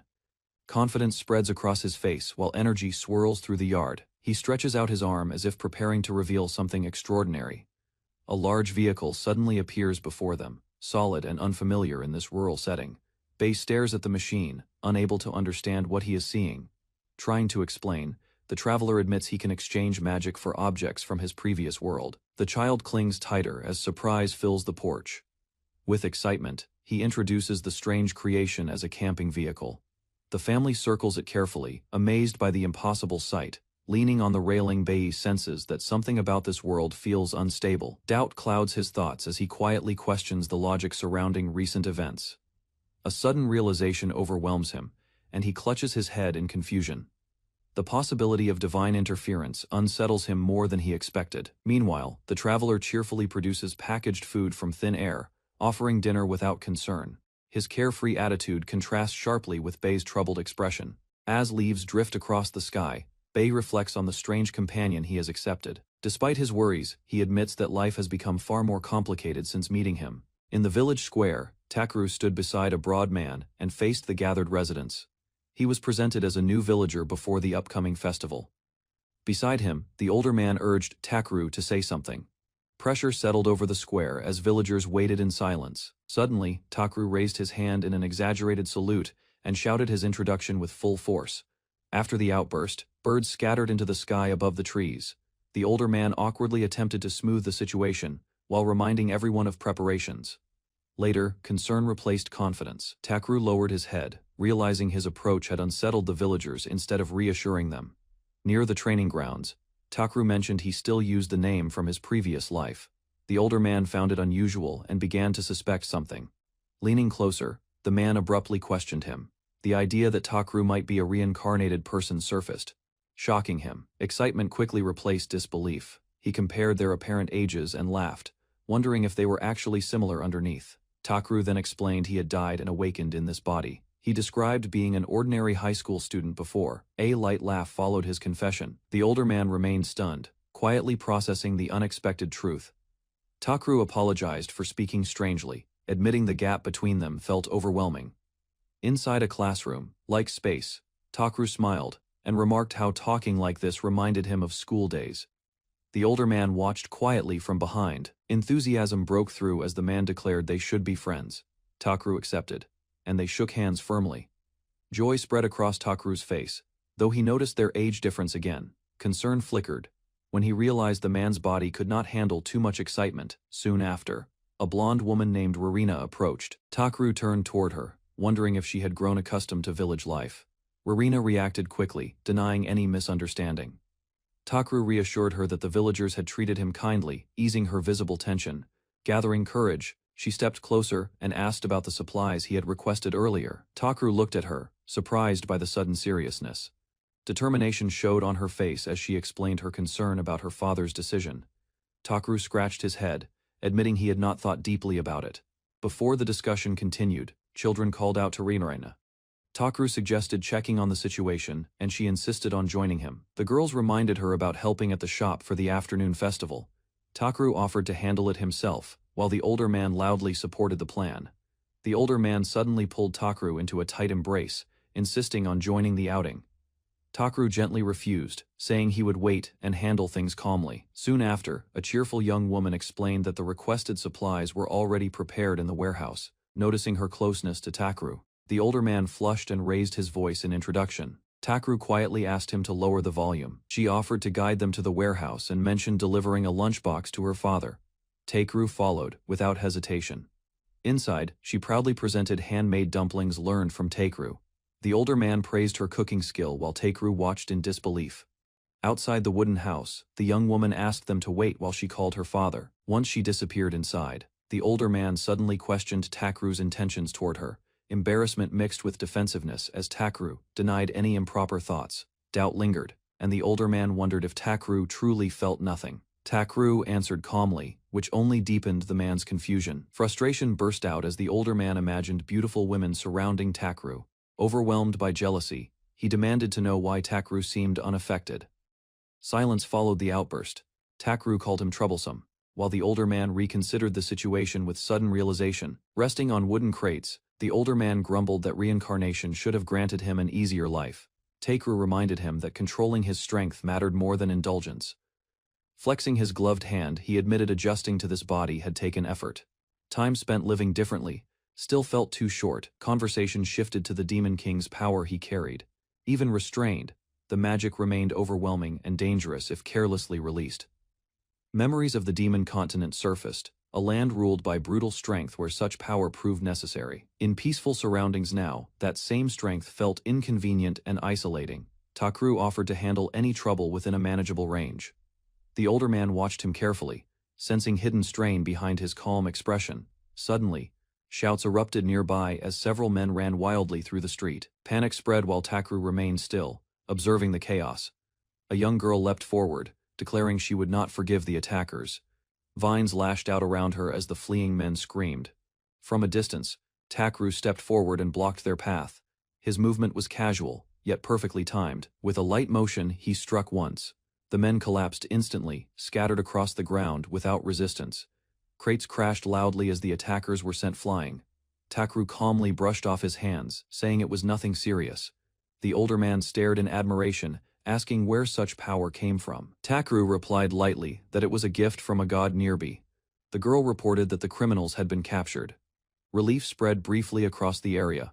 Suddenly, a massive magical sphere formed overhead. Spiraling out of control, the girl panicked, admitting she could not stop it alone. Without hesitation, the older man stepped forward and struck the sphere directly. The explosion froze midair, leaving shattered fragments suspended as silence followed. After the explosion froze, the girl rushed toward them, worried about the older man's condition. He assured her that his body was sturdy enough to endure it, facing him. She lowered her head and apologized for losing control. He remained calm and told her not to dwell on it. Standing among scattered debris, he warned that anyone holding such power must exercise twice the caution. The girl listened seriously. A warm smile replaced his stern tone as he promised to protect everyone like a proper hero. Her eyes shone with admiration. Finally, she admitted she could not control magic at all. Surprise crossed his face as she suddenly called him her master. The princess admitted she kept failing at magic, despite daily effort. With shining eyes, she asked the older man to teach her personally. Before he could answer, she declared she would move into his house. Takru quickly tried to stop the sudden decision. Calmly, Takru explained that she was both a hero and a princess. Such a choice could not be made lightly. An elderly man appeared, smiling, as he granted permission. He stated that if it was with them, he had no objection. Lowering his voice, the elder revealed the real issue. The princess's magic had been rising dangerously, causing concern within the kingdom. The elder explained that if her power erupted again, the city could suffer severe damage. Such risks left the kingdom with few options. He quietly asked whether they would accept responsibility for the princess. Tension settled as the weight of the request became clear. Takru glanced at her hopeful expression and smiled. Given the circumstances, he stated there was no choice but to agree. Overjoyed, the princess leapt forward and embraced him tightly. Gratitude overflowed as she celebrated his decision. Afterward, she hurried off to inform the king. Before leaving, she asked Takru to wait, determined to meet him again soon. The princess happily clung to Takru's back while the older man protested that events were moving too quickly. Takru accepted the situation calmly. Later, he reflected on how unexpectedly peaceful everything felt. Despite the chaos, he decided this strange, slow life was not so bad. During the village festival, two men clinked their mugs and celebrated loudly, while others laughed and enjoyed the lively atmosphere around them. Near the fountain, the blonde-haired woman spoke with Takru and another companion, expressing concern as the time to return home approached. Later, Takru sat beside her, listening carefully while she mentioned the kingdom's troubles, and shared what had drawn her to this place. By the carriage, preparations were completed, and Takru announced their departure with calm confidence. Before leaving, she apologized for relying on them, and Takru assured her through his steady actions that everything was under control. Takru suddenly pointed at Takru's companion, announcing his decision while the others looked at him in confusion near the festival grounds. With a confident grin, he declared that he would head out first and leave the festival's opening to the others, ignoring their disbelief. Moments later, a carriage began shaking violently, forcing one young man to brace himself as dust scattered across the street. Pain struck him again, and he admitted defeat while recalling how these repeated incidents always left his stomach aching. In the end, the group gathered together, determined to rely on one another and push forward despite the lingering unease. Cecilia calmly instructed Takru to assist Kaito with the tasks while promising to teach him more about village matters later. Soon after, a young woman approached Takru hesitantly, asking for his help as she seemed troubled by something. She explained that everything was being left to her, leaving her overwhelmed, and Takru listened with a tired but understanding expression. Together they walked along the path, where he reassured her that he could handle the situation, easing her worries. As they continued forward, Takru reflected quietly, accepting the responsibility with a faint, confident smile. From the trees, a cat-eared girl suddenly appeared, catching Takru and the blonde woman off guard with her unusual presence. She stepped closer without hesitation, studying them carefully while Takru remained still, unsure of her intentions. Without warning, the girl leaped forward and wrapped her arms tightly around Takru, startling both him and the blonde woman. Clinging to him happily, she revealed her name and expressed strong affection, leaving Takru frozen in shock. As confusion settled over the scene, the fairy-like girl tried to organize the situation, attempting to make sense of the sudden confession. Tamiya happily explained that she had come from the capital in pursuit of Takru, proudly admitting her bold decision before the others. Seated together beneath the trees, she shyly revealed that although they had met several times at church, this was their first proper conversation. She described how helping with renovations and preparing meals changed her after meeting Takru, inspiring her to work harder for others. Hearing this, the women praised Takru's character, acknowledging the positive influence he had on those around him. Walking away beside him, Tamiya spoke softly, while Takru lowered his gaze, quietly reflecting on her feelings. Takru looked at Tamiya in disbelief, questioning whether her feelings were truly because of him. While she met his gaze without hesitation, lowering his eyes, he struggled to understand her words, unsure how to respond as she watched him with quiet confusion. He admitted that he was not the one who created the renovation plans, explaining that he had only followed instructions and worked alongside others. Tamiya firmly denied his doubts, insisting that his efforts and character had inspired her more than he realized. Overwhelmed by her sincerity, Takru covered his face, torn between embarrassment and the weight of her honest admiration. Overwhelmed by embarrassment, Takru suddenly apologized and ran from the others, ignoring their startled calls as he fled toward the forest. He stopped beneath a tree near the river, sitting alone, while the fairy quietly approached and asked if he had calmed down. Admitting his weakness, Takru confessed that he lacked confidence and felt undeserving of praise, believing his efforts were ordinary.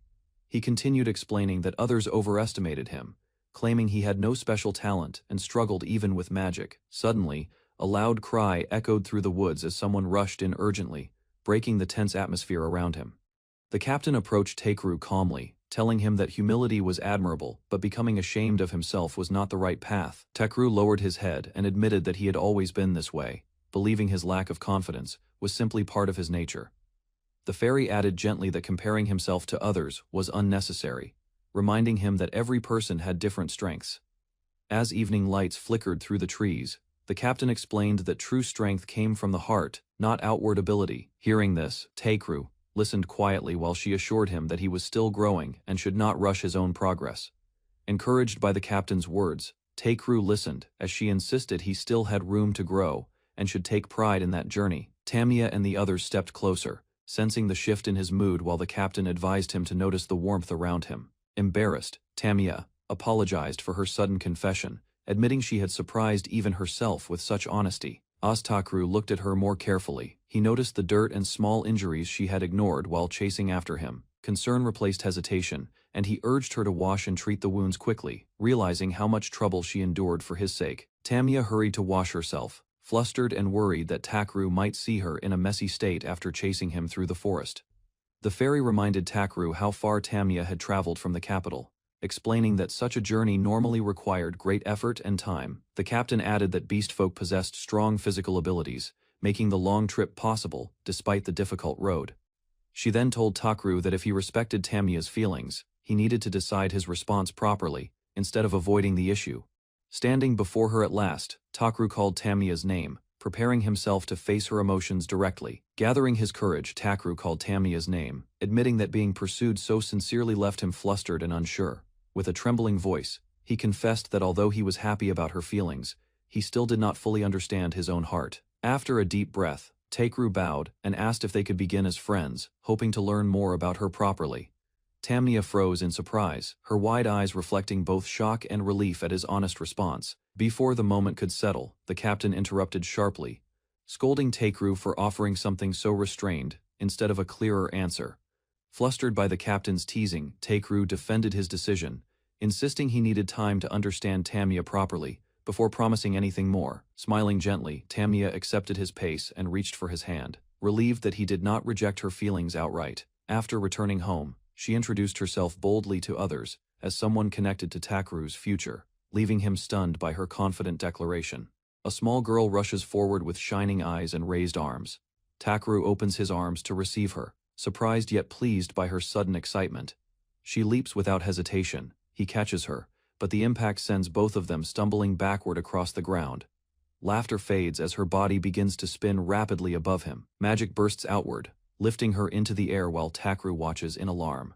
Power surges uncontrollably. He tightens his grip and moves quickly, trying to steady her while enduring the force pressing against him. After the energy settles, they walk through the trees. Takeru listens carefully, concerned about her unstable magic, and determined to help her control it. Takeru faces the others with urgency, explaining that the princess has been constantly praised and kept busy without pause. Scenes of her daily routine appear in his mind: etiquette lessons, patrol duties, handling reports, and long hours of study. He insists she works far too much. The princess lowers her gaze, believing she must try harder, because she carries the title of hero. Takeru steps forward and stops her firmly. He tells her she has already done more than enough and deserves to choose what she truly wants. Relief softens her expression. With renewed resolve, Takeru promises to stand beside her, so she no longer carries everything alone. The girl clings to Takeru while he steadies her, trying to calm the unstable flow of magic around her small body. Without warning, the sky flashes. Large magic circles spread above them, casting a blinding light over the field. As Takeru looks up in confusion, a rain of wooden beams suddenly falls from the air. Shock spreads across their faces as the objects crash toward the ground at high speed. One beam strikes Takeru directly, knocking him down while the others stare in disbelief at the absurd turn of events. Groaning yet still conscious, he scrambles away as more beams continue to drop, leaving him the only unfortunate target after the chaos. Takeru sits on the ground, catching his breath while the others check on him. A tall man with glasses suddenly steps forward, raising his hand with calm authority. The princess quickly moves between them, spreading her arms as if to shield Takeru from the newcomer's stern presence. The man introduces himself as Daryl, a royal magic instructor known as the kingdom's strongest mage. His sharp gaze fixes on Takeru. Takeru stiffens under that pressure, unsure why such an important figure would appear here or what he wants. Meanwhile, the princess stands proudly beside Takeru, unaware that her education has drawn the attention of a Grand Master. Daryl declares coldly that he is not acting as a mere human but as an authority. He accuses Takeru of lowering the princess's standards and dragging her away from proper growth. Fear grips Takeru as the accusation intensifies. The princess trembles nearby while the pressure from the royal mage fills the air. Daryl calmly explains that he only speaks the truth. His raised hand signals judgment rather than anger. He recounts watching them wander the village without structure, claiming their days lack meaningful discipline. With a hardened gaze, Daryl concludes that such guidance is unworthy of a hero blessed by divine power. Silence lingers after Daryl's criticism. Takeru clenches his jaw, admitting the logic is sound, while the princess looks down, troubled by the accusation. Frustration erupts. Takeru shouts back, rejecting the claim that he is unfit to guide her. Refusing to accept the insult, he steadies himself and declares that anger should not be swallowed when something feels wrong.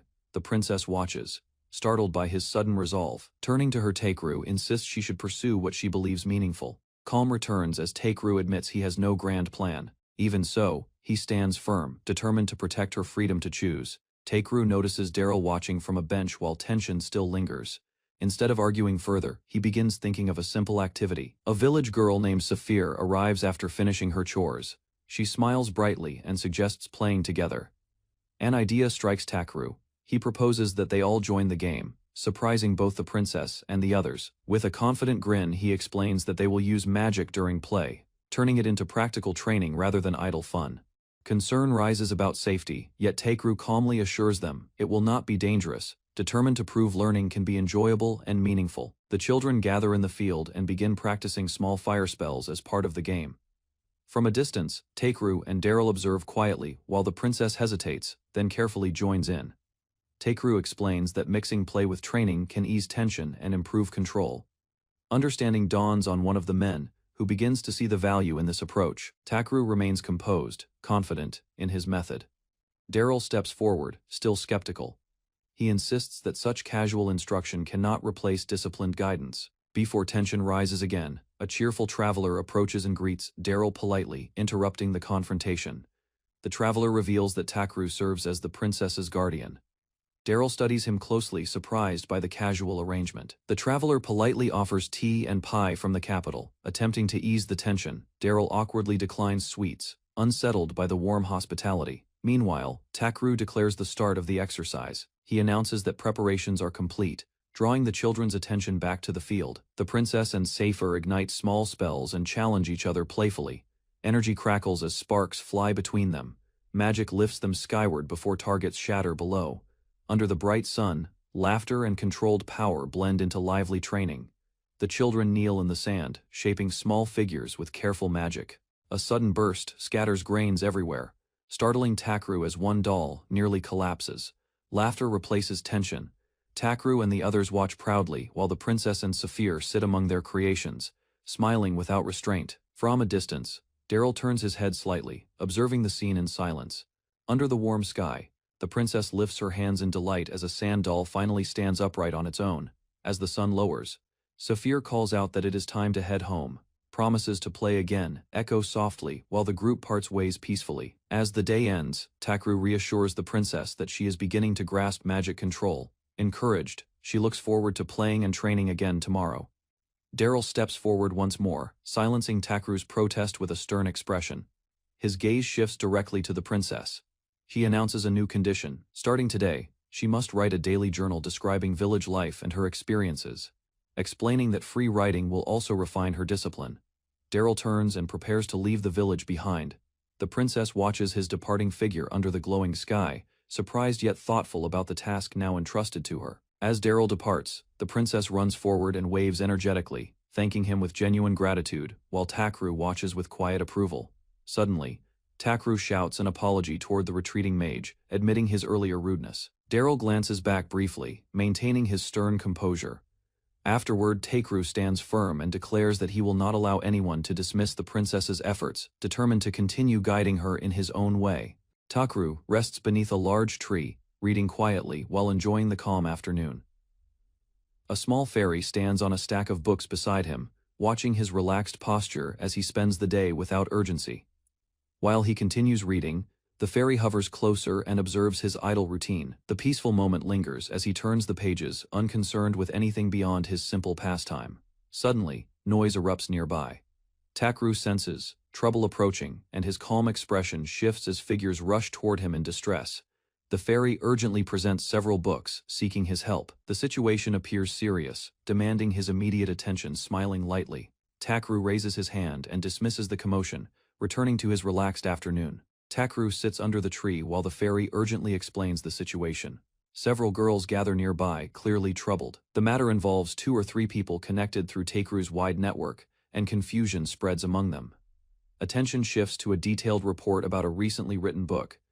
The fairy describes how its content has affected someone deeply. One girl suddenly declares Takru's greatness with intense admiration. Her excitement contrasts with the growing tension surrounding the book's impact. Discussion continues about the author's talent. The artwork and heavy story are praised, yet concern rises over how strongly it influences readers. Finally, the truth surfaces. Strong feelings have formed, turning admiration into sudden love, leaving Takru quietly stunned. Under the tree, emotions overflow. One girl cries loudly while another bows an apology. They blame themselves for disturbing Takru's solitude. Encouragement follows as another girl insists they are wonderful as they are. Her praise only deepens the emotional storm surrounding him. Takru watches with a tired expression. The fairy sniffles beside him, moved by the dramatic display. Questions pile up rapidly. The girls demand reassurance, debating whether such intense devotion is acceptable or misguided. Overwhelmed by their persistence, Takru raises his hand to calm them, preparing to answer each concern in order. A noble girl is introduced with pride. Her name is Karen, 18 years old. The only daughter of an imperial duke, known as the Saint of Subtle Smiles, she loves books of every kind and carries herself with natural elegance. Takru listens calmly, then offers a simple solution. He decides to visit at night so her fragile condition will not worsen, volunteering to handle the matter himself. Rising from beneath the tree, he announces that he will be the one to go. With confidence, Takru gestures upward and states that the destination is the sky, stunning everyone nearby. Under the bright moon, he departs, leaving the others staring after him in disbelief. A large airship floats beneath the night sky. Takru prepares to use it for the first time, trusting the flying vessel to carry him toward the imperial capital. Upon arrival, he steps inside the grand residence and asks about Karen's location. Without hesitation, he decides to check the library first. Inside, Karen feeds a flock of birds gathered around her. She appears calm and radiant, unchanged in her gentle habits. Takru approaches and offers to accompany her. The quiet night deepens as he observes her condition carefully. Suddenly, a girl rushes forward and presents a drawing. She insists that Takru read what she has created, breaking the calm once again. Karen steps forward with determination, insisting that Takru learn who she truly is. Though tension lingers, she demands proper acknowledgement before anything else continues. Takru responds calmly, assuring her that Arena means no harm. He promises to take responsibility and guarantee that matters will remain respectful. Arena approaches with composure and presents a book. She explains that understanding its cover will reveal Karen's feelings. After examining it, Takru describes Karen as delicate yet passionate. His honest observation softens the atmosphere between them. At last, Karen smiles warmly and expresses her wish to become Arena's friend, easing the conflict into a gentle new beginning. Arena questions Karen about calling Takru her teacher. She points out that the book's author deserves proper respect. Karen hesitates, surprised by the remark. While discussing the story, Arena shyly admits that the author seems charming. The mood softens as admiration quietly fills the space between them. Elsewhere, Takru speaks casually with a faint smile, believing the matter is finally settled. He assumes the situation has reached its conclusion. However, another girl approaches him with lingering concern. Takru notices her expression and asks what still troubles her. Under the night sky, she thanks him sincerely. Grateful for his efforts, she acknowledges that he accomplished what they could not. Takru leans against the wall while the winged girl crosses her arms, still arguing about proper behavior. He smiles lightly, telling her not to worry so much. A sudden explosion erupts outside. Takru's expression changes instantly as a dark blast fills the night sky. Flames spread across the airship hovering nearby. The girls rush to the balcony in shock, realizing the vessel is burning. A small man on a floating device appears and introduces himself boldly. He claims authority and desperately asks for help, explaining that crew members remain aboard. Takru stares at the scene in disbelief. Despite his calm nature, he prepares to act as urgency overtakes the quiet night. Then Takru raises his hand and releases countless floating cubes. The blocks surround the burning airship, forming a barrier strong enough to withstand the falling impact. Orders are given quickly. Those who can use water magic are gathered to extinguish the flames, while others focus on rescuing the remaining crew. The small man expresses his gratitude, vowing to remember this debt. Takru warns him to step back as the situation remains unstable. Suddenly, another blast strikes the hull. Takru shields the small man from the shock. Realizing enemies are still attacking, several flying figures appear in the dark sky. Takru and the others stare upward as a new threat reveals itself above them. Takru studies a fallen object from the sky and questions what the attackers are carrying. The small leader reveals the truth. Enemy agents have infiltrated the ship and threaten to kill the hostages within minutes if their demands are ignored. Above them, multiple airships align in formation. Their cannons charge simultaneously, aiming directly at the damaged vessel. Realizing negotiation will fail, Takru kneels briefly and accepts that force is the only option left. The girl beside him reacts in shock at his resolve. The small leader clenches his fist but agrees not to involve the noble girl. With tension rising, both sides prepare for the decisive clash. The small leader steps forward to question Takru's intentions. A girl tries to speak, sensing that this encounter carries an unexpected connection. Takru extends his hand calmly and declares that he will stay until the end. His steady smile contrasts with the tension around him, while another girl attempts to stop him. Confusion spreads as others protest that such bold lines belong to a different role. Takru remains unfazed by their objections. He briefly states that details can wait. For now, action matters more than explanations. When warned about the lack of weapons, Takru answers without hesitation. If none exist aboard, he will simply create what is needed. Takru instructs Karen to explain the situation to the crew while he considers his next move. Irina demands details about the weapon he plans to create, but he remains focused. He calls Charny forward. The others notice his sudden seriousness as he calmly prepares for what comes next. Facing her directly, Takru asks if she can fight immediately. The night wind moves around them as tension rises. Charny answers without hesitation. Confidence shows in her stance as she accepts the challenge. Takru assures everyone not to worry about the overwhelming numbers. Declaring he will bring additional help, he steps toward the door, with firm resolve.